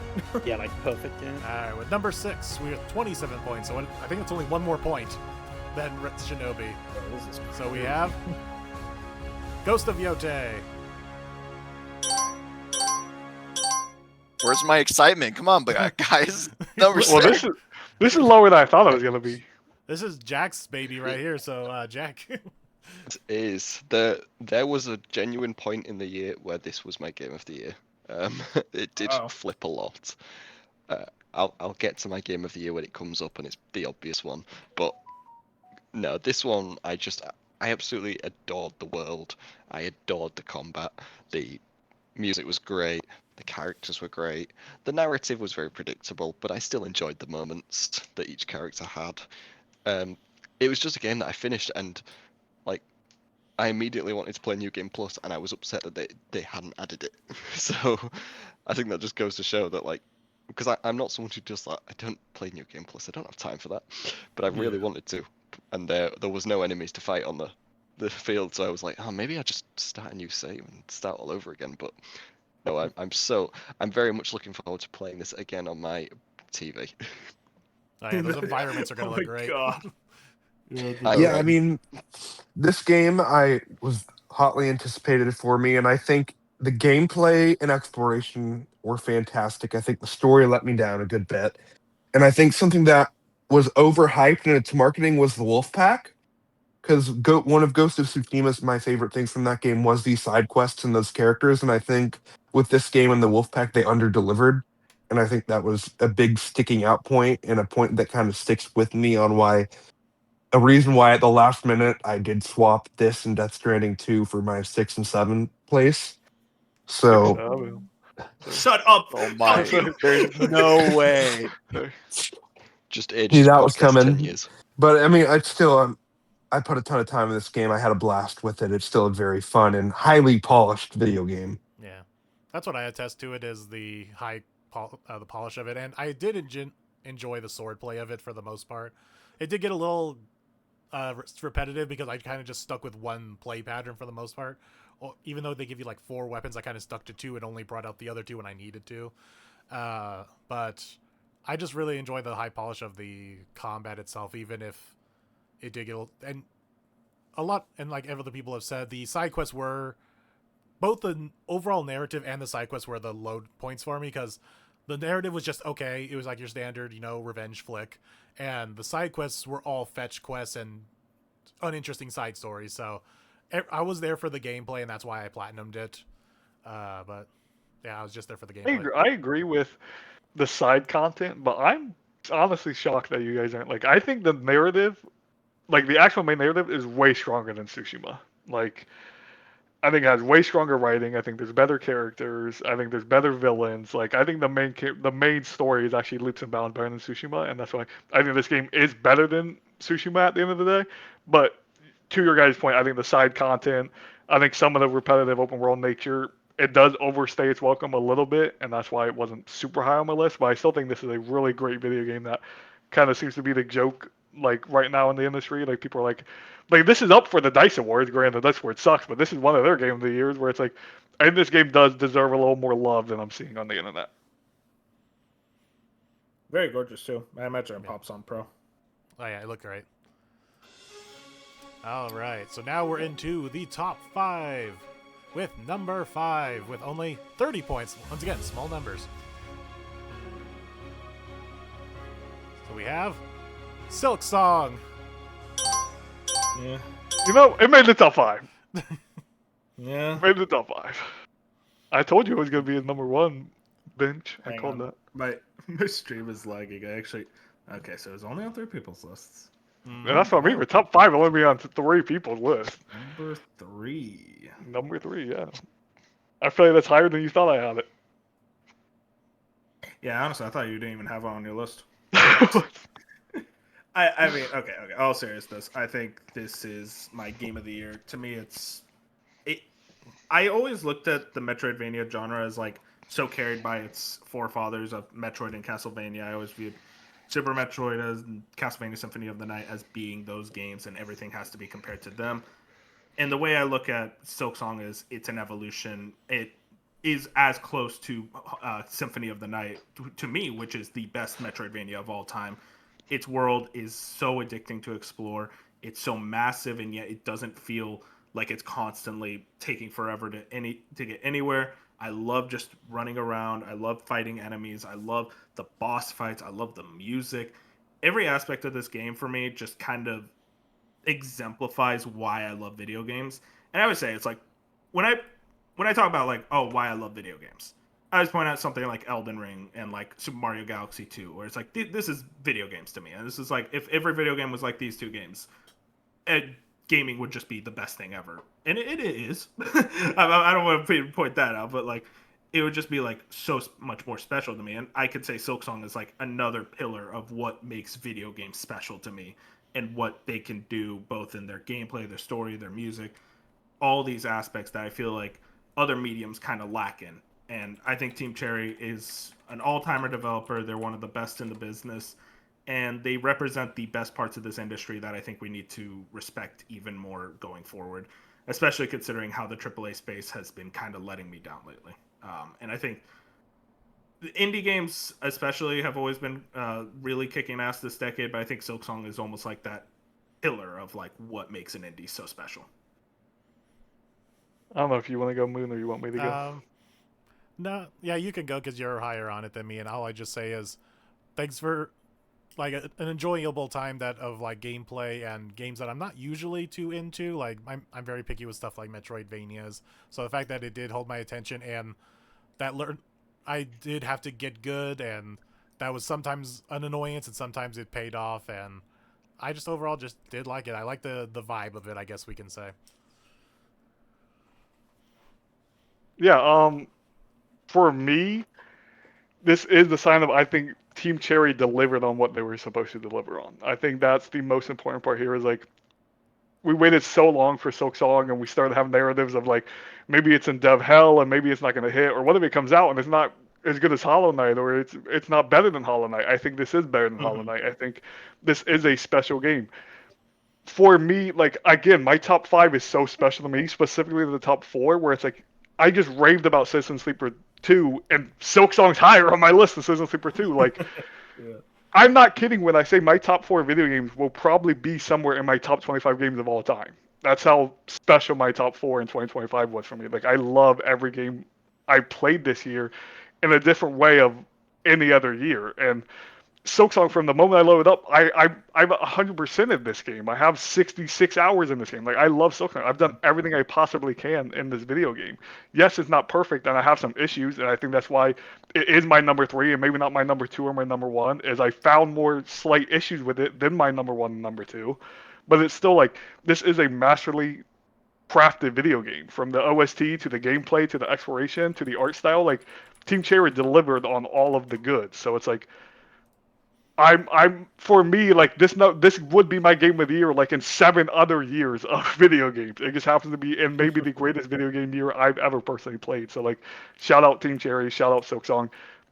I was the Silksong guy for a long time here, and like I was doing it for Fantasy Critic and everything else, and like to me it fully lived up to every expectation I had for it. Yeah, and I've obviously been joking around the whole time. I understand that you very clearly are right there with me when it comes to Silksong. I guess it's to me, it's like the way I look at this as a masterpiece, and like I know you have issues. It's just that those issues completely evaporate whenever I think about the game. I never once think about the issues. I never think about like the annoying boss runbacks or Grohl or whatever.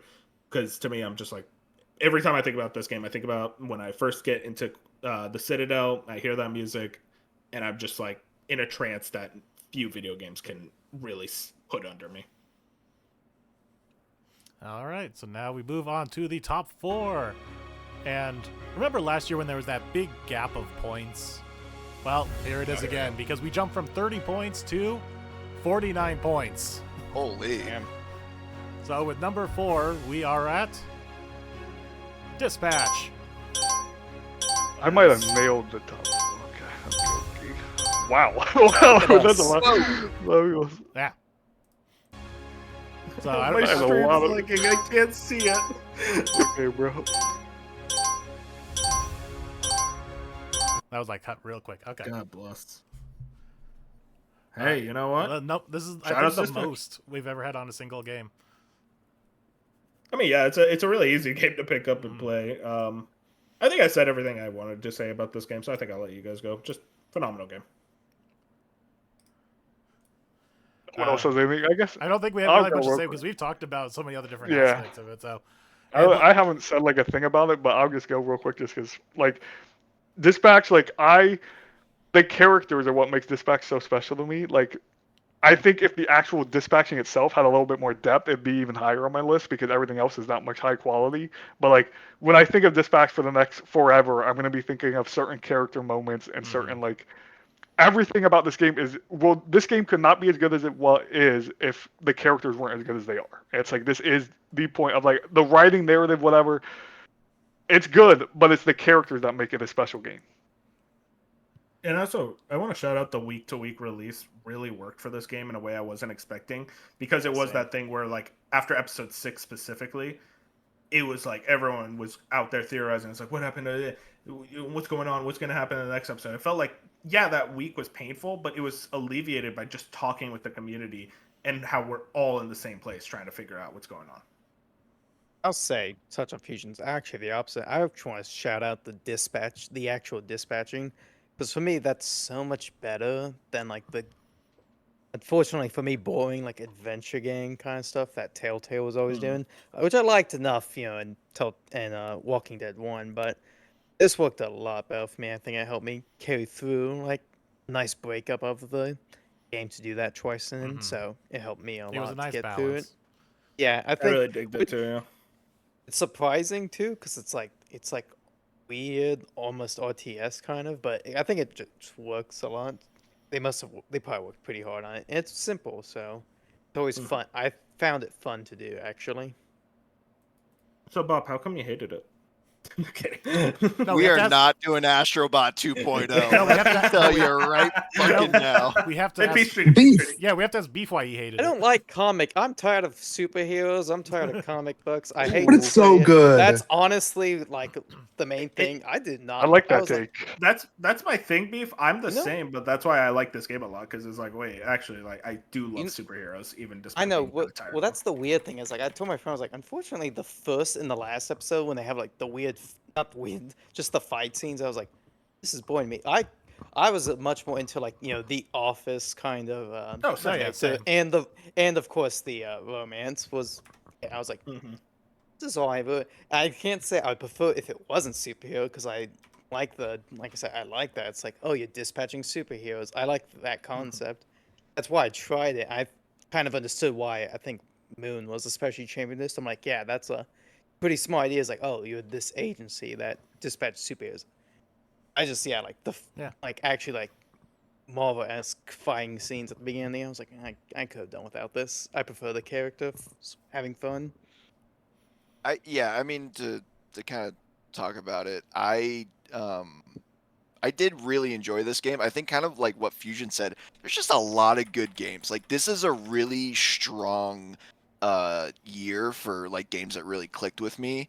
And I don't think if it like came out earlier in the year or whatever, Dispatch is kind of where it is just because of where it is, but it's nothing against the game. It's got a really strong story. And the gameplay was like way better than any other, because I've tried other Telltale games. I usually bounce off of them, and the fact that I not only stuck with this one but ranked into my top 12, I think says a lot. All right. Yeah. Shout outs. Yeah, I'm usually not into those games too. It just says a lot. That's totally my shit. That's why it's my number 4. All right, Same number place? 3. We're in now the bronze with 51 points, only 2 points higher than Dispatch. Come on, Power Wash Simulator 2. Come on, baby. They have crap. Donkey Kong Bonanza. Yeah, there it is. Yeah. We're so many haters here. Wolf, it was your number 3? Wow, dude, betrayed. You screwed me. I have a lot to say. Oh, no. I'm gonna let you guys go first. I'll go first because it is my game of the year. I never would have guessed a 3D platformer would ever be my game of the year in any universe. Wasn't But- Astrobot your number Yeah, it one? was on Astrobot. No, it wasn't. No, not last year. It wasn't. it Also, was Rebirth. I don't know if I could even call this a platformer. Yeah, it's I call it a platformer, Platformer adjacent. but it's just everything about this game made me smile. Every layer kept getting better. The feast layer, kind of the culmination of that. It was so good. Grinding for 100% was painful, but also very rewarding. Everything about this game, the story, yes, there is a story. Just the gameplay, everything. I adore this game. It is my game of the year. Nintendo and Switch 2 has blessed me with game of the year. God bless. Jackie boy. He just said in chat. Okay, Oh, So, I'll just ask you, Jet. DK is no. I'll go. No, I was just gonna ask you a question. Go on then. I was just gonna say, so that conversation we had about where you were trying to figure out where to put DK, did my video I said you can convince you anywhere? It's solidified it at number 4. That's good. That's cool. It's been jumping up and down the list throughout the year, and because there's a lot of things in it that I don't like, there is a lot of things where I'm disappointed in it. But those moments that hit really hit. So Yep. just playing through the main story and just going through and getting as many bananas as you really fancy, because none of them are required. You can just get as many as you want, and that's really cool. That is fantastic. So that's all the positive stuff I have to say. And and like the music, the actual digging, the frame rate actually wasn't much of an issue for me apart from this final boss. I just didn't notice it very much. But then again, it's me. I play bad games, so I only noticed it in the final boss and the one Void Kong boss fight that was like kind of midway through the game, where he was like something like lava towers. Yeah, that I was like, oh, that was rough. Yeah, but to be honest, it was never that much of an issue at least for me. It was like 2 boss fights really. It was dumb, but I was like, yeah, it's quick. Yeah, but like, it is a very good game. Mm-hmm. It is. Yeah, I'm just gonna leave it at that. I'll probably I just keep things short. I probably echo most of what Jack says. Like, what it does do good is really good, and what it doesn't do good is just as bad. But I did, especially because these type of games, these like, I don't want to call them simplistic, but these Nintendo games basically are usually not my cup of tea. And now this is probably like in my top 5 Nintendo games, just because it was just a fun ride is basically what it was. I think the interesting thing for me is if the reveal at the end didn't happen, I wonder if this game makes my top 12. Yeah. The ending did a lot. I genuinely was so conflicted while playing this game because I had a fun time. The gameplay is fun. I was invested, but there wasn't I don't know why it just wasn't resonating with me. And then realizing what the whole reveal at the end, obviously we talked about with King K. Rool, and then just the added context that gives to what you've been doing. I kind of was just oh, okay, now I'm and I'm a sucker for nostalgia. I love Donkey Kong Country, and to get all of that and really tie it together at the end, and that last level is fucking awesome too. Above all of this, we kind of talked about it for best boss fight, but I did really enjoy this game, and it's just funny because it's number 7 and Roadcraft's number 6, and it's when you think about it, they really are the same fucking game. You're just moving dirt around. Exactly. All right. And then who? Does anyone else want to say anything? Beef? Did you?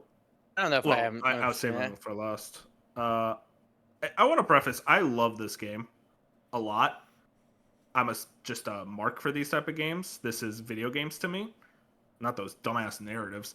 But I guess for me, as I look back at the end of the year, it didn't stick with me the same way that I think a lot of other Nintendo, specifically Nintendo Tokyo and the 3D Mario Team games do. I think if I were to rank it amongst the 3D Marios, I'd say it's actually the weakest. Better than 3D Land. But that's literally the best games ever made to me. So when I look at it, I'm like, yeah, this game is really special. I think it does a lot of great things. I think the ending is phenomenal. I love the relationship between DK and Pauline. But I come out of it and it's there is a middle chunk of this game that does not stand out to me. And I don't think about nearly as much as I do the ending and the beginning. But then I think about the ending and I'm like, damn, I really had a fun time. And I really think what solidified it for me putting it at 3 instead of 2 was, what's it called? Playing through Super Mario Galaxy 2 again. And I realized it's what really makes the games from these teams so special is the level design. And I don't think Bonanza has standout level design. I think it's good level design and there's very creative use of level design throughout it. But I don't think it's level design that I'm constantly thinking about how they place their objects, how they maneuver certain areas, and how they effectively teach the player through not saying a word.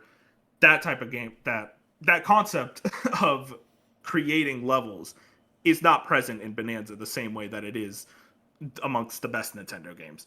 And I say all that, it's still my number 3. I'm a mark for these games, like I said. But I don't know. It's a very phenomenal game, just not one that is going to stick with me forever. That other 3D Marios in my top 2 are.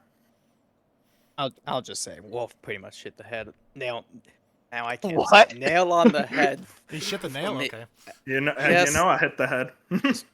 Yeah, he said the same. Still a great game, but yeah, kind of feel the same. All right. So we're getting Let's go talk about Metroid. Metroid Prime 4. Yep. All right. God With bless. number 2, we have 56 points. So 5 more points than DK. And we have There we go. 86. Hades 2. Damn. Thank God. It was so close. Damn, Holy I crap. mean, look at us. shit. Like that's. Hey, you. I gotta say something. Hey, Fusion, Dark, you said number 2. You suck. Dark is real lucky he didn't show up today. I'll just say that. I knew Dark would be the reason. Now how are we supposed to yell? Oh shit! Actually, we all have it top 2. Yeah, I mean, Yeah, I feel like we've said everything. Why do you Bob, hate you this? screwed me. Why is it your Bob, why number do you 1? hate this? Hey, I mean, you, listen, yeah, we said everything. you we got need your to. wish, I honestly Fusion. don't It was think there's number much 2. else to add. I knew it wasn't gonna win, but I mean, we just got so close. Yeah, we got really close. hey, when Yep. it started rattling off those categories, I'm like, there's a chance. There is a good chance that this. I was So wondering, good, yeah. dude. We said everything we need to say about it, but it is like It's a it phenomenal. is so Pay good. attention to Supergiant. They're just the goats. I have beef with a lot of people here that I see a lot of twos, but it is what it is. Oh, number What 2. do you want? Okay. Oh, but with Silksong number 3, see how it feels, huh? Yeah. Silksong number 3. I gave yours number 2. So who's the screwer now? Look, Well, we're I think- just We'll see. We'll see. beef. The beef is with people who hate indie games. Clearly, okay.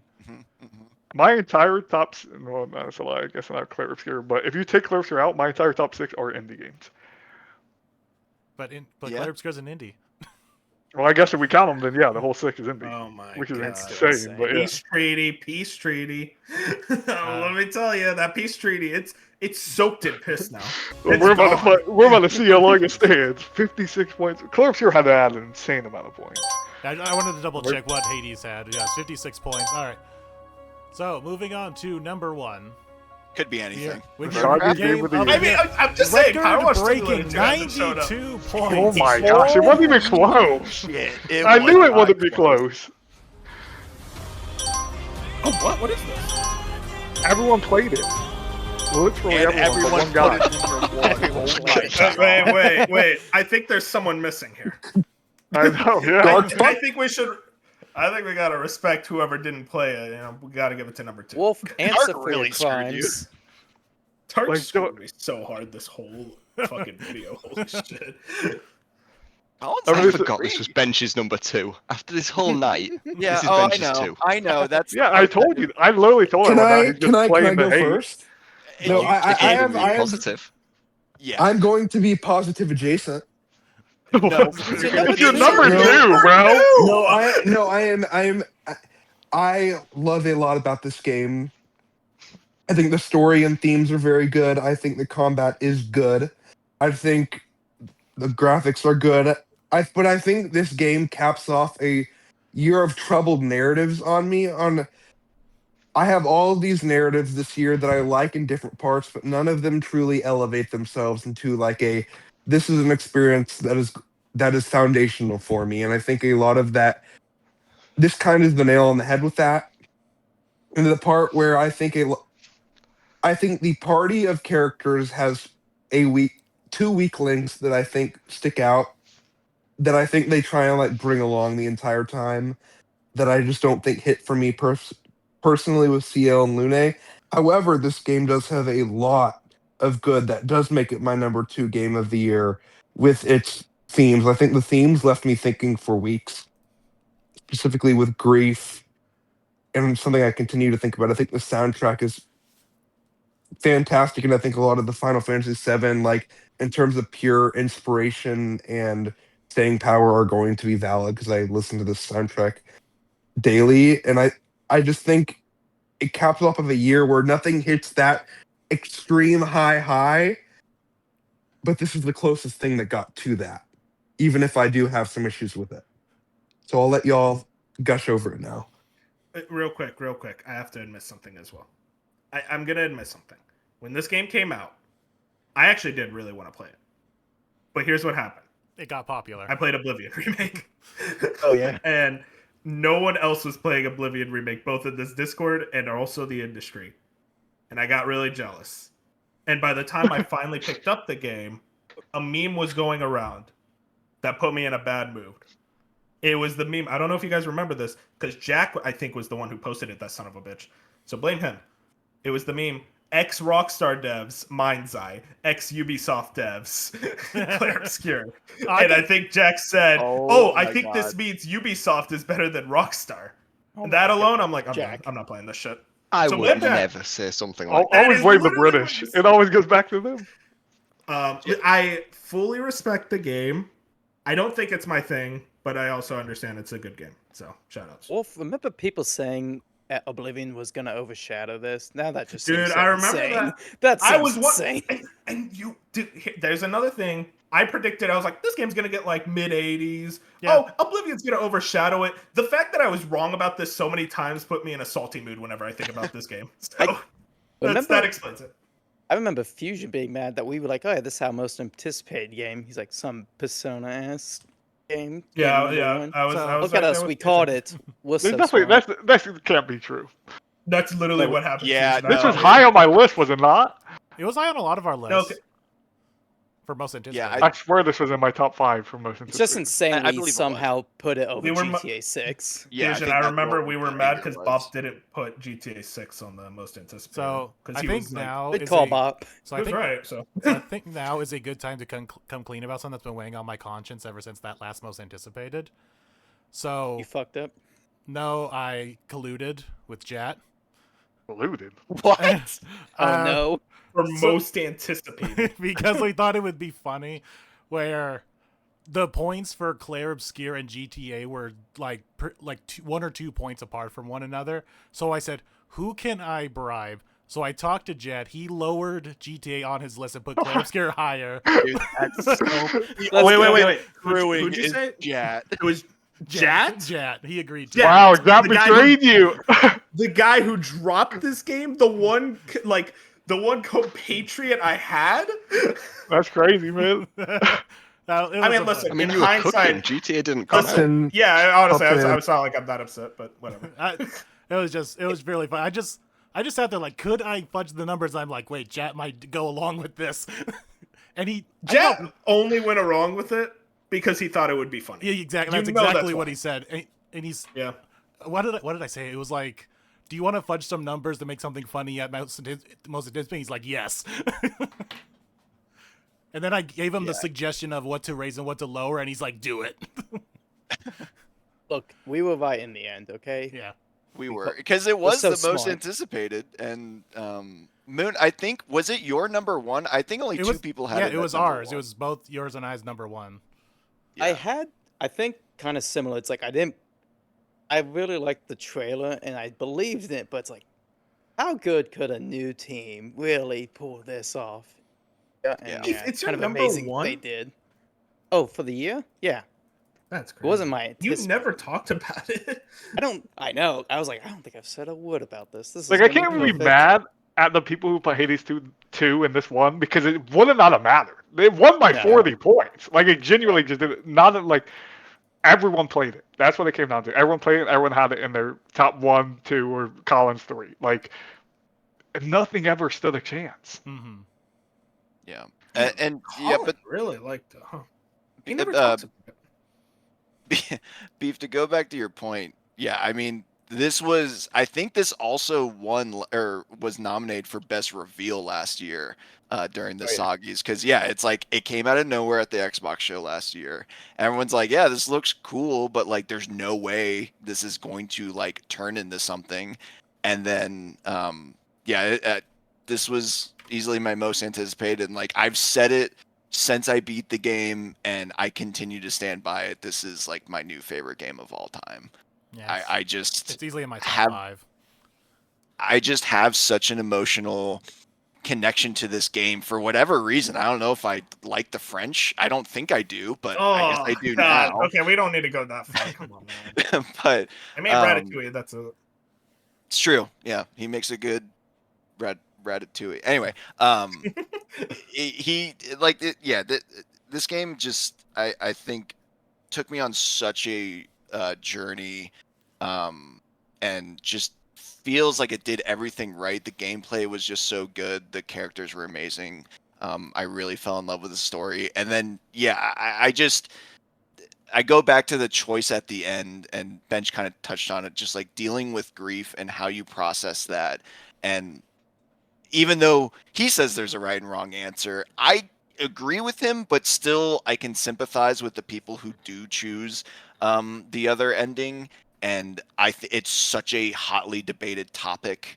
And I love that about the game because it does create such good conversation. But like, I can't stop thinking about this game.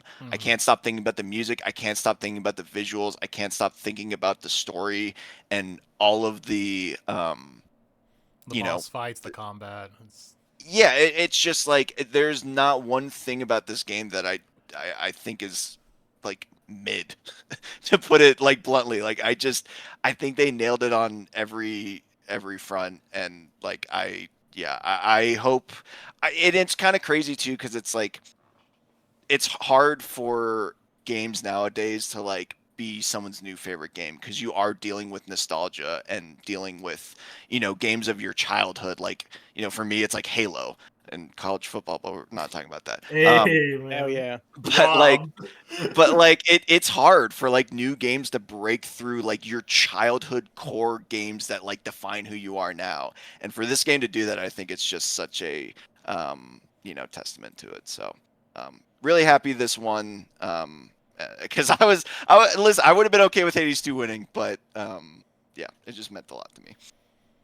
Bob, you were annoying me, admittedly, pre like Game Awards stuff when you were constantly like, "Oh, it's not gonna win. Oh man," and I'm like, "Dog, come on." No, I know, but it's like that thing of like I was trying to do reverse psychology because it's like I don't want to build myself up and then it just like be disappointed because like I shouldn't be. It's a great game. Shoutouts to the leftovers, the weirdos. So, Bench, pay attention to the leftovers real quick. It's gonna be Colin's list, just the entire list. It's literally number 13. Oh, that's so funny. Dude, I Disappointing. could not believe Mario Kart Did World Dark didn't not make vote it. for it? You'll see the list at the end here. Real quick, I just want to shout out some stuff. KCD2, which I played it more. Mario Kart World, great game. Very flawed in a lot of ways, but updates helped it a lot. Very fun Mario Kart still. It's not better than 8 Deluxe though.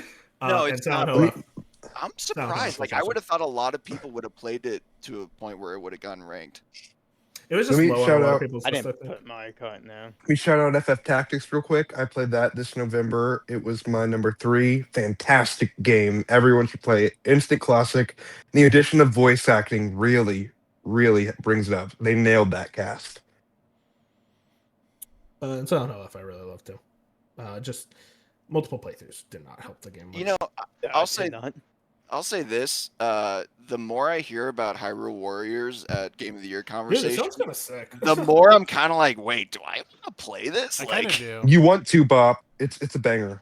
I'm the same with Kingdom This- Come. I do want to get to that. So Yeah, Kingdom Come, I would. Hyrule Warriors. Oh, go ahead, Jack. Hyrule Warriors was the game that was fighting DK.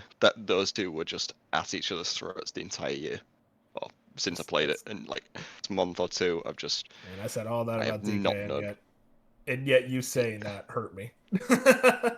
Look, I'm more passionate about Hyrule Warriors than I am DK, but DK is a much better game. So that's basically where I had to land when I made my list. All right, just move on.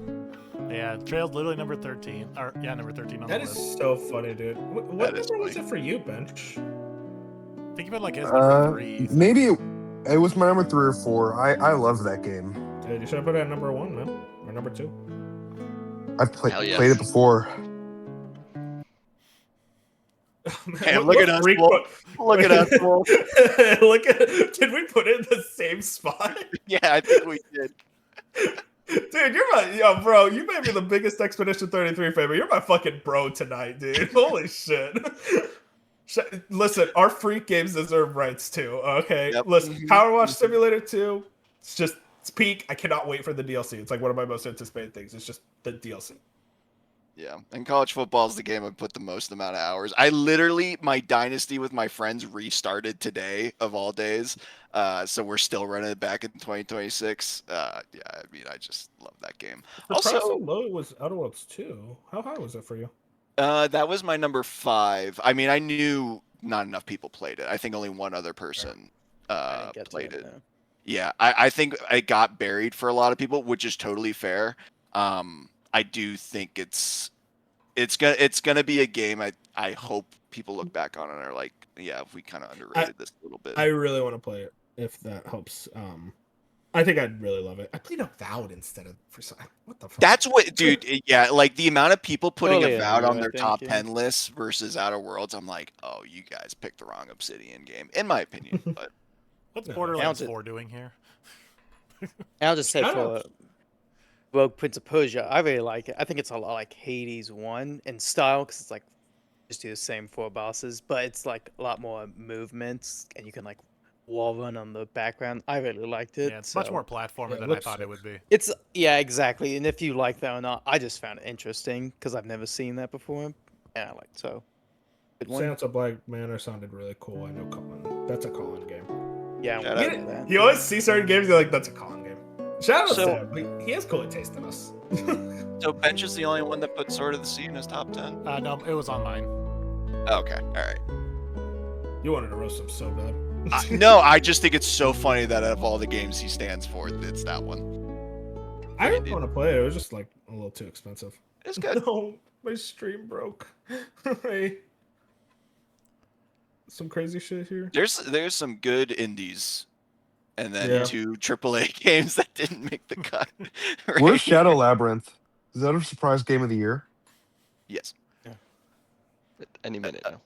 And Fretless Jack, was my number 14. I got to that right at the end. I was really impressed with that game. That was a lot of fun. Yeah, same. And a good experience. like, I don't even remember how I discovered it. I just came across it, and I'm like, this seems really cool. And I basically bought. A demo came out, and I played the demo. I'm like, this is like, really cool. And then so I bought it like immediately. I think it was like a week until it released, and so I bought it and played it. I'm like, wow, this is came out of nowhere. And now it's like one of my new favorite little indies. I know Fusion talked about it a lot. Which Fretless? Or was that you? I thought I talked about it quite a bit. I followed the creator Rob Scallon on YouTube about a decade ago, and used to watch all his videos quite religiously. And the Okay, whole so it was premise you. of the game, Dang, the whole Fusion premise with of the the game is stolen valor. basically like based on lore from his old YouTube videos where he was having to work for an evil megacorp, and all the characters are like the same from these old YouTube videos. It's quite cool. So I was keeping an eye on it, but I wasn't really sure it would be as good as it was. Shout outs, man. Yeah, look at Assassin's Creed Shadows. I'm surprised, I'm Yeah, surprised listen. Avowed is this low with how many people seemingly played it, but I think It didn't make my top It 12. didn't make my It's- list. I like it, but not top 12. I think Colin. It's good. Yeah. Seriously. If I included remakes, Delta would be number 1. So, but that's just It was my number 12. Yeah. So if I included remakes, like I said, but nah, I just wanted to make Yeah, it. who more would fair. do that? Shout out Promise Mascot Agency. I know for sure looks that's cool. all in. I really am set. Like, that's one of those I need to play it in 2026 games because, yeah, that just seemed awesome. Jack, that Shantae game that good? Yeah, I actually wanted to check it out. it's all right. It was a lot of fun, but it was a step down from the last few. Better than Shadow Labyrinth, though. That says a lot. You played Cosmic Better than a few Invasion? games. Dark. Gotcha. All right. So now that Fusion's not here, we Yeah. can roast his list. His ass put Avowed. Avowed Damn. He did. and Oh, Assassin's and Creed Sword of Shadows. the Sea. I thought Fusion Say played a bunch of 2012 games. Surprised they still made that. Yeah, I mean Doesn't include Fusion's remakes. weird. his top I did like play That's remakes. true. 9 is very strong. I'm just shitting Hey. on Sword of the Sea. Shadows is alright. Yeah. Yeah, I said what I said. Yeah, still scared me on Silksong though. I gotta be honest, Bob did not scare me nearly as often. No, that's mostly Yeah, what the heck because happened? of a Peace peace treaty. treaty. Peace treaty. He did technically scare me, but he decided to keep quiet like a smart person. So Let's yes, see Bench, this. he did not put Trails on this list. That's Hell so yes, Doc. funny! 10, 11, 12! Come Such on! a But he put Ender Magnolia Bloom in the Mist. I have one Okay, better. to be fair, that sounds like a Rizzo game. I DM'd Dark yesterday because I personally was confident that Trails would be probably number 7 or 8 because it didn't high on his list, high on my list, high on Moon's list. Like putting points together, I was like, okay, it'll be 7 or 8. I'll get to yap about it. Didn't happen. I DM'd him yesterday saying, "Did you vote for Trails in the Soggies?" He said, "Yeah." That was a lie. Just straight up He lying might to have your voted for best face. remake. He might have technically been telling the truth. That's what he Was he in a Oh my was god. he in a fucking trance? What happened to bro? He had screwed all of us in some way. Honestly, Doom number 2 I love it. too. Like we didn't really talk I- about Doom I this like year. that game. It's I good- like it's Doom, fine. yeah. It's fine, but I It's I fine. prefer Yeah, Eternal. it's good. It disappointed I me. fucking love It's it. How the high was it on weakest our of the most tr- anticipated? Pretty Yeah, high. I I think. Relatively high. I appreciate how they did something different with Yeah. it instead of just doing Eternal again. It's just I think it kind of like It didn't hit. loses so much. The Shield steam was a by nice the way. addition, though. The Shield was a I good. went addition. Yeah, back- it was great ideas. I went back and 100% it actually bumped it to like the bottom of my list, but yeah, like Yeah. I Oh, love okay. Eternal so Eternal's much so that good. It's just you're not gonna it's- beat Eternal in 2016. yeah, like it's the same thing almost with Split Fiction. Like if I like and like DK compared to Aussie, it's like I like that other game so much that it's still good, but it feels disappointing. I'm so excited to see Bench's list. Here's 12 games that didn't make the list. Hey, that was me last year. Like none of my shit made it Because you last year. put NCAA as number 1. Okay. We saw the Astrobot play some. It's a me. Dude, God bless you, Jack. God bless you, Jack. Dynasty Warriors Origins number 3. God bless you, man. Yes. I mean, And as I a genuinely Jack, think it's maybe works. part of the Is it- reason Donkey Kong made 4 was because I didn't want to put the 2 Warriors games next to each other. I'm surprised you like it more than Hyrule Warriors. Yeah, I do. I adored Dynasty Warriors. I sunk so much time into it, and quite frankly, like I put it in best gameplay for a reason because it is so unbelievably addictive. Basically, the way that everyone was talking about Bonanza and just smashing through everything being the most fun thing in the world, that is kind of how I felt with Dynasty Warriors. Just Yeah. slashing Yeah. through Yeah. thousands I do upon like the thousands Warrior upon thousands of games. enemies. Like I had that Same. with Persona Warriors and Fire Emblem Warriors, which are all great. So it's like I do, and Wa- I actually Warrior- did enjoy the first Hyrule Warriors. I do kind of want to get to this at some point. My thing And like with I Warriors enjoyed games, all those games as well, but this one just for some reason this was my year for like getting it was into this very gorgeous. so much deeper Dude, than usual. The trailers look beautiful for Origins. I'll give you that for sure. I think like- my thing with Warriors games is like, man, I wish they were like once every like 2 years. Because then it's like I have time to miss them, you know? That's fair. But to be fair, this is the first one since 2018 in terms of like mainline that's Dynasty Warriors, No, you're right, you're right. and that one was atrocious. So this is good. Yeah, it's I want to get to it maybe on YouTube soon. It looks like fun. Oh, that's the GOAT. So I want to explain something. It was really difficult. Hades 2 and Bonanza, those were like fighting for number 2 for a while. It was just replaying Galaxy 2, and I'm like, yeah, I like my Italian more. Everything else, I mean, listen, Power Wash Simulator 2, I don't care what people say, that shit's peak. In my heart, it was higher, but I'm like, nah, I'll keep it at 5. And also, I think I'm a little higher on Blueprints. I think I would put that in 8 now. Just in the few days, I'm like, just talking about it, I'm like, damn, that game really was special. Yeah, I was like, Wow, I you thought would have maybe broken the higher. I three-way was- tie and put Death Stranding lower. Yeah, maybe. Okay, shoutouts. I love mean, how high you have Ragebound too. dude, it was like that first level. I'm like, yep, I'm in. This is amazing. Yeah. Mario It's a Kart. shame just sitting down Pokemon's there. on that list. Dude, shout out to Mario Kart and Pokemon. Yeah, they were just shout outs, really. I didn't really have a Which 12. do, like, Oh, you know, okay, we're doing this? propaganda. We're doing this? Listen, if we're doing that, Metroid Prime 4 would have made my list, but we saw that. We're not fair. putting, not getting Metroid Prime 4 on this list. I'm so upset. So crazy, Beef. I really would have thought it would have been my top 5. Bad ending though. See, this is what I had to convince myself for 3 and 4. I can't be a coward. I'm speaking my truth. I like these Yeah, games a lot. Respect. Yeah. Yeah, That who was me, cares? yeah. Just Especially pick your top 4, 12 like- no matter what. Oh, We I know. spoke about Rogue Persia a few It's- times tonight, but I know. Oh, I that know. being I'm 4 like, is fantastic. oh, I know. I was really talking with someone. What's funny enough, now we're back on Rogue Persia, is I was like, I forget why. I was like in a weird state. I was like, I'll just play like one run every so often. I'm not actually gonna play this. And then I got like addicted. I'm like, yeah, I'm Roguelikes, speaking my man. truth. I like Prince of Per.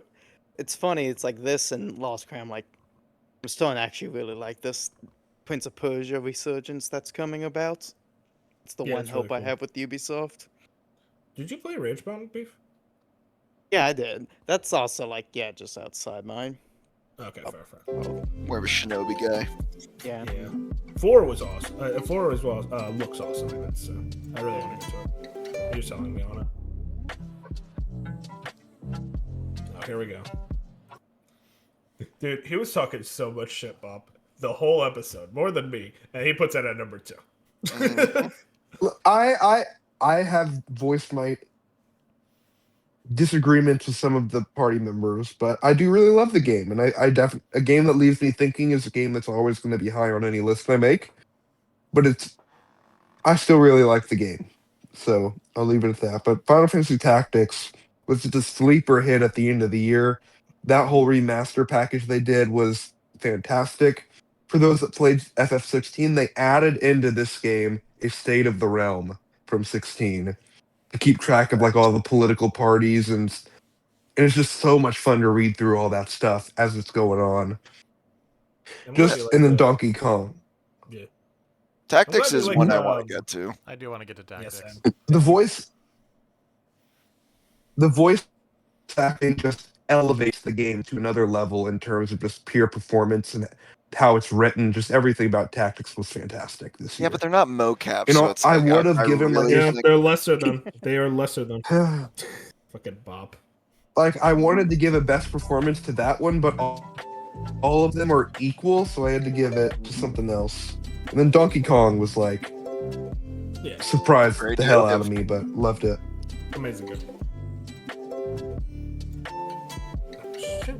Oh hell yeah! Shout out Colin, dude. Also, Colin had Despelote. Oh, he had Warning. Played like God, 30 okay. games this year. Dude, it's so funny because I know Colin has played a lot of the like big games this year. Like that's someone who is like, I like my freaky indie games, and I respect. Colin is what like Fusion and me to a degree like pretend to be like the indie game guys, and then Colin's like, you don't even know. Yeah. It's like Like, real you know movie Colin- fans meeting a Tubi user. You know Colin is super passionate about his number 12, and the rest of us are just like, yeah, that's a cool shout out. We'll put that on the Yep. bottom. Yeah, you Yep. put it Dude, as best fact. score, so clearly he really likes it. And wait, hold on. Actually, I was with him until I realized out of all of that, he put Avowed 10. Like, Yeah, he like really all liked of those Avowed. like really like inspired games, and then Avowed 10. He really just likes like, I don't even know, was it like the world or like how that enters, which I kind of get, but It's cool lore. It is doesn't cool. get me to the, it doesn't get like up in my top 12. Yeah. It is funny though. It is the outlier. I think he's playing through Outer Worlds 2 right now too. So curious where Yeah, he's I think he going on definitely would that. have had it higher. Yeah. Oh, this guy. Oh, who's this guy? Dude, it's so funny because it's like halfway through the list, there's just a gap where nothing made the Soggies. With Outer Worlds, College Football, Roadcraft, Monster Train, Yeah, But Jesus Christ. Even man. Mario and Kart. Mario Kart. Yeah, I thought Mario Kart would have made it, but I really think that was just like it was just low on everyone's list. It was like more of a shout out game, but that game's awesome. hey, shout out Roadcraft, man. Shout out EA. Or I College did like Football. Roadcraft. Don't shout out I, EA. I was about to say, no shout out EA. EA. Yeah, Silk Song top 5. That's all that matters. I can't. I don't. Should have Trails I like higher. You Man's know? list. Yeah. That was number 8. Oh, I remember I had it at 6, and then I moved it down to 8 because I'm just like, it's a part 1, and there's just a lot of setup.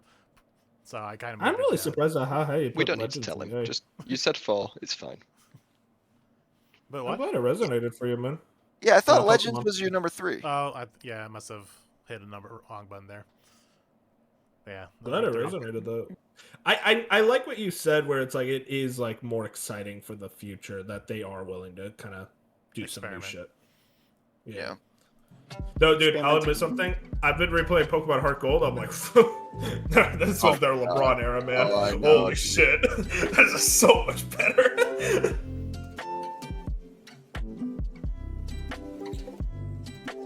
That's it. Yeah, that is it. Boys, I am tired, but that was fun. Most anticipated time. Let's fucking go. Let's do it, man. Yeah. Just chug another piece of coffee. Ah. Well, maybe next year Nintendo will get their chance to win Game of the Year. Maybe were close, man. Xbox, I don't know. PlayStation, and now Kepler of all people. Yeah, we'll put this in the AA category. Just put We'll- in the no, it's an indie. The indie category. Oh my god. Maybe that's why we should Rage Hades bait. too. Just third Hey, party. we kept it under 5 hours this time. I think everyone deserves a round of applause. Bob, I gotta respect it, man. We kept the peace treaty.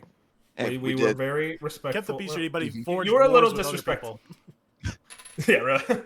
Yeah, You were getting a little disrespectful during our direction. I'll say that, Bob. But otherwise, Yeah, Ben- kept the peace. Yeah, like Shadows was really good, Bob. I think we should have a talk post. Yeah. post All right. Hey, your people talk to my Hey, yeah. people. If you guys enjoyed the Suggies, thank you for watching all 4 hours. Man, that's crazy, man. We were literally like, let's make it shorter this year. It just We did.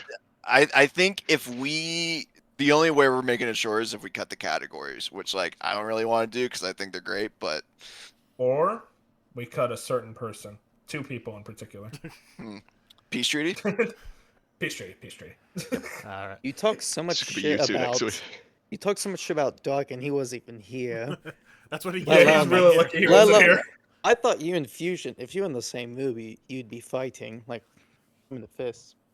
Me and Fusion were definitely there's a lot of disrespect being thrown. Yeah, you and Fusion was like the first year's like you in Final Fantasy 16. Like instead of like going after a game, you just went after someone else. Oh, I'd even make my joke that Ben Starr got to be in a Final Fantasy game finally. So I screwed up on that. Mr. fucking loves narratives. Oh, it needs to have cutscenes. It needs to be AAA. I love indies. I hate that fucking guy. Anyways, thank you guys for watching. No, we'll see you all for most anticipated and fantasy critic whenever we get around to doing those. Have a good one. Bye bye.